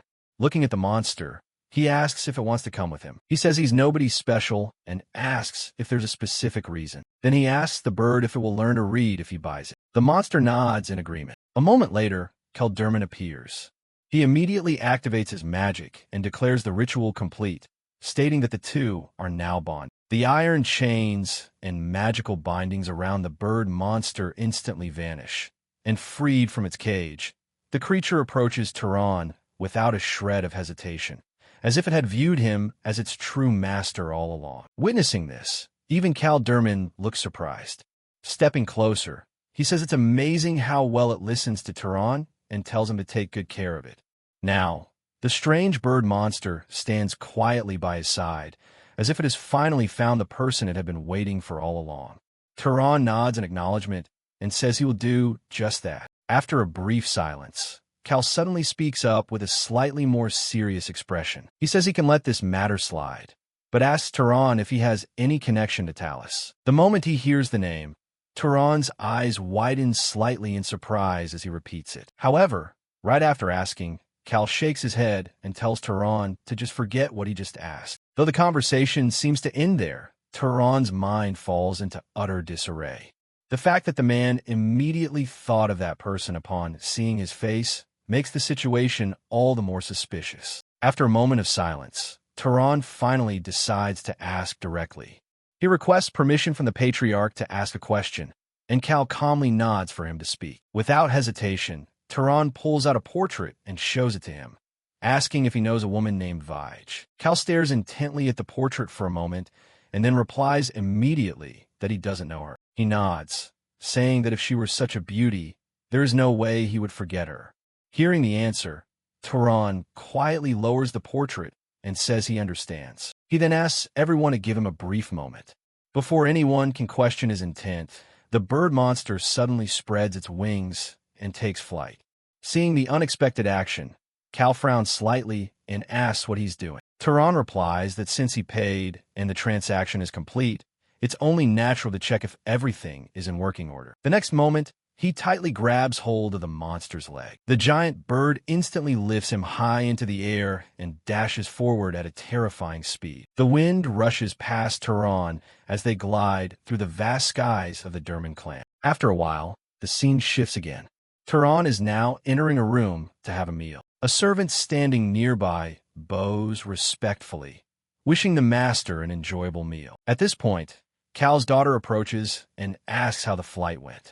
Turan answers that it was good and felt like it cleared his mind. A moment later, she begins introducing him to a few people gathered nearby, announcing to everyone that this is Turan Brahms, and he comes from the Carmine region. The moment she says that, someone in the group reacts with surprise and asks if that isn't close to Arabian. Before the atmosphere can tense up, she immediately retorts sharply, telling them not to associate their guest with those sparrows. Then, a man steps forward to shake Turan's hand with a friendly smile, introducing himself as Dolph Marin of historical blood. Turan politely shakes his hand and says, "Nice to meet you." However, the man suddenly squeezes his hand much harder than necessary. The pressure in the grip is distinctly unusual. It's clear he is intentionally flexing his strength, and Turan realizes it immediately. The man chuckles softly, saying that as expected of the Guardian bloodline, Turan is remarkably strong. Before the situation can go any further, the girl standing nearby suddenly cuts in with an annoyed expression. She says she has no interest in dick-measuring contests and tells them to end it there, immediately changing the subject to ask where that picky eagle is, stating she came here because she wanted to see it. Hearing that, Turan replies that he told it to fly around nearby for a bit, explaining that the monster must have felt stifled after practicing riding all morning and offering to call it over. He sends a signal, and the giant bird flies over to perch on Turan's arm. The moment she sees it appear, the girl's eyes light up with excitement, and she says that's definitely the one. She keeps stepping closer, calling the monster over and wishing it would listen to her right away. However, no matter how hard she tries, the bird completely ignores her, showing absolutely no intention of coming near, and won't even let her touch it. Seeing that reaction, she angrily calls the bird stupid, asking what on earth she's lacking for it to behave this way, and claims she could raise it way better than some fallen noble. Noticing the bird getting riled up, Turan softly tells it to hold back. A while later, everyone gathers around the dinner table, discussing all sorts of events happening across the region. The atmosphere is lively, even though the topics are far from peaceful.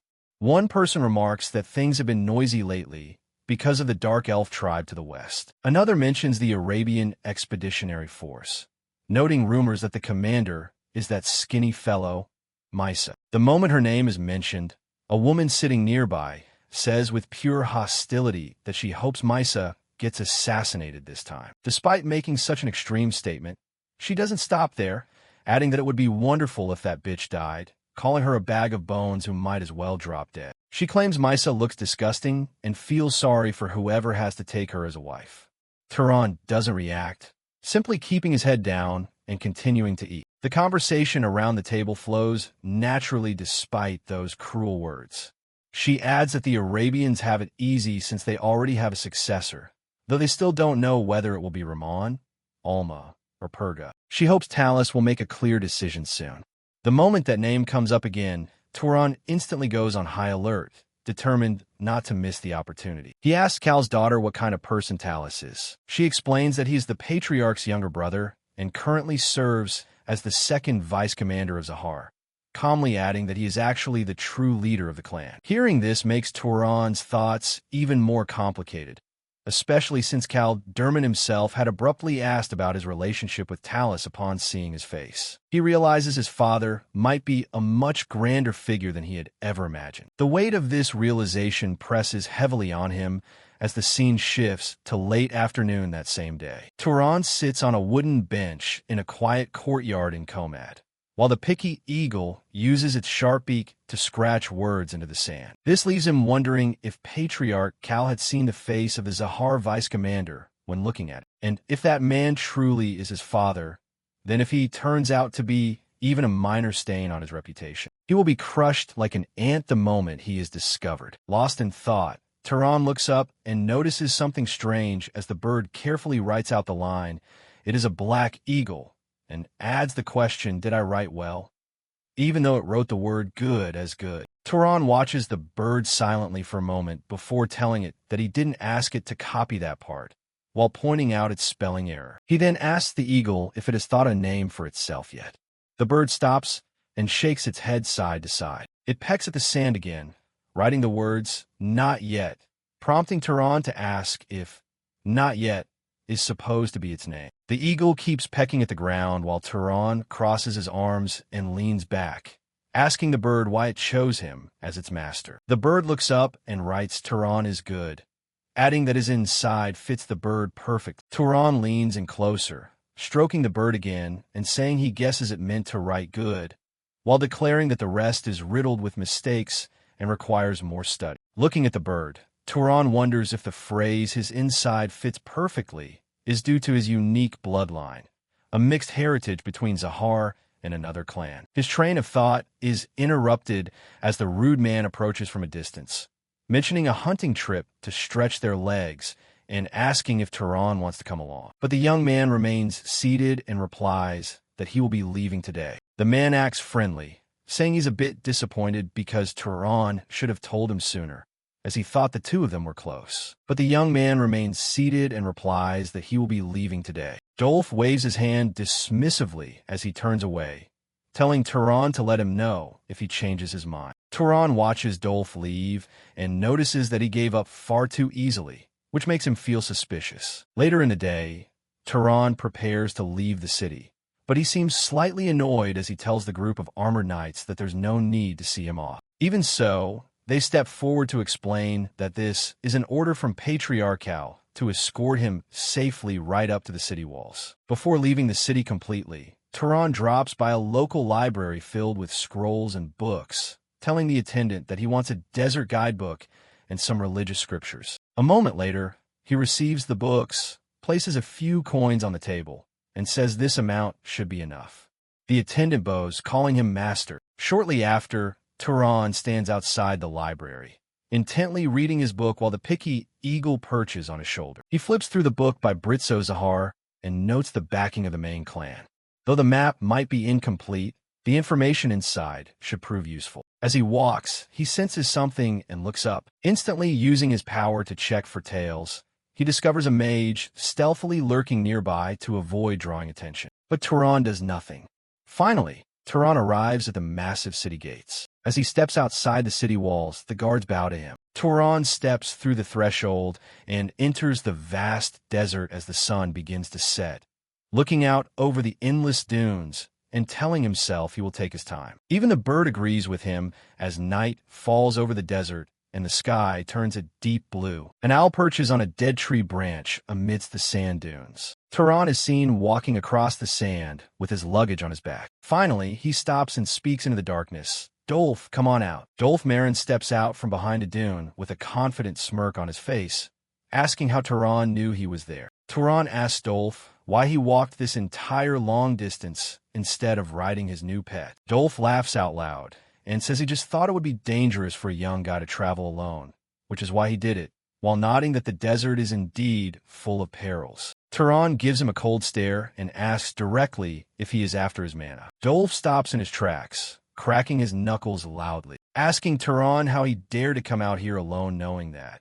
before calling him either brave or just reckless? Dolph declares that this is exactly why nobles hate being called fallen nobles. Dolph continues to mock Turan, saying he talks as if they are equals, and asks the youth if he could possibly be any more pathetic than him. Dolph asserts that although Turan's mana is powerful, his physical strength is pitifully weak, guessing he belongs to the primitive guardian bloodline that only retains defensive capabilities and has lost the power of physical reinforcement.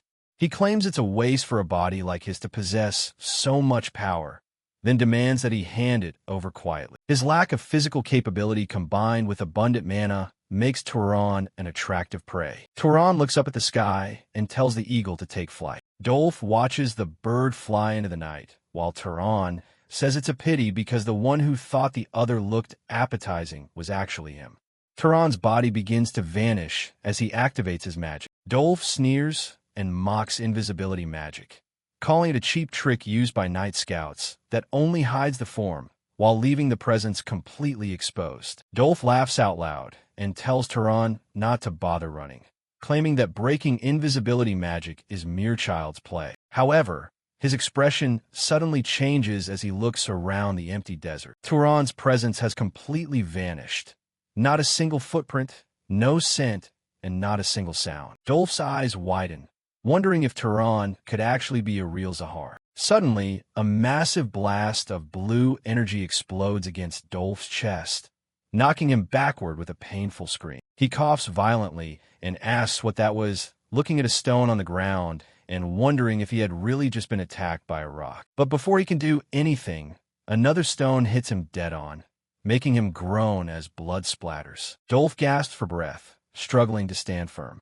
He raises his hand, shouting for flames to manifest, unleashing a massive wave of fire that illuminates the entire night. Thinking this method might break the invisibility, then roars for Turan to show himself. Suddenly, 6 brilliant orange rings of fire appear right in front of Dolph. As the 6 rings charge up and fire, Dolph screams while trying to dodge the barrage of projectiles. But no matter how hard he tries to run and avoid them, the beams of light pierce his back and shoulders, making Dolph shriek as explosions of light engulf his body. Driven mad, Dolph uses his magic to stomp his foot heavily onto the ground, shattering the surrounding area. Even though he uses that move to destroy the vicinity in an attempt to find Turan, Dolph still can't detect a thing and resorts to punching the air, screaming for Turan to show himself. Panic sets in as he realizes he cannot win. He breaks into a sweat and starts running for his life, realizing that the youth is not of the guardian bloodline,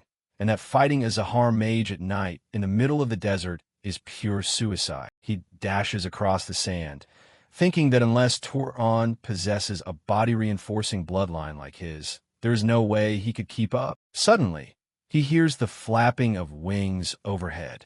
Dolph looks up in terror and sees Turan being carried through the air by the eagle, his hands tightly gripping the bird's feet. He muses that an ordinary noble would have died long ago, then asks if the man has any defensive magical items. Dolph drops to his knees, trembling as he begs Turan for his life. Turan looks down at him with cold, merciless eyes, saying Dolph already knows he can't do that. Turan extends his hand downward, and a massive pillar of fire erupts from his palm, completely consuming Dolph. Turan stands over Dolph Marin's charred corpse on the desert floor, as thick smoke billows from the incinerated remains. The man was stronger than expected, leading him to think that this durability might be a natural trait of the historical bloodline. The eagle flies down from the night sky to perch on his shoulder. If Dolph had been a properly trained guard of the Zahar clan, breaking through his defenses with the current rock-throwing technique would have been far more difficult. This indicates that he needs a more powerful offensive method, specifically a piercing type of magic capable of shattering thick defenses. Turan looks down at the body to absorb the remaining mana, raising his hand so that a brilliant stream of blue energy begins to flow from the corpse toward him. But instead of taking all the mana for himself, he shares a portion with the eagle so it can grow stronger and assist him down the road. However, alongside those 2 streams of mana, a third one forms, flowing directly into his magical bracelet. Turan watches the sight in surprise, picking up the magical bracelet to inspect it closely. This Fran relic is actually an item used to store mana, as made clear by the way the blue energy swirls behind the glass. Holding the glowing compass, he wonders if he really has to drink liquid mana directly from it,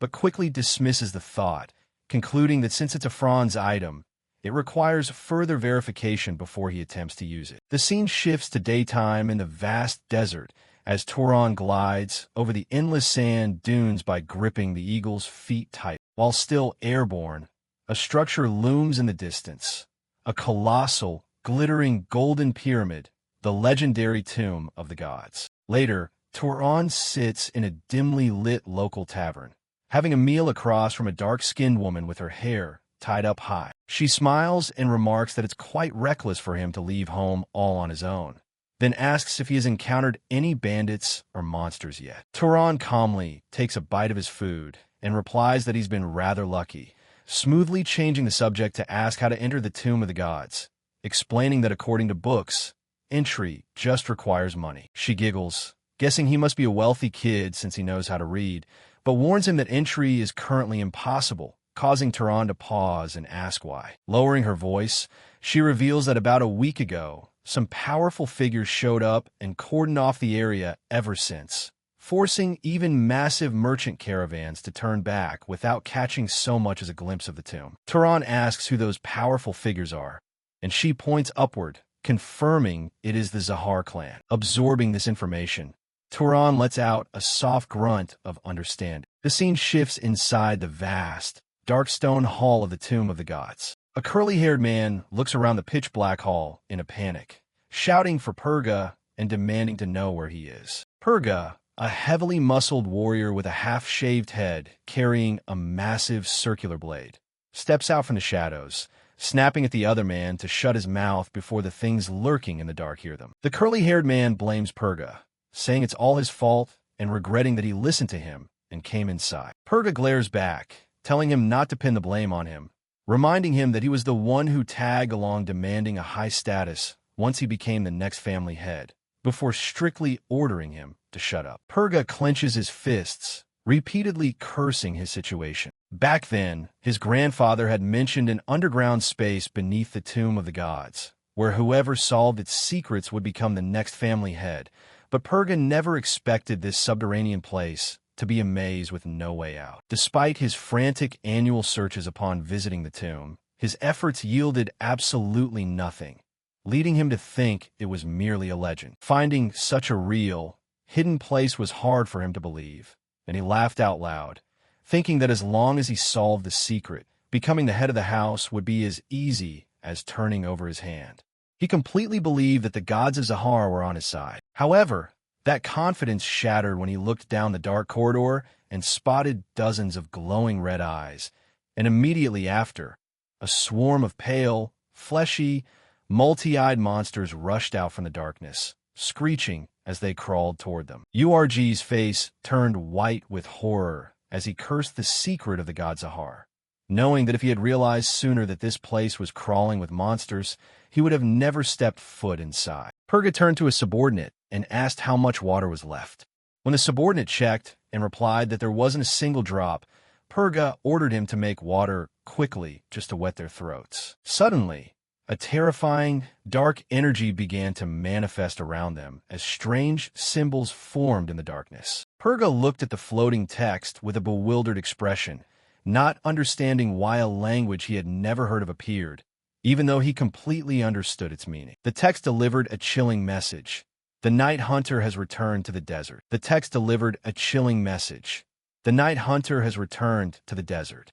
And he knew that if he wandered around the city, he would very likely run into someone else who saw the shadow of Talus in his face, just like the Patriarchal did. Turon decided he would lay low for a while. But as he passed by a stall, he saw a large sack filled with white chunks. Stopping to ask what it was, the vendor explained it was saltpeter, a material found only on the southern islands across the sea.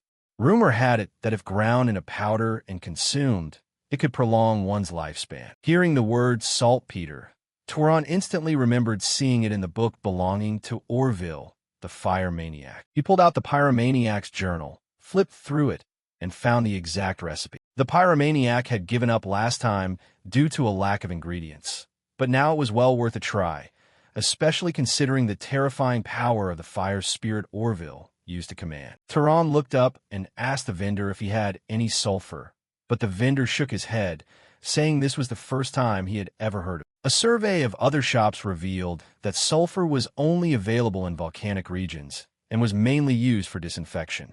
One shopkeeper even mentioned that because few people look for it, the material was extremely hard to come by in the desert. If he had known beforehand, he would have looked for it in Komad, though traveling all the way east probably wasn't necessary as long as he could find a volcano. The vendor pointed at a bag of black sugar and asked if Tehran intended to buy it due to its rarity, but Tehran politely declined, saying he didn't care for sweets. Tehran finally headed out into the desert to practice his magic. Using a slingshot, he fired a tightly compressed sand bullet, easily smashing a large boulder to pieces. Tehran nodded in satisfaction, realizing that sand bullets were a perfectly good alternative to stones. He raised his hand to conjure multiple sharp sand arrows with magic, experimenting with changing their shapes mid-air to increase penetration or scatter them over a wide area, an effective method that helped conserve his processed stones. Checking his pouch, there were only 5 or 6 processed stones left,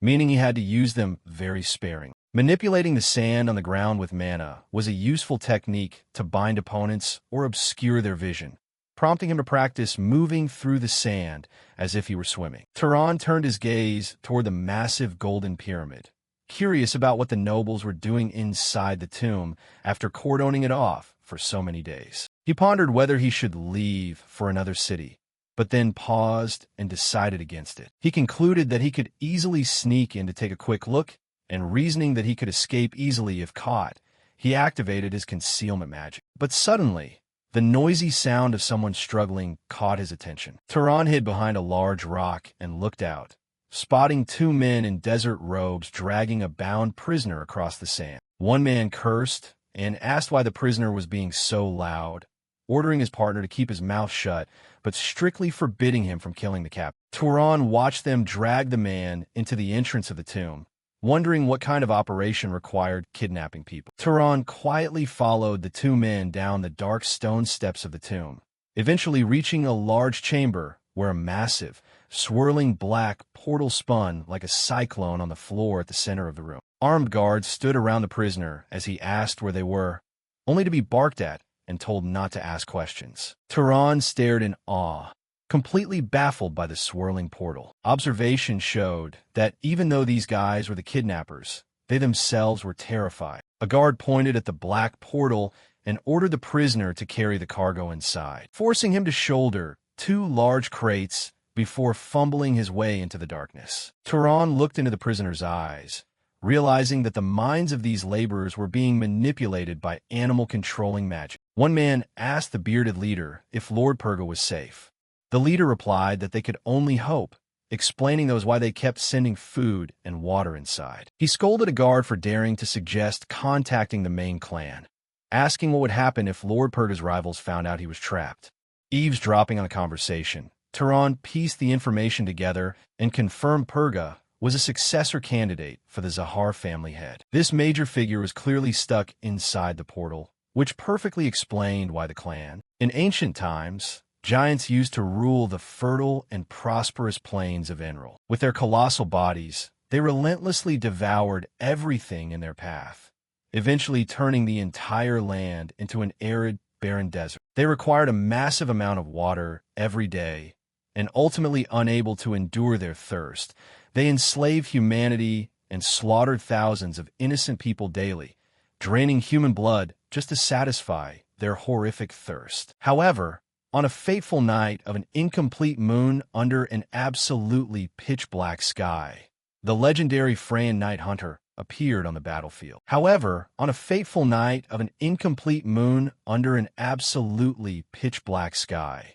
the legendary Freyan Night Hunter appeared on the battlefield. Out of deep gratitude, the liberated humans offered him the 3 most beautiful maidens in the entire region to be his wives. And the 3 children born from those unions inherited extraordinary, miraculous powers. One had the ability to conceal their body, another could manipulate the deep darkness, and the last one could create deadly toxins. But after the great night hunter ascended, the three brothers quickly fell into conflict, vying for dominance and control over the vast desert region. The eldest brother, who possessed the incredible power of body concealment, chose to leave the plains because he absolutely did not want to fight his own flesh and blood. But the second brother, the Lord of Darkness, and the youngest brother, the Lord of Toxins, waged a brutal war and destroyed each other, plunging the entire desert into profound chaos and driving countless innocent people to despair. In the end, the eldest brother returned from exile, defeated both of his younger brothers, and seized absolute, unrivaled dominance over the entire desert. He was none other than the greatest ancestor of the Zahar clan. Back in the present, inside the pitch-black labyrinth, the mysterious voice echoed once again to Turan, declaring that he was definitely not the legendary night hunter. Standing in the cold, dark stone corridor, Turan wondered why the name of that ancient god kept echoing in his ears. Glancing toward Purga's group, Turan realized there was a very high probability that this situation involved the Zahar nobles who had entered the tomb before him, even though technically he was also a distant descendant of that very same bloodline. But just as deep thoughts about why the voice kept reminding him that he wasn't the night hunter enveloped him, a sudden movement echoed right behind his back in the dark hall. Instantly on absolute alert upon sensing this presence, Turan shifted his gaze straight toward that suspicious direction.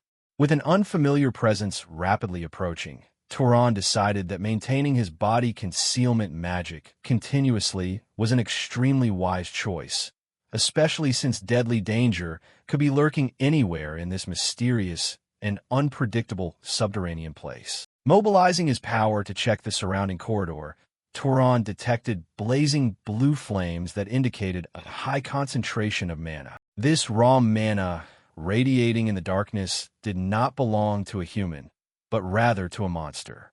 Having pinpointed the exact location and number of the pack, he cautiously closed in to get a direct look at the threat. The closer he got to where the energy was concentrated, the more Turan witnessed the monster's form gradually taking shape, revealing a colossal, muscular humanoid monster standing perfectly still at the end of the stone corridor. Staring at that towering creature, Turan found its distorted appearance and form incredibly unsettling and hostile. But suddenly, the monster shifted its terrifying gaze and detected his position. Initially, Turan just stood still without running, because his magic was still concealing his body, making him wonder if the beast could actually see through his invisibility. But in the next split second, the ferocious monster charged straight at him with terrifying speed. Leaping backward in the blink of an eye to evade the attack, Turan quickly realized that this creature's movement speed was exceptionally fast. Raising his hand high, he unleashed a massive, roaring pillar of fire,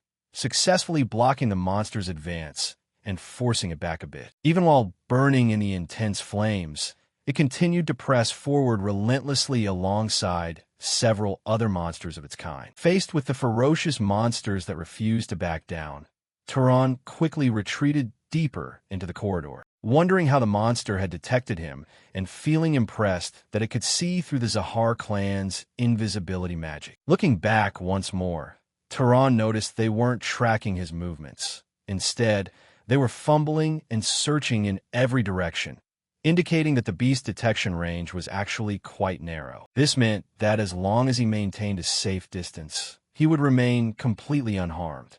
Reaching deep into his pouch, Turan pulled out a carefully processed stone. Readying his slingshot, he declared the first strike belonged to him and began spinning the weapon at an extremely high speed. Infusing mana into the stone, he fired the high-velocity projectile straight ahead. Enhanced by piercing magic, the stone shot straight through the monster's hard skull with terrifying, destructive power. The colossal monster immediately collapsed onto the stone floor, dead, while the other monsters merely crawled over their companion's corpse without any reaction or concern, even though one of their pack had been brutally killed. When the other monsters finally left, Turan cautiously and slowly approached the dead beast, raising his hand to absorb the remaining mana. But as the absorption process began, an incredibly strange sensation occurred.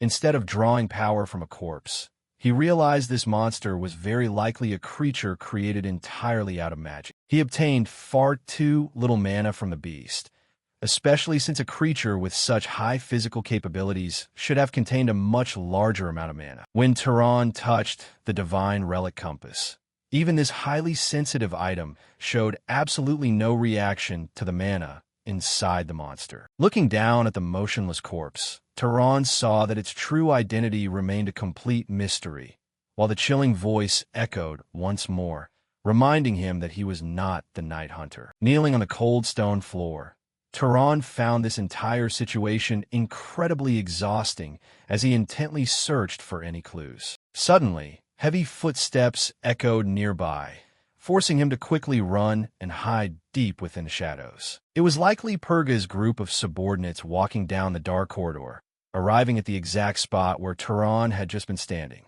Purga abruptly ordered his men to halt. Looking up, they discovered the corpse of the very type of monster they had been fighting for days, though this one had clearly not been killed by their hands. One man asked what was going on, wondering if they had passed through this area before. The other replied that he didn't know, complaining that their sense of direction had gone out the window a long time ago. Purga immediately ordered silence, confidently declaring that there was definitely a rat hiding here, because he was positive they had never passed through this specific area before. Everyone looked around anxiously, hoping it was a rescue team. But Purga quickly deduced that if it were a rescue team, they would have detected their presence already, and besides, making a ruckus in a dangerous place like this would easily draw attention. Purga immediately ordered a man named Galvin to set traps around to catch the rat, and Galvin quickly agreed. Purga then ordered a woman named Imelda to keep the area lit, prompting her to use magic to illuminate the room. One subordinate asked if they should catch the rat first, but Purga ordered them to leave it alone for now, assuming it was just some lucky knight who had survived a previous encounter. Smirking nefariously, he declared they would let the rat run wild for a while, so they could eventually use him as monster bait. But while they were actively making plans, Tehran listened to their entire plot while remaining perfectly silent and hidden in the darkness. 3 days passed, and Tehran found himself in the bizarre situation of coexisting within the pitch-black labyrinth with Purga's group. Fortunately, the traps set by the barrier bloodline were completely visible to him thanks to the divine relic, posing absolutely no obstacle to his movements. In fact, due to the dense darkness of the labyrinth, Purga's subordinates often got caught in their own traps, leading to screams echoing out whenever a sudden explosion engulfed one of them. While Purga's group was completely unable to find their bearings in the pitch-black darkness, Tehran explored the labyrinth, finding a quiet area with extremely sparse monster activity. He knelt down and used mana to draw a glowing blue cross on the floor, utilizing the power of the divine relic to establish several safe zones as bases, gradually expanding his search area. While Purga's group was completely unable to find their bearings in the pitch-black darkness, Tehran explored the labyrinth, finding a quiet area with extremely sparse monster activity. He knelt down and used mana to draw a glowing blue cross on the floor, utilizing the power of the divine relic to establish several safe zones as bases, gradually expanding his search area. Occasionally, certain narrow passages would be crowded with an incredible number of monsters, making it completely impossible for Tehran to push through without fighting them one by one. In these difficult moments, Tehran borrowed the strength of Purga's group by stealthily luring the hostile swarms toward the Zahar nobles, forcing Purga's subordinates to struggle against the massive wave of monsters, while one man loudly cursed that the monsters were attacking again, asking why it felt like they were striking more frequently.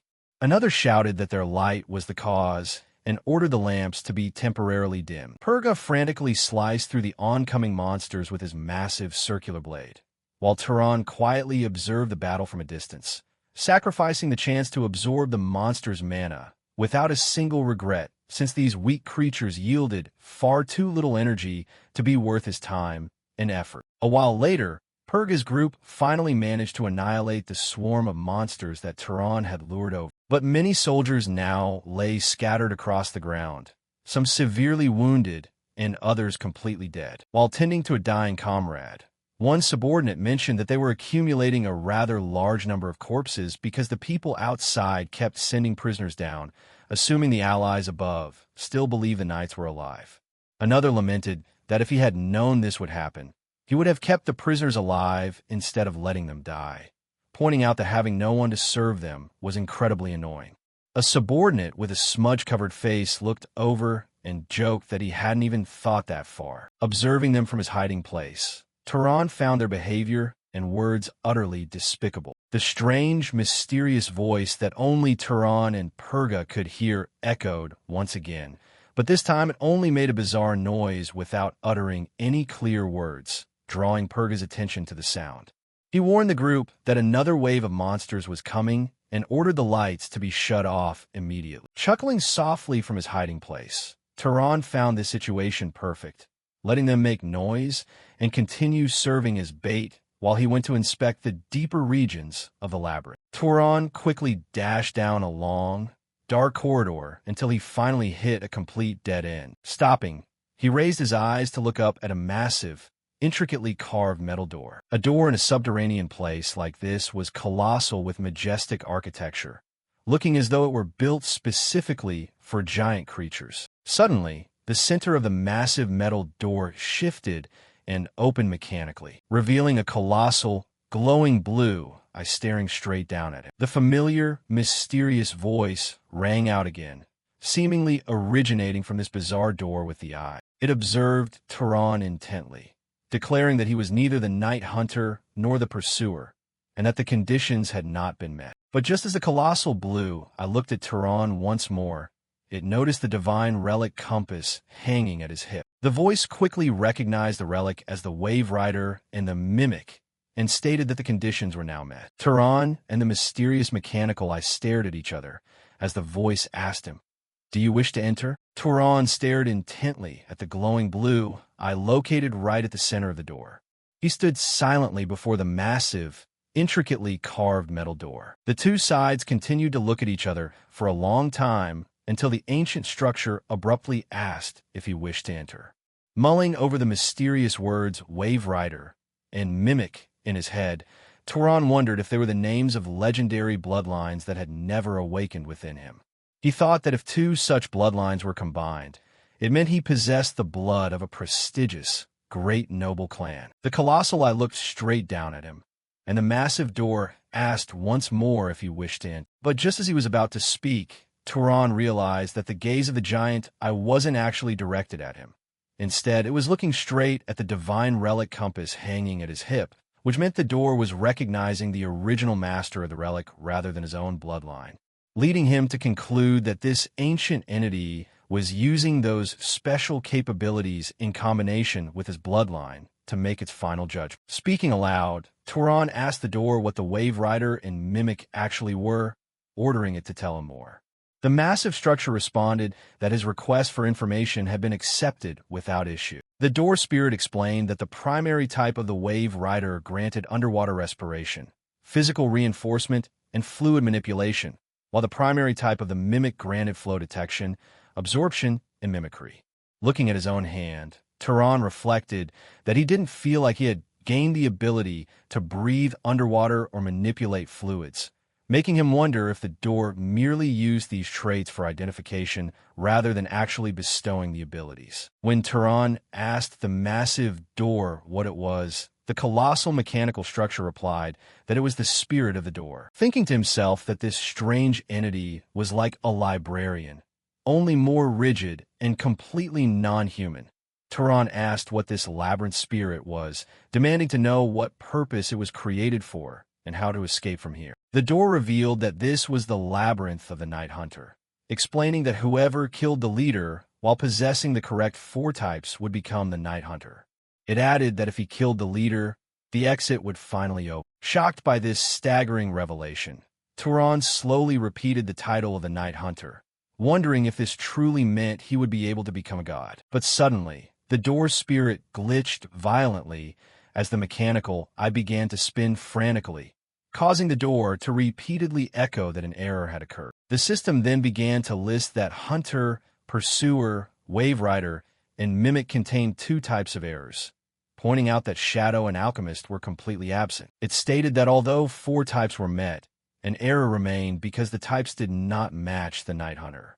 Watching in deep confusion, Turan wondered what was going on as the door spirit declared that the door could not be closed, stating that internal personnel were still inside while unauthorized personnel had infiltrated, attempting to contact the creator but reporting another error because the creator was completely absent. Suddenly, the colossal blue eye glowed a fierce red as cracks spread like a spiderweb across the metal surface, declaring that automatic judgment had been initiated and the deployment command was being sent to the labyrinth leader. A heavy thud echoed from behind the cracking door.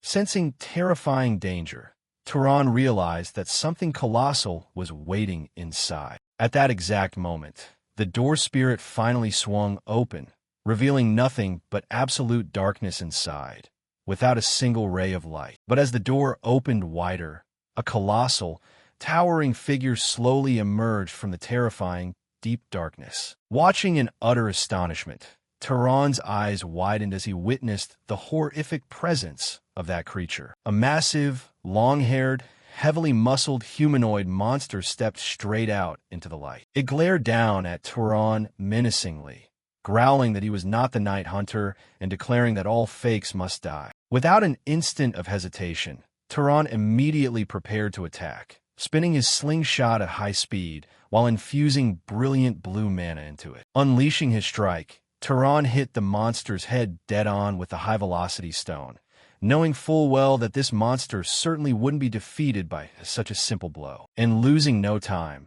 he simultaneously activated fire magic and lightning magic to strike, creating a massive, roaring explosion of fire and lightning that burst all around. Yet, despite utilizing such powerful magical strikes, he failed to inflict even a single wound on the monster. Looking down at Turan with an unsightly grin, the colossal monster mocked that his attacks were merely ticklish. Realizing clearly that he could not defeat this powerful monster in a direct one-on-one fight, Turan decided he had to find another way. Desperately seeking a way to defeat the monster, he quickly fled to find a tactical advantage, and seeing him run, the monster bolted after him, roaring for him to freeze right where he was. But as they both ran through the labyrinth area, the terrifying roar and heavy footsteps of the colossal monster were far too loud, alerting all the small monsters hiding nearby, leading to a massive horde of monsters rushing to attack him from every direction. Knowing that if he fought here he would die,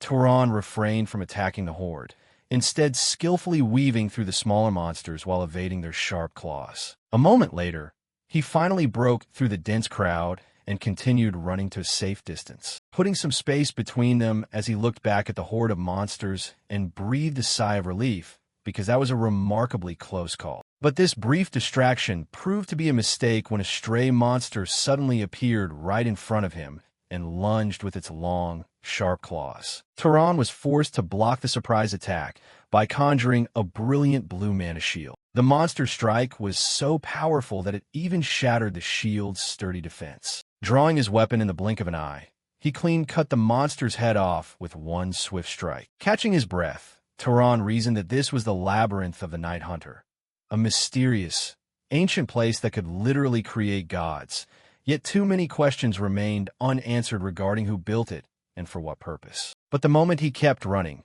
the brief delay caused by the small monster allowed the massive boss monster to catch up to him. Even though Turan realized this, the monster was already right behind his back. Suddenly, the giant beast leapt high toward him, trying to grab him. But Turan narrowly dodged the massive hand that slammed heavily into the ground right behind him. Running through the long corridors, Turan glanced back at the chasing boss, knowing for sure that this nightmare wouldn't end until he killed that thing. Catching sight of something ahead while running, Turan began to form a clever plan. He quickly stopped changing directions and ran straight toward his objective. Spotting his cousin Purga Zahar, Turan ran straight toward the group, casually thinking that they should fight together for a bit like family. While Turan was busy luring the giant monster toward Purga's group, they were still dealing with major troubles of their own. At the moment, they were fending off an onslaught from a swarm of small monsters. Purga swung his massive ring pommel saber, slicing a small monster right in half. After taking down all the nearby beasts, he roared out to his subordinates, asking if everyone was still doing okay. A subordinate gasped for breath and replied that they were fine for now, while a large, powerful warrior stood exhausted, surrounded by the corpses of pale monsters. The powerful warrior suddenly stopped with an extremely puzzled look on his face, saying he heard a very strange sound coming from the end of the corridor. Purga and his subordinates turned to look down the long corridor just as the giant monster finally closed in on them. Even though the monster had come completely alone, it meant Turan had gone into hiding and left the beast to the group. As the creature slowly advanced toward them, calling the night hunter the enemy of the children and demanding to kill them all, one of Purga's subordinates asked in a panic what on earth this horror was talking about, while another pointed out that it had been muttering such strange things on and off for a while now. Suddenly, the giant monster began to charge straight toward them. Seeing this, Purga bellowed at his subordinates that the monster's words didn't matter right now, ordering them not to just stand there spacing out. But before they could react, the monster's giant hand reached out, its long, sharp talons ripping through their bodies, killing them instantly. Purga screamed their names in absolute horror. Cursing in grief, Purga ordered his remaining subordinates to attack, charging forward with his massive ring pommel saber while screaming to kill the monster. Now that the whole group closed in, one lucky man managed to stab the monster with his weapon, but the strike was like a mosquito bite to the giant beast. The giant monster swung its massive fist, smashing directly into the man and sending him flying backward violently. Another subordinate cursed the monster as a bastard and tried to attack by unleashing fire magic, but the monster simply trampled him like it was nothing. The monster was so powerful that just a single hit could easily kill most of his men. With its sharp talons acting like deadly swords, it ripped them apart the exact moment it touched them. To make matters worse, the regular small monsters arrived as well and began to attack them relentlessly. Purga witnessed the bloody massacre in utter horror, cursing as he realized that even the small monsters were appearing in waves to overwhelm them, knowing that if this kept up, the entire group would be completely wiped out. But suddenly, he noticed something unexpected. Turan was fighting a small monster further away, systematically killing them one by one from behind. Seeing this, Purga thought to himself that even a rat had to fight to survive, and he decided to use Turan's distraction to his own advantage, so that if Turan drew the attention of the small monsters, he would be able to attack the boss. The powerful subordinate from earlier, the first one to hear the monster, charged forward with his weapon while letting out a resounding roar. He swung his heavy saber and slashed hard at the back of the giant monster's leg. Black blood sprayed across the stone floor as the giant monster momentarily lost its balance. The subordinate laughed savagely, proudly declaring that he did it and had broken the bitch's leg. But before he could celebrate any further, the giant monster delivered a horrifying kick that sent him flying backward, blood spraying from his broken body as he slammed heavily into the massive stone pillars. Looking around at the shattered corpses of his loyal subordinates, Purga thought to himself that everything was over and all of his supporters were now dead. He realized that even if he survived this terrifying nightmare, his political career was completely finished. All because of this one goddamn monster. Everything they had built up until now was utterly destroyed. Gritting his teeth in a fit of rage, he frantically threw his heavy ring pommel saber toward the monster like a boomerang. But it was in vain. Even though the monster tried to grab him, he quickly dodged the giant hand. While suspended in midair, he gripped the blade tightly and attacked relentlessly while running straight along the monster's arm. This time, Purga wounded the monster multiple times, but the attacks still weren't powerful enough to take down a beast like that. Purga leaped high into the air, concentrating all his remaining mana into the blade for one final strike, throwing the saber toward the boss monster with all his might while screaming for the monster to die. The saber struck the monster with a terrifying impact, illuminating the entire area with a brilliant blue light. The monster tried to block the attack, but it was so powerful that it severed one of its arms and heavily wounded it, causing Purga to gasp for breath while declaring that he did it, that his final strike was a direct hit that even this monster couldn't defend against. But suddenly, the monster opened its eyes and glared straight at him. Purga was completely shocked, unable to believe that this creature was still totally fine after taking such a horrifying attack. The monster didn't even give him a chance to run away, quickly impaling Purga's body with its long, sharp talons. Looking blankly, Purga wondered what exactly was happening and what the meaning of failure was, reflecting on his defeat and wondering where his path had gone wrong. But the monster had no interest in him, roaring to know where the fake Hunter Knight was, demanding that he show himself. Hearing this, Purga was extremely confused as he watched the monster's actions, wondering why it was saying those words while looking in the wrong direction. He muttered that it had already killed almost everyone and still wasn't satisfied. But when Purga looked in the exact direction the monster was glaring, he spotted Turan and finally understood what was going on. He realized that the rat he used as bait had ended up turning the tables. While still keeping his body concealed, Turan suddenly lunged forward in a surprise attack. But the monster still spotted him, roaring that it had found him and calling him the fake Hunter Knight. Even though his position was now completely exposed, Turan still swung his axe with terrifying force, delivering a powerful strike straight into the monster's neck to inflict further damage on the giant creature. Black blood splattered all over the cold stone floor as he pressed the sharp weapon deeper into the monster's flesh. But even this heavy blow wasn't enough to kill it. Roaring in fury, the monster jeered at Turan, saying the fake hunter was too weak and asking if he really believed such pathetic attacks could kill it. Suddenly, panic washed over Turan as he realized that a single strike wouldn't be enough to defeat this beast. Gripped by that realization, he desperately pulled his weapon back to prepare for the next strike.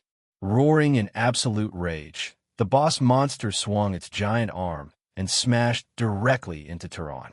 Fortunately, Turan's passive defensive barrier activated just in time, absorbing most of the impact force. Even so, the impact was still so horrifying that it sent him flying backward through the air until he slammed hard against the distant stone wall with a loud crash. As the thick cloud of dust gradually settled, Turan leaned his back against the wall using his weapon and groaned in pain. Fortunately, his magical defensive relic had endured most of the terrifying impact, preventing him from being seriously injured.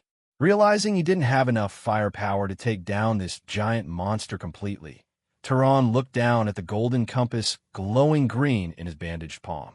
Even though absorbing its power was highly unpleasant, he knew he had absolutely no choice but to try. Roaring at the top of its lungs for the fake to die, the labyrinth boss charged forward with heavy footsteps that made the ground shake, causing the entire stone room to tremble. Turan watched the oncoming monster, his eyes flashing with a brilliant green light as he analyzed its movements. The beast swung its giant hand, trying to tear him to pieces with its sharp claws. But Turan quickly anticipated the trajectory and dodged it, immediately preparing a lightning-fast counterattack. He channeled a massive amount of mana into his heavy weapon, his body beginning to glow with a brilliant purple energy. This time, his power felt completely different. Leaping high into the air, he swung his axe, delivering a powerful, shattering strike straight into the monster's remaining intact hand, making the beast roar as it was further injured. The boss shrieked in absolute agony. Crying out in grief, it mourned its dead children, accusing Turan of killing them and calling him the real monster. With one hand completely severed and the other heavily injured, the beast frantically slammed its head down onto the stone floor where Turan was standing.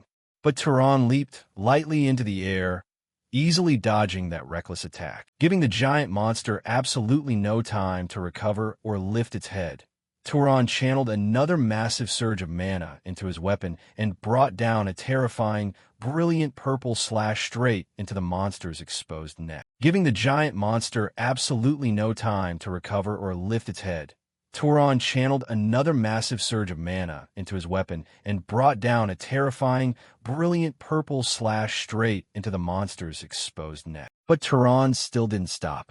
He raised his weapon high above his head, concentrating all his remaining mana into the blade before swinging down a final, heavy strike, finally severing the giant monster's head completely. The severed head of the giant beast rolled across the stone floor, while Turan let out a long, weary sigh of relief. He collapsed onto the ground in exhaustion, having finally defeated the terrifying monster. Reflecting on the battle while slowly catching his breath, Turan realized that without the powerful bloodline ability he had absorbed from Dolphmarin, this fight would have been a lot harder. Now he completely understood how the relic worked. Though he was still unclear about the Wave Rider power, he knew the mimic ability was active, allowing him to temporarily use the stored bloodline, even if drinking the glowing fluid was still highly unpleasant. The absorbed power slowly faded from his body, likely disappearing completely after about 30 minutes. Standing up, Turan looked over at the heavily wounded and bloody corpse of Purga Zahar, lying nearby on the cold stone floor. He walked over to observe the dying nobleman, noticing a punctured lung and a deep wound near his heart. He knew it was impossible to survive such fatal injuries. As Purga Zahar coughed violently, weakly begging for his life, Turan looked down with a grave expression and said he was sorry, explaining that saving him was beyond his current capabilities. Purga weakly whispered a final cry for help. Slowly, his eyes glazed over as he took his last breath and passed away. Looking down at Purga's lifeless body, Turan stood in silence for a long time. Looking around the massive hall, he saw the corpses of countless nobles, knights, and monsters scattered everywhere after the fierce battle. Wasting no time, Turan began to absorb the massive pools of mana from those who had fallen. He reflected that while Purga was a ruthless man willing to sacrifice his subordinates without hesitation, he was also a true warrior who fought until the end without abandoning his men when things got dire. Quietly repeating his full name, Purga Zahar, Turan promised to remember him in the future. Standing there, he continued to absorb the surrounding mana. He realized he had never seen such a massive, endless pool of energy, wondering how much more he could absorb before reaching his limit. After absorbing all the mana in the area, he took a close look at the Divine Compass relic.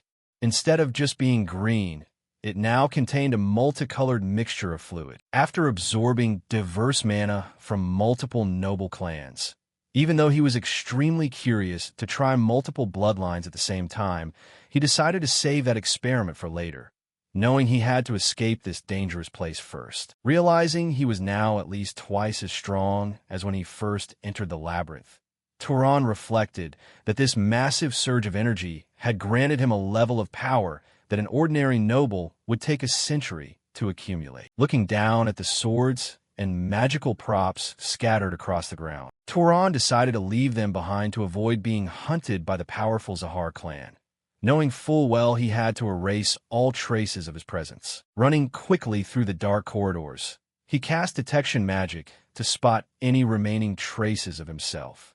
The magic instantly highlighted the bloodstains scattered across the floor, allowing him to quickly dissolve every single drop into thin air. Since he had killed the powerful Labyrinth Lord, Turan returned once again to the giant-eye door, which was now heavily cracked and tightly shut. Considering his next move, he gently placed his hand on the cracked surface, causing the giant door to slide open with ease. Stepping inside, he found himself in a magnificent ancient chamber with giant knight statues and a grand throne. In the center of the floor, a fierce dark vortex was spinning, clearly the exit since it looked exactly like the portal vortex he had used to enter. Turan spotted an old book resting on a small table near the throne. Picking it up, he read that it detailed a secret experiment aimed at replicating the ascension process of the legendary Night Hunter. This discovery made him wonder if this was some kind of class advance. According to the ancient pages, the Night Hunter was a combination of the Hunter, Stalker, Shadow, and Alchemist bloodlines, with the absolute condition being that the labyrinth must be cleansed of demons. These details would only manifest upon detecting a suitable target, mentioning a mechanism designed to lure such individuals inside. He confirmed that the Night Hunter was indeed the composite form of Hunter, Stalker, Shadow, and Alchemist, requiring the cleansing of this very labyrinth to ascend. Understanding that this place had a built-in function to lure suitable targets, he now knew exactly why he had felt an irresistible urge to enter the labyrinth. Flipping to another page, Turan found a detailed drawing of a monster named Rotten Jaw, nodding along as he read that the materials used to create it were the blood and flesh of giants, specifically utilizing the body of a giant queen with mana as the power source and hibernation capabilities to solve the lifespan issue. The book also noted that the methods for replicating acid blood and fire breath were missing, making the product fall far short of the original dungeon monsters. Shocked to learn those creatures were made from the flesh of giants, Turan read further about a failed experiment aimed at replicating the ascension of the Earth Mother Goddess. Closing the book, Turan reflected that almost everything written inside was hard to understand, but he concluded that at least one thing was absolutely certain. The creator's true goal was to produce a Night Hunter, and the door had mistaken him for a candidate possessing all 4 bloodlines because of the divine compass relic. It didn't know that the Shadow and Alchemist bloodlines had long been extinct when the ruthless Zahar clan wiped them out. Recalling how the Fire Guy once mentioned a god had revealed an artificial method to obtain a bloodline, he wondered if permanent possession was actually possible. But realizing he wouldn't find answers by just standing here, he ran toward the vortex to escape before it disappeared and jumped straight into the portal. Emerging outside into the scorching desert sands, Turan turned back to look at the massive pyramid structure, letting out a sigh of relief as he said he was finally out. He realized he had landed on the outskirts of Boniful. The osprey landed beside him, flapping its wings angrily while riding in the sand to ask if he was a day or 2 late. Smiling, Turan apologized and asked if the bird had been scared. Hoisting the bag onto his shoulder, Turan gripped the eagle's legs tight, letting the majestic bird spread its wings to carry him high up into the sky. From high above, Turan looked out over the vast desert. He reflected that after killing Purga, the candidate to succeed the Zahar leadership, along with over 10 other nobles, the entire desert would fall into a state of absolute panic. He knew they would eventually look for the culprit, and if someone discovered he had enough power to kill Purga, he would instantly become a suspect. Turan decided to leave the Emerald Desert for a few months until things cooled down, after which he would resume searching for traces of his mother. The eagle let out a loud cry, asking where they should go next, prompting Turan to point toward the distant horizon and declare that they would head in that direction first. A freezing, snow-capped mountain range stretched out ahead.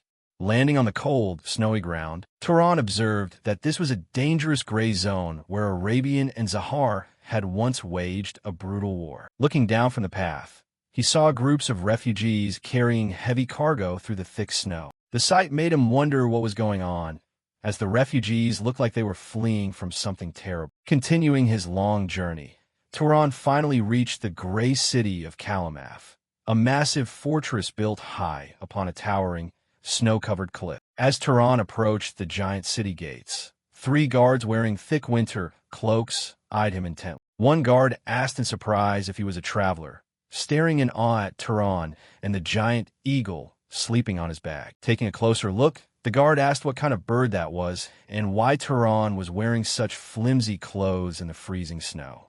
The guards quickly realized these items were definitely magical treasures and the giant bird was a monster. Anxiously bowing to welcome him, they asked if Turan belonged to a great noble clan. Realizing they had pegged him as a powerful mage, Turan quietly decided he should buy simpler clothes next time. Explaining that he was just a passing traveler, Turan asked if he could request nights lodging from the city lord. The guard broke into a sweat and explained that Kalamith currently had no lord.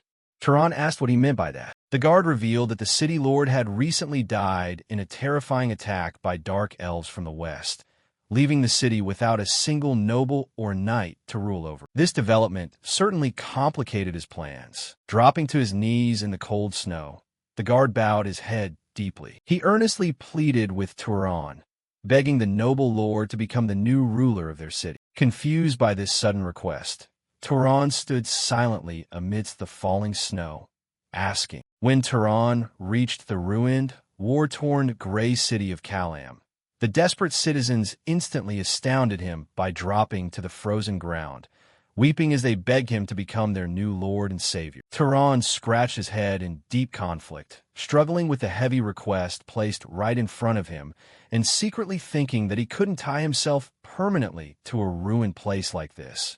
Yet at the same time, their obvious anguish made it impossible for him to ignore their desperate situation after witnessing their genuine suffering firsthand. Looking down at the kneeling guard, Turan said he would consider the idea, but requested that he explain exactly what happened first. Wanting to hear the whole story from the beginning, he watched the guard's eyes suddenly light up with hope as he motioned for him to come inside. A moment later, Turan sat with the guard in a quiet, secluded room, asking how the lord of this fortress could leave the city unprotected and end up dead like that. The guard explained that the tragedy began 3 weeks ago when some monster hunters were found brutally murdered on the road leading west of the city. Even their heavy steel weapons have been slashed clean in half with a single powerful blow, proving that the enemy they faced was far beyond any ordinary beast. The guard continued to recount that the city immediately dispatched 2 skilled knights to investigate. When 3 days passed without their return, the Lord sent a much stronger force, including his younger brother, his beloved son, and 10 elite knights. Yet, not a single one of them returned. As the grim tale unfolded, Turan learned that the desperate lord had ultimately gone to investigate the threat himself.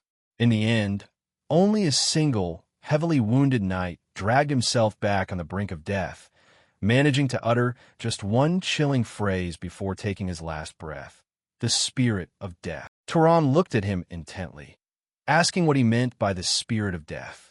The guard explained that scholars identified spirit wielders as the dreaded dark elves, causing fear to spread like wildfire as everyone believed the dark elves were coming to devour them all, forcing panicked residents to flee and leaving the fortress virtually abandoned. Turan then asked if any neighboring cities had come to help, prompting the guard to reveal that all requests for reinforcements had been coldly rejected.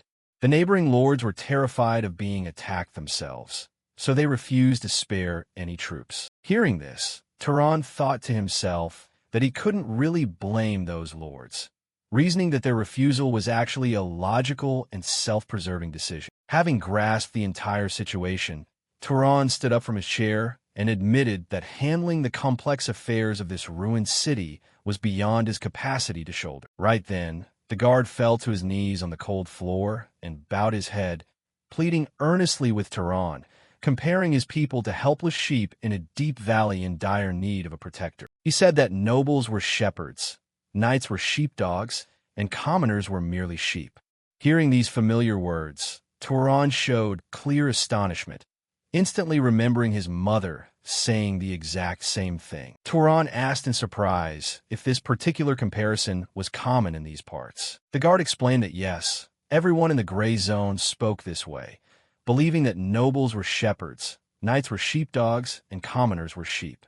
The sheep listened to the dogs obeyed the shepherd, and together they protected the flock from predators. As Turan listened intently, he began to connect these words to his own past, realizing his mother must have lived or stayed in this region, since he had never heard such a saying in Hazarl or the desert. Wanting to confirm his strong suspicions, Turan pulled a detailed portrait of his mother from his bag and showed it to him, explaining that her name was Mage and that about 20 years ago, she would have been around 18 to her early 20s. The guard carefully examined the hand-drawn portrait, but sighed and admitted that he didn't remember her, apologizing sincerely. Even so, he offered to make copies of the portrait to distribute throughout the city to see if anyone recognized her. At that exact moment, Turan noticed a desperate, almost terrifying look of pleading in the guard's eyes. Recognizing that desperate gaze, Turan understood that if he truly wanted to find his mother, his top priority had to be preventing the city from being completely destroyed. Driven by this sudden realization, Turan made a clear decision. He explained that while he couldn't officially become the lord of this city, he could at least act as its protector. Hearing this, the guard reacted with intense hope, asking what he meant by protector, prompting Turan to clarify that he would stay and defend the city until the threat from the west was gone, or until someone worthy appeared to rule. Before long, the guard spread the word across the square that Turan had arrived as their savior. He declared that a noble descendant of the gods was now with them, assuring them they no longer had to fear and that the city would be saved. However, many of the remaining residents still looked very hesitant, whispering among themselves. While some admitted Turan looked as handsome as the Freyan gods, others doubted heavily that bloodthirsty monsters would run away just because of a man with a pretty face. Hearing those doubtful words, a city leader angrily told them to shut their mouths, strictly forbidding anyone from speaking about their new protector in such a disrespectful manner. Turan easily caught the whispers.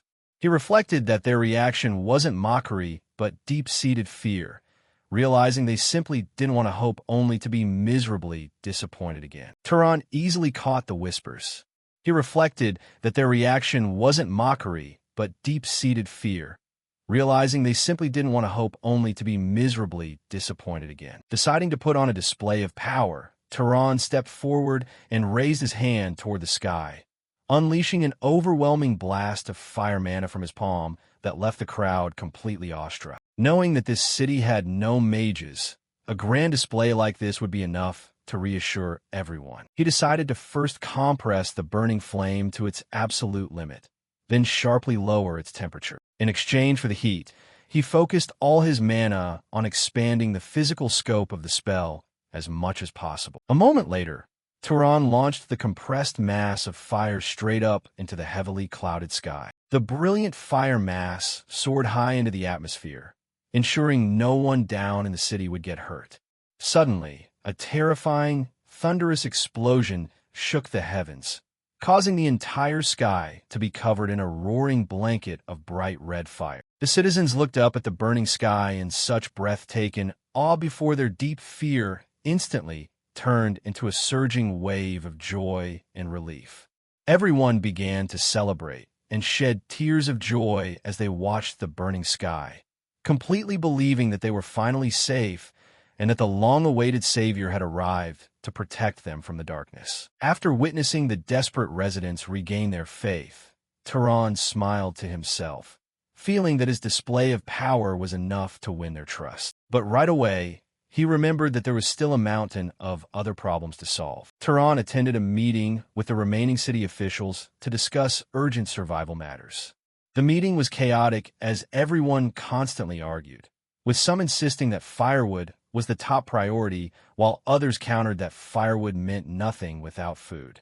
As the heated arguments dragged on endlessly, Turan realized that if he didn't step in right now, the meeting would last until tomorrow morning. He spoke up over the noise, calmly declaring that he would handle the severe food shortage problem himself. When the confused officials asked how he planned to pull that off, Turan explained that he would simply lead a herd of wild animals from the region straight to the city gates, feeding the starving citizens a nutrient-rich meat soup before salting the leftovers to store for the harsh winter. Some of the officials were shocked by this absurd idea, asking if he was serious about using divine power for such a trivial matter. Turan calmly explained that even the arrogant northern nobles used lightning to strike their fields after harvest to fertilize the soil, pointing out that what he was doing really wasn't much different. That night, Turan gripped the osprey's legs and soared through the dark, freezing sky above the snowy mountains. From high above, he used his taming abilities and expert magic to locate and control the wild animals in the area, guiding them toward the city and ordering them to stand completely still once they reached the base of the walls. Under Turan's absolute command, an unusually massive herd of mountain goats, rabbits, and wild leopards slowly moved in the exact direction he dictated. While controlling the herd, Turan casually thought to himself that this was only a little more tedious than herding a regular flock of sheep, and he was already quite used to this kind of work. Eventually, the herd arrived right before the tall city walls, leaving the residents utterly stunned by the unbelievable sight. One resident said he couldn't believe his eyes, while another wondered why the previous lords had never done this, only to be reminded that their new protector was a much more powerful mage. Turan gave the order to begin, and the residents immediately went to work distributing the fresh meat and hanging the valuable animal hides to dry. After resolving the food crisis, Turan stood before a large mansion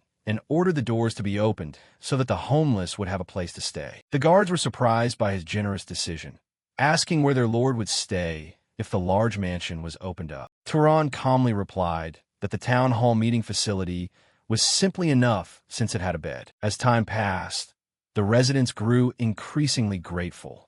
A mother holding her child wept tears of gratitude, thinking that the shepherd had shown mercy on his flock and given up his own comfort to feed them. Turan looked out at the bustling city from the window and thought to himself that he didn't care about that kind of worship, reasoning that the sooner the city returned to normal, the faster he could find clues about his mother's whereabouts. Meanwhile, news of Turan quickly spread throughout the neighboring territories. At Pigeon Castle, the ruling nobles began to discuss the mysterious protector of Kalam, noting that he only called himself a protector and not a lord. Hearing that the young man was only 20 years old, Lord Bijan remarked that he was too young. At Balan Castle, another lord was also surprised by his age, but his advisor pointed out that Turan had covered the entire sky with fire, proving the young man was extremely powerful. Hearing this, Lord Balan thought to himself that if the boy possessed such power, he was either a lucky traveler or a talent nurtured by a great clan. At Heron Castle, suspicion toward Turan grew among the ruling nobility. As Lord Heron pointed out that the young man had appeared with the Arabian army, he muttered that even the name Tanzahar fit perfectly. Wondering if the young man was a genius sent by the great Zahar clan, and not daring to contact Zahar directly for fear of offending his superiors, the Lord decided to pretend to accept the situation for the time being. Meanwhile, standing by the window in Kalam, Turan scratched his neck, thinking his ears must be burning. He was completely unaware that the Lords of the Gray Zone had already accepted his role as protector. Turan sat at his desk, staring at the portrait of his mother. He reflected that this region had 8 cities and over 100 villages, wondering what the chances were of finding his mother in a place of this scale. Suddenly, a guard entered the room, and Turan looked up to ask if there was any more information. The guard handed him a letter and apologized for finding nothing all week, but declared that this time was different. He explained that a traveler named Igan had just arrived and mentioned that about 18 years ago, a woman looking exactly like the portrait had stayed for a night at the inn he used to run. Turan read the report and realized that the timeline of 18 or 19 years ago lined up perfectly with the time of his birth. Before long, the guard led the traveler Igan before Turan.